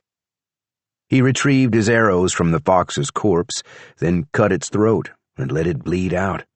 He stripped the mangy orange fur from the meat and bones and split open the fox's belly, scooping out the contents of its stomach. The handful of undigested meat looked and smelled like squirrel, and the huntsman tossed it in a small iron pot he carried on his back. He turned the fox's stomach inside out and scraped the lining, then draped it over a flat stone to dry in the sun. There was a smudge on the stone's surface where something had been burned. The ashes had drifted away, but there was a chalky residue. The huntsman dragged his finger across it and tasted the powder. Someone had destroyed a witch's hex. He searched the grass under the tree and found a bent iron nail, which he put in his pocket. He straightened up and grunted and looked across the field at a plain square house, its windows dark and its chimney cold. He decided he had time to investigate it before nightfall. Meanwhile, it was the work of mere minutes to strip the stringy meat from the fox's bones. He wrapped the meat in oilskin for later and added the bones to his pot. He poured in a pint of water from his canteen and gathered enough kindling from the sycamore to start a small fire. The field across from him was partially and unskillfully tilled, the furrows overlapping and petering out after a few yards. While his stew simmered, the huntsman walked across the field to the plain little house and peered through the windows. When he saw no sign of movement, he knocked on the front door. There was no answer, and the knob turned freely under his hand. He entered and looked around. A table was pushed up against the far wall, and 3 chairs were positioned in a semicircle in front of the fireplace. He found a scattering of pipe ash on the hearth. On the vanity in the bedroom was a clear spot in the dust where a tobacco tin had been removed. An unfamiliar scent puzzled him, and he kneeled to sniff the mattress. A man had died in the bed, and more recently a woman had slept there. The huntsman struggled to place a third scent, but finally gave up. He stood and walked back through the house to an open-air kitchen. A tin bathtub sat at one end of the long porch. In the yard, he found a set of wagon tracks, plus the traces of 3 horses, 2 donkeys, and a mule. A woman had lived there by herself for a time, and had left with passing travelers. She had taken all the food in the house, along with her tin of tobacco. The huntsman thought it probable she had left voluntarily. In any case, he decided, she would not be back, and there was no reason to sleep under the sycamore tree when there was an empty bed available. He walked back across the field to where his stew bubbled in the pot. It was a warm day. The grass rippled in a gentle breeze, locusts chirped in the sycamore, and the grave under the tree was undisturbed by spirits. A fine day to eat outside. The huntsman, whose name was not Jacob Skinner, Joshua Strawn, nor Jack Starkey, sat and dipped a spoon beneath the layer of grease at the top of the pot. He dredged up a bite of squirrel meat and blew on it to cool it off, then popped the spoon into his mouth. A moment later, he bit down on something hard and chipped one of his few remaining teeth. He cursed and spat the foreign object into his hand. It was smooth and round and shiny with spit and grease. He wiped it on his trousers and saw it was coated with resin. Someone had sent it to him, and he thought ruefully that he might have spared his aching tooth if he had known to expect a delivery that day. He chipped off the resin with his knife to reveal a white stone riddled with tiny holes. He held the stone to his ear and listened to the faraway voice of Sadie Grace. Chapter 2. They left the meadow and continued northward, with Rose and Rabbit in the big red coach, and Benito riding the horse that Ned had named Betty. Moses was quiet, and Ned left him alone, knowing his friend was thinking about the hanged man they had left behind at the cursed ranch. Moses had intended to bring the man north and bury him, far from the place where his life had come to an end. Ned sometimes thought Moses chose too large a burden for himself, as if he could take responsibility for everyone who needed it. Ned believed life was hard enough that responsibility ought to be a personal issue, or at least confined to a very small circle of one's choosing. But if Moses had turned inward, their new companion, Benito, seemed to have no inner life at all. He was open and garrulous, pulling his horse up and slapping the side of the coach, imploring Rose and Rabbit to look out the window at every little thing that caught his eye. "See the geese in the sky?" he said. "How do they know to fly like that, Mrs. Nettles?" Rose felt strangely wistful watching him, while also enjoying Benito's undisguised delight. The idea that he was a wanted criminal seemed utterly ridiculous to her. Tom Goggins rode beside the coach and commented on the things the others said. "That goose at the front is ensorcelled," he said. "It's a child in a goose feather coat, and it's trying to find its way back to its human parents up north. Them birds behind it are just dumb enough to follow along." Benito smiled. "I don't know if you are making a joke, old Tom, but one way or another, I think they are indeed magical creatures." "Quit calling me old Tom. I'm not that old." "You seem very old to me." Tom scoffed and spurred his horse, galloping past Moses, who slowed and waited for Benito to catch up to him. "Looks like you riled Tom up," he said. "He is easy to rile, but I will apologize for not believing his goose story." "I wouldn't worry about that," Moses said. "He'll get over it soon enough. I wanted to talk to you, though. The 2 men who were chasing you weren't U.S. Marshals, but if you killed a deputy's wife, the real marshals might be on your trail." "I told you, I didn't kill Marie." "I misspoke, but my point stands. You've got a target on you, son, and I'm wondering how long you plan to travel with us. We have a woman and child to think about." "That child? There is something strange about her." "We can give you some of the foodstuffs we took from the ranch if you wanted to ride off on your own." "I would not like that at all," Benito said. "When I was on my own, I became very lonely and wished for the company of friends. I had to settle for the company of Mr. Frog. But now that I have met you, my new friends, I should not care to go back to the loneliness and fear I felt before. Look, here come more of the geese. Watch how they stay together in a shape." "I've seen geese before." "So have I. I never tire of it." "Benito." "Moses, if we encounter an actual marshal, I promise I will ride away and take my chances. If I think there is any danger to you or the others, I will turn myself in. But I would like to continue on with you, if you will allow it. I won't cause you trouble." "Son, we might be riding into trouble ourselves. We're going up near the Nebraska border to see about a witch who's been killing farmers and burning their land. It's possible she's already dead. Old Tom claims she is, but he's been wrong about things before." "He said the birds were children in disguise." "He says things like that." Moses shook his head. "But sometimes he's right." "He was not right to squish Mr. Frog without asking me first.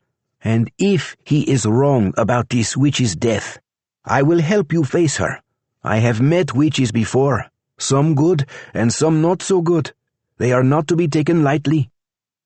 Moses scratched his chin where his beard had begun to grow out. He hoped they would come across a town soon so he could buy a bath and a shave. There was entirely too much gray appearing in his beard, and he wanted to be rid of it. "I've told you about the danger, to you and to us, if you stick around," he said. "If you want to ride with us a while, I guess you're welcome to." "Thank you, Moses," Benito said. "That makes 5 of us now," Moses said. "Quite an army we're gathering." "If you count a child, we are 6, Benito said. "But there would be better magic in 7. "We're not there yet," Moses said. "Could be we'll find another bandit pretending to be a dead man."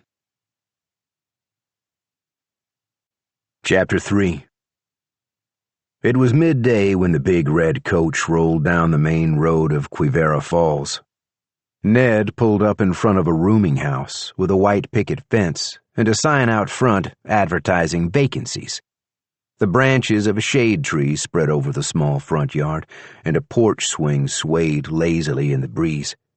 A woman stopped sweeping the front walk long enough to wave at them, then turned and went inside the house. From his high perch on the driver's seat, Ned saw a hulking figure watching them from inside. Moses, Benito, and Tom rallied their horses around the rear of the coach, and when Ned hopped down to join them, Rose opened the door next to her so she could hear the men talk. "What a lovely town," Benito said. "Do you think there's a waterfall?" "This is Kansas," Ned said. "Ain't no waterfalls in Kansas." "Nor much of anything else, to tell the truth," Moses said. "Then why is it called Quivira Falls?" Ned and Moses both shrugged. "How long we stayin' here?" Tom said. "Overnight?" "I could use a bath," Moses said. "For that matter, so could 1 or 2 of you fellas." Ned raised an arm and sniffed. "I guess I wouldn't turn down a soak," he said. "That's if they take Negroes here," Tom said. "Better ask before you get too worked up about that bath." Ned started toward Tom's horse, but Moses moved his own horse between them. "If they don't have a room for me, I'll sleep in the coach," Moses said. "It's better than some places I've stayed." "Well, if they don't, we'll move on," Ned said. "I was only saying some places don't take Negroes," Tom said. "I'll move on with you fellas if it comes to that." "Lucky us," Moses said. But if we was to be here a while, I might send a telegram to them folks in Riddle and wait for a response," Tom said. "Might be good to have an idea what we're heading into up there." Rose motioned to Ned, and he stepped closer to the coach's open door. "I worry we aren't thinking clearly," she said. "What do you mean?" "We are going to meet a witch." "Tom is," Ned said. "Moses and me's riding north, 'cause we don't have any other thing to do right now. I think of it as kind of a long Sunday outing, ma'am." "We are going to see a witch," Rose said again. "And she may already know we're coming." "How would she know that? And so what if she does?" "Because she's a witch, or is said to be one, and I believe it's possible she's been setting obstacles in our path. How else do you explain every step of our journey so far? We have been through a haunted forest and a cursed ranch. Our donkey died, we lost our wagon, and Moses was nearly killed by some sort of a devil. We have encountered a great many unsettling things in a very short span of time." "Well, heck, anything's a coincidence if you look at it right." But he had not told the others in the company about seeing Joe Mullins's ghost, and now he mentally added that to Rose's list of strange occurrences. Rose watched his face, sensing he wanted to tell her something, but when he didn't, she went on. "Given our recent history, Mr. Hemingway, I am already frightened of this town, simply because it lays between us and the witch." "Well, what do you want us to do?" "I don't know. Can we keep going?" "I don't know. The horses are tired. We keep pushing them, they're liable to quit somewhere without a bed." Ned stepped back and tilted his hat so he could look up and down the street. He rubbed his chin and looked over at the others, then stepped close to the coach again and leaned his arm against it. "I'm torn between two ideas, Mrs. Nettles. So how about if Moses and I do the asking here and try to get a feel for things, while you keep young Rabbit with you and the coach? We can make a decision easier if we know more about the place."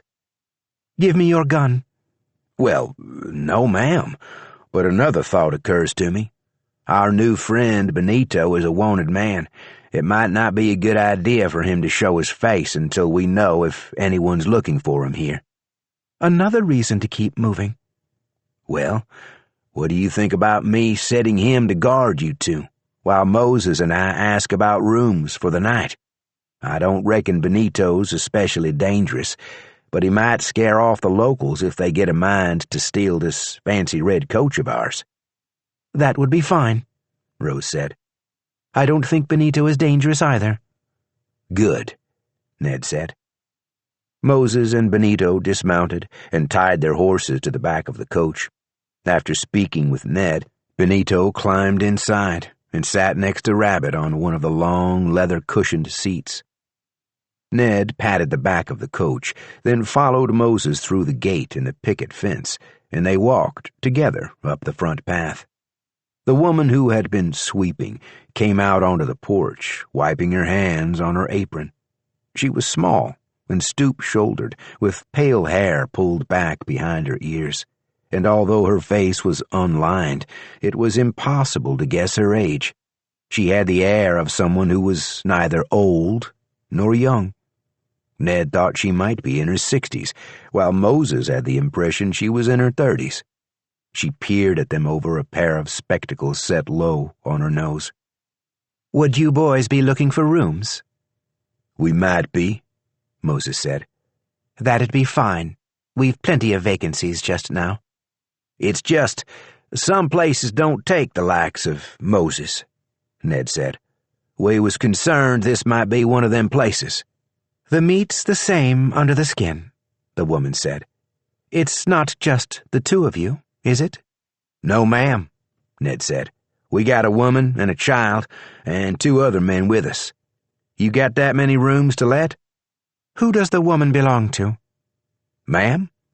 "Is she your wife, or is she his wife?" She pointed at Moses. "Or the wife of one of them other men?" "None of those," Moses said. "She doesn't belong to anybody." And yet, by my count, she's traveling with 4 men? Yes, ma'am. The woman shook her head at the ground and clicked her tongue. What is this world coming to? Well, it does complicate things, since she'll want a room of her own. She will be in her own room? Yes, ma'am, Ned said. She'll be wanting her own room. And the girl will stay with her, Moses said. And we'll all want a bath and a shave. That'll be fine, she said again. Some of you others will have to bunk up together, but we can accommodate you. We could use some help getting the horses stabled, Ned said. I could swear I saw a big fella around. That's my son, John Jr. He's busy right now, but you'll meet him later. Move your coach around the back so the children don't get ideas about it. How long you staying for? Just tonight, Moses said. Well then, I guess we'll have to work quick, the woman said. Ma'am? To get you settled in. The woman turned and went back into the house, and the screen door slammed shut behind her. She seems nice, Ned said. Only the slightest bit peculiar, Moses said. Chapter 4. The train station was on the other side of town, across the street from the biggest church Tom had ever seen. He tethered his horse and climbed the steps of the station's platform. A girl sat at the edge of it, dangling her legs and sucking on a hard candy. A patch over her left eye matched her jet-black hair. When she saw Tom coming, she jumped to her feet and spat her candy out into the dirt. You're fat, she said. You ought to mind your manners, Tom said. You walk funny, too. For your information, I was in the war, and I come by this bum leg honestly. Why don't you go on home and stay there for the rest of your life? The girl poked his belly and laughed, then ran away, clomping across the planks of the platform in her red leather shoes. People ought to raise their children better, Tom muttered. He pushed open the door of the station and looked around at the low ceiling and the single row of dusty benches. A man with one leg sat at the end of the bench farthest from the door. A man with one arm stood talking to him. They both looked up when Tom entered. Well, hello, said the man with one arm. Welcome, stranger, said the man with one leg. I want to send a cable, Tom said. One of you fellas in charge of that? Why, certainly, said the man with one arm. We can do that for you, said the man with one leg. He grabbed a pair of crutches leaning against the wall behind him. Will you be waiting for a response? I guess I'll come back, Tom said. Excellent, said the man with one arm. I'm Peter. Tom. Well met, Tom. This is Hiram. They led Tom to a small room at the back of the station, where a telegraph machine sat by itself on a table. Train come through here pretty often? Tom said, to make conversation. Oh, hardly ever, Hiram said. I think it's been 6 months or more since we saw one.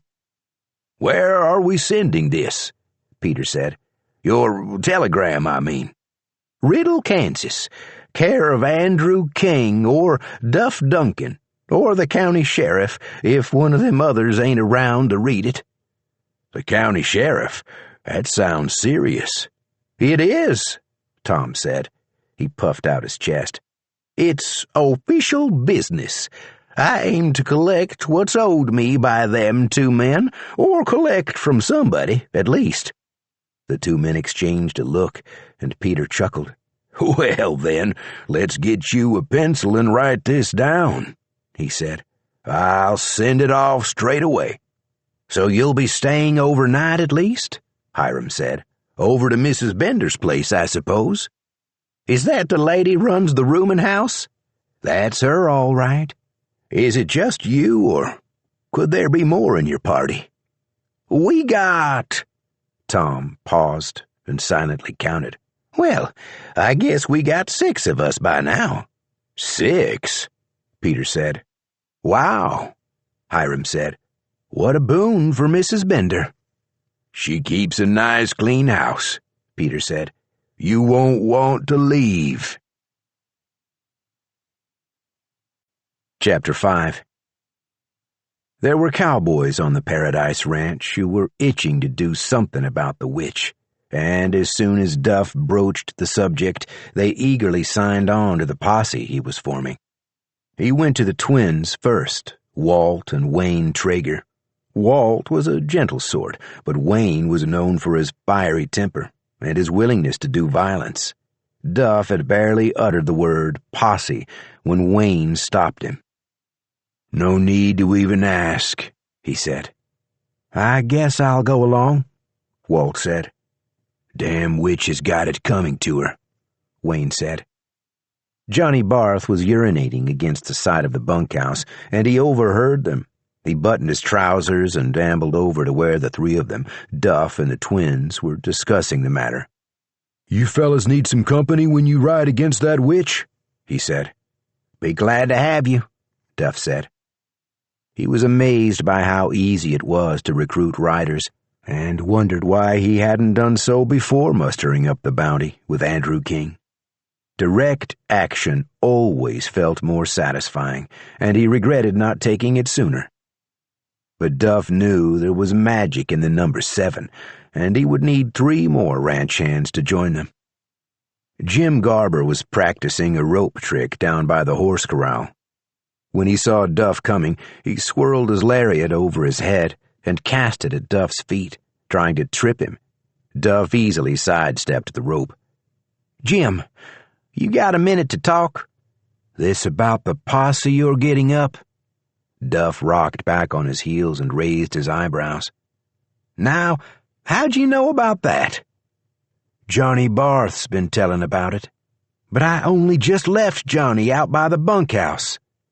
Jim shrugged and twirled his lariat over the ground, stirring up dust devils at his feet. You know how Johnny is, he said. Soon's he knows something, well, that's as soon as everybody else knows it. I swear, they should close down Western Union and use Johnny to send messages. Well, anyway, I ain't so sure about joining up with you. That witch can do things to people. I heard she can kill you with a nasty look. Sadie Grace don't scare me, Duff said. Jim stopped twirling his rope and took a little backward hop away from Duff. I sure wish you wouldn't say her name, he said. You say her name, and she can hear what you're talking about. She can strike you dead on the spot with lightning from the sky, even on a clear day. Sadie Grace, Duff said again. Jim flinched. See? Duff said. There's no lightning. It's just superstition, same as everything else they say about her. She can be killed as dead as anybody else. Jim watched the sky, which was cloudless and blue. A hawk banked and wheeled overhead, then flapped its wings and flew away toward the creek. Well, Jim said, I reckon if Mr. Paradis says it's okay, I'll go with you. Teddy Paradis sat on his wide front porch with a blanket draped over his shoulders and a tumbler full of rum in his hand. The old man spent his days sipping rum and watching his men work. Duff climbed the porch steps and stood in front of the old man. He took off his hat and cleared his throat. Mr. Paradis, I wondered if I could take a minute of your time, sir. Teddy took a sip of rum and motioned for Duff to sit beside him in a rocking chair that matched his own. When he spoke, his voice was a low rasp that Duff had to strain to hear. I know what you're doing, Paradis said. Heard it from Johnny Barth. How many you got so far, willing to brace the witch? Well, sir, I've got Johnny, of course, and there's Walt and Wayne, too. Jim Garber says he'll come along with us if you say so. Counting me, that makes 5, sir. 7's a better number, Paradis said. I had the same thought, sir. Especially if you're going against a witch. Yes, sir. Then take Matt Hawk with you, and the new fella, Bill Cassidy. That'll round out your number." "Yes, sir." "And Duff. Don't you come back here until that bitch is dead and in the ground." Chapter 6.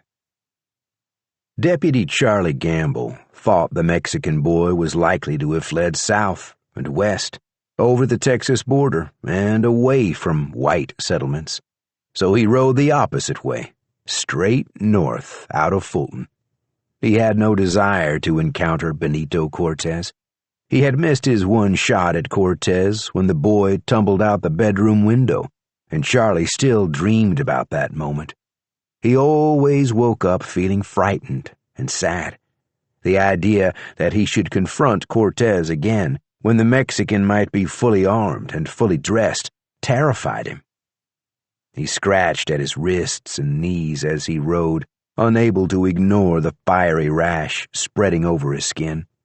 He didn't think the horse thief, George Jorgensen, was right about a demon eating him up from the inside, but he had begun to wonder if he'd earned the rash, one way or another.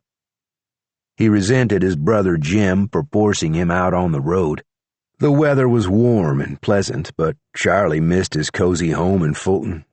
When he thought of his 2-story house with the wraparound porch, his memories always included Marie, and it was troubling to think she was no longer there.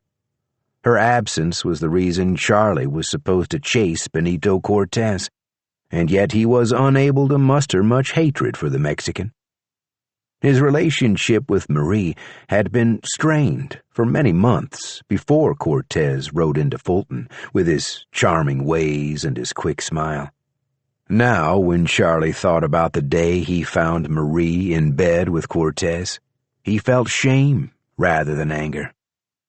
He wasn't actually looking for Cortez, and he couldn't return home until the U.S. Marshals captured the boy, so he took his time on the journey, stopping off in every town along the way. He wasn't good at cards, but he enjoyed sitting at the table and watching other men play in San Antonio, Fort Worth, and Dallas. A young woman offered herself to him in a Plano saloon. She had dark hair and dark eyes, and she fidgeted with a ribbon in her hair while trying to get his attention. He asked her name, but before she could answer, he burst into tears and fled the saloon, embarrassed. He preferred a room and a bath when he could get them, but he had no way of knowing how long he might be on the trail, nor how long his money would have to last. So he slept outside more often than he liked. He was frightened of coyotes and of scorpions, and he kept his pistol under him at night. But the uncomfortable gunmetal bulk of it against his ribs kept him awake. An Indian woman, who was camped under a tree by the road somewhere below the Oklahoma line, mixed a poultice for him, which he spread on the rash that now covered his legs and arms. His burning skin cooled immediately, and he felt such relief he hugged her. She seemed amused, but wagged a finger at him. He paid her more than she asked him for, and he went away up the trail. His shirt sleeves and trouser legs stuck to him where the poultice was smeared on his skin. He passed through Choctaw country and the Cherokee Strip without seeing another traveler on the road, but he heard animal calls from the hillsides around him and the distant beat of horses' hooves, and he assumed he was being observed. He overpaid at supply depots along the way and didn't light fires, and crossed the border into Kansas, feeling as lonely as he had ever been. "This ought to be far enough," he told his horse. He had put most of 2 states behind him, and was far enough from Fulton and his brother Jim that he felt certain he wouldn't be recognized. He decided he would rest a while and wait for word of Benito Cortez's capture. He paid for a room above the saloon in Monmouth, Kansas, and stabled his horse, then sat and watched 3 men play cards at a round table that would have accommodated at least twice as many customers. "Business is slow, huh?" he said to the saloon keeper, but the man scowled at him, and Charlie felt foolish. He bought a shot of whiskey and watched one of the men beat the other two with a pair of sixes. The man pushed his chair back and tossed a coin to the saloon keeper, who caught it in the air. "Shot of whiskey here, and another for my good luck charm," the man said, pointing at Charlie with his thumb. "I lost 4 hands in a row before you sat down here, brother." Charlie smiled at the other men to show he wasn't playing favorites with whatever good luck he had brought to the room, but he accepted the whiskey and drank it in a single gulp. "What brings you to Monmouth, brother?" The card player had a blonde mustache that tended to disappear in the low light of the saloon, and shaggy hair that fell over his ears. There were ground-in mud-stains on the knees and elbows of his clothing, and he reeked as if he slept with hogs. Maybe he did, Charlie thought. It wasn't his place to judge. He had, after all, shot his own wife to death while trying to kill her lover. Sleeping with hogs wasn't worse than that. "I guess I'm waiting for the U.S. Marshals," Charlie said. "Marshals? 2 fellas? One's got a sunburnt nose?" Charlie shrugged, but he felt an icy tingle spreading across his scalp. He reminded himself that the Marshals had business all over the country. There was no reason to think their presence in Monmouth had anything to do with Benito Cortez. "Well, them 2 come through here a few days ago," the man with the wispy mustache said. "They was looking for somebody name of Cortez." He turned to the saloon keeper. "Name was Cortez, ain't that right?" "Bandito," the saloon keeper said. "Bandito Cortez." "I swear," Charlie said. "You don't mean to say Benito, do you?" "I don't think so," the saloon keeper said. "Yeah, that's what it was, all right," the card player said. "It was Benito Cortez they was looking for, but none of us seen him round here. And anyway, them marshals was queer. Nobody much wanted to give him the time of day." "What you're saying," Charlie said, "you're saying 2 U.S. Marshals come through here a few days ago, and they was looking for Benito Cortez?" "Yeah, that's pretty much exactly what I said," the card player said. He looked to the other men for confirmation, but they only shrugged, and one of them dealt out another round of cards. The card player, who had bought Charlie a shot of whiskey, lost interest in him and scooted his chair up to the table. Charlie's scalp continued to tingle as he tried to think. If the Marshals had chased Cortez to Kansas, it meant Charlie had ridden in the wrong direction. And not only was Cortez somewhere in the area, but Charlie, being the wronged party, might be expected to join in the hunt for him. "Do you know where they went when they left here?" he said to the saloon keeper. "The U.S. Marshals. Where'd they go?" The man shrugged again and picked up Charlie's empty whiskey glass. He walked away, wiping the glass. Charlie stood on trembling legs and went upstairs to his room.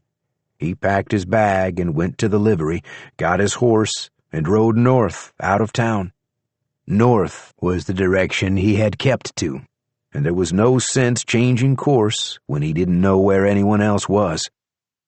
"I'm sorry, old girl," he said to the horse. "I guess we'll have to go a little farther after all." The moon was 3/4 full, and the road was brightly lit. The horse kept a brisk pace, having recently been fed and brushed. They passed a crossroad beside a big old sycamore, and presently they came to a fork in the road. Ahead of Charlie was a broad field of wildflowers and waving grass, and across the field, like a smudge against the sky, was a tall wooden fence and a dark tangle of woods. "I don't think we want to cross through that without a trail," he said to the horse. He turned the horse west and kept going, looking for a path that might take him directly through the dark forest, but he never saw one. For the rest of that night and all the next day, he rode on the narrow trails that skirted the woods. Near dusk, he came to a ranch house on a high hill. It was painted white, but it reflected the pink and orange hues of the setting sun, and its red trim made it look to Charlie like the dollhouse his brother Jim had built for Charlie's niece the previous Christmas. A white bunkhouse was nestled into the hillside below the house, alongside an enormous red barn. Charlie rode past them up the hill to the house and knocked on the door. When he got no response, he went inside. The place was neat and clean, but there was no sign of habitation, and the pantry was nearly bare. Charlie left the house and rode back down to the bunkhouse, but the door was locked, and it was too dark inside to see anything through the high window at the back. He took the horse to the barn and put her in a stall, fetched oats and water, and left her there. He went back up to the house, admiring the sunset as he walked, and he paused on the porch long enough to wonder at the lack of people, horses, and cattle. Then he went inside the house and locked the front door behind him. If the homeowner returned, Charlie reckoned he had done nothing worse than trespass. He didn't think anyone would take great offense at such a minor transgression. Meanwhile, the big ranch house was a good place to hide until he heard news about the Mexican. Part 1. Kansas. Chapter 1.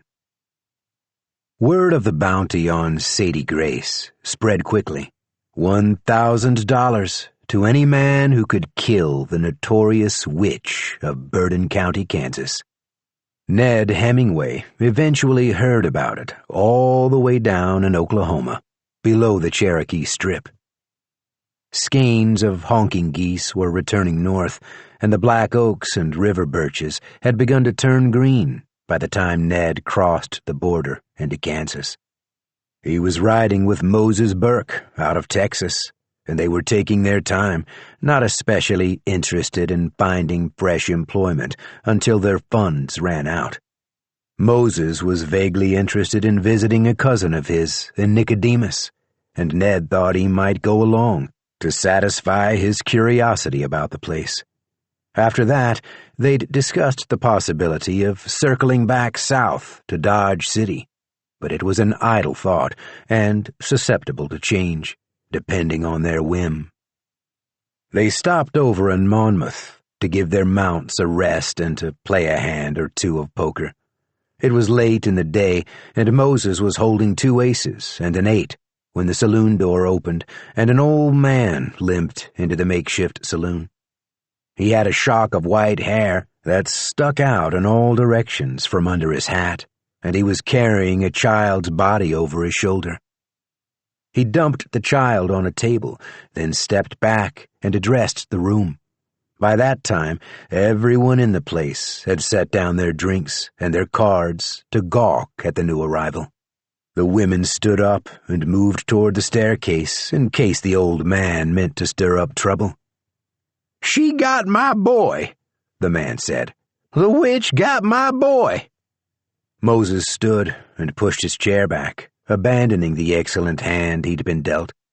He brushed past the old man and bent low, putting his ear to the child's chest. "Get away from him," the old man said. "You ain't fit to touch him." "This child isn't dead," Moses said, "but his arm's out of the socket, and if he won't wake up, there could be something wrong with his head, too." "What do you know about it?" the old man said. Moses grabbed the child's arm with both hands, braced his foot against the table, and pulled. There was a loud pop, and the table shook beneath the tiny body. The old man started forward, but Ned put a hand on his shoulder and spun him around. "My name's Hemingway, friend," Ned said. He let the old man go and rested a hand on his holster. "My partner here is Moses Burke. He learned some medicine in the war." "Not on my side, he didn't," the man said. He glanced down at Ned's hand on the butt of his gun and up at Ned's eyes under the brim of his yellow cattleman, trying to size up his odds. "I don't doubt that, sir," Ned said. "Moses is particular about the company he keeps." In fact, Moses had served under Dr. John DeGrasse in the 54th Regiment out of Massachusetts. Dr. DeGrasse, the only black surgeon to have treated Union troops, had chosen Moses and 4 other volunteers to help him in the field. In the following months, Moses had learned enough medicine that Ned sometimes thought his friend should have stuck with it, if there were a hospital that would take him on. "I think this child will be all right," Moses said. "That arm will hurt for a bit, but it should heal fine. I'm more worried about the head wound, and there's something else that doesn't sit right with me. But—" Moses broke off and shook his head, as if arguing with himself. He caught Ned's eye and motioned him over to the far end of the bar. Ned followed, but kept an eye on the stranger, who was now hovering over the small body on the table. "Regardless of what this man claims," Moses said in a low voice, "that child is not a boy." "You sure?" "As sure as I can be." "You think this fella's lying to us?" Ned said. "I can think of a few reasons for that," Moses said. "Not all of 'em sinister. Or it could be he's not lying." Ned liked to look at things from all angles. "In which case, he doesn't know that's a little girl he's slinging around like a bag of beans." "Might be worthwhile to ask him some questions," Ned said. One of the women had fetched a damp cloth from behind the bar. She folded it in half and laid it on the child's forehead, while another woman pushed the old man toward the bar, where the saloon keeper set out a shot of whiskey. The old man accepted the drink and swallowed it in one gulp. "Next round's on me," Ned said. "What's your name, old-timer?" "Tom Goggins," the old man said. "Of the Omaha Gogginses, if you're familiar." "Well, I've never been there," Ned said. "But why don't you join us, Tom of the Omaha Gogginses, and tell us what this is all about?" "What it's about," Tom said, "is a witch." Chapter 7. When Tom returned to Mrs. Bender's rooming house, the others were gathered in the parlor, with the exception of Rabbit. When he inquired after the boy, whom he still thought of as his ward, Rose informed him that the child was asleep in a bedroom on the 2nd floor. Ned once again corrected Tom's language, insisting that Rabbit was a girl. Annoying as Ned was, Tom had begun to doubt himself on that point, but he was too stubborn to give in. He had, after all, known Rabbit longer than the others had. Mrs. Bender had 3 rooms to let, and the 5 adults quickly divided them up among themselves, with Ned and Moses sharing a room again, and Rose claiming Rabbit's company for the night. This left Tom to room with Benito, which didn't overly please him, since they hardly knew the young man, and Tom wasn't sure he trusted him. The Mexican was, after all, a wanted criminal, but Benito seemed delighted by the arrangement. "We will get to know each other better, old Tom," he said. "I don't need to know you better," Tom said. "I just need a place to lay my head for the night." "Ah, we will be up all night talking. There is much you can tell me about magic and witchcraft. I am looking forward to it." Tom stifled a yawn. He doubted any of them would be awake past sunset. Moses in particular seemed ready to nod off while sitting upright on the sofa. Mrs. Bender entered with a tray of glasses and a plate of watercress sandwiches. She had put her hair up and wore a clean white apron over her dress. While Ned went to a sideboard stocked with bottles, Tom took off his hat and quickly combed his fingers through his beard. "Well, ain't you a sight, ma'am?" he said to the landlady. "Can I mix you something, Mrs. Bender?" Ned said. "Thank you," she said. "I don't drink. I keep alcohol for my guests, but it interferes with my digestion." "It aids mine," Benito said, accepting a glass of bourbon from Ned. "Your waistcoat is torn, young man," Mrs. Bender said. "Give it to me, and I'll mend it." Benito took off his ripped vest and handed it over. Mrs. Bender sat on the edge of an upholstered chair and produced a spool of thread from her apron pocket.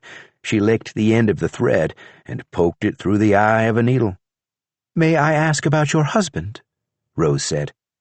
"Mr. Bender passed away 6 months ago," Mrs. Bender said. She didn't look up from her work. She pushed the needle through the fabric in her lap and pulled each stitch tight. "Oh, I'm so sorry." "Don't be. It was his turn. The time comes for all of us." 6 months is pretty long to be alone, Tom said. "I imagine every man in town's come courting." "What happened to your husband?" Moses said, ignoring Tom. "If you don't mind the question." "As I say," Mrs. Bender said, "it was his turn." "And you've had to look after this place on your own," Rose said. "Here you are," she said. She held the vest out to Benito, and he made a show of gratitude. The rip was so neatly mended that it was nearly invisible. "I have my son, John Jr., to help," Mrs. Bender said. "We are perfectly capable, and we have all our limbs. Mr. Bender saw to that. He left us in fine shape to soldier on here, and we will always be grateful to him." She stuck the needle in a card and returned it to her pocket, along with the spool of thread, then stood with a sigh and smoothed her apron. "I'd better tidy up the kitchen and ready things for our evening meal. I hope you'll make yourselves at home here. There are games in the cupboard, and supper will be served promptly at 5 o'clock. If you decide to take a walk around the town, please be back before then." "You need some help in the kitchen?" Tom said. "Suit yourself," she said. With a surreptitious wink at Ned, Tom followed Mrs. Bender from the room. "Moses and I might go ahead and take a gander around town," Ned said to Rose. He glanced at Moses. "Unless you want that shave and a soak first."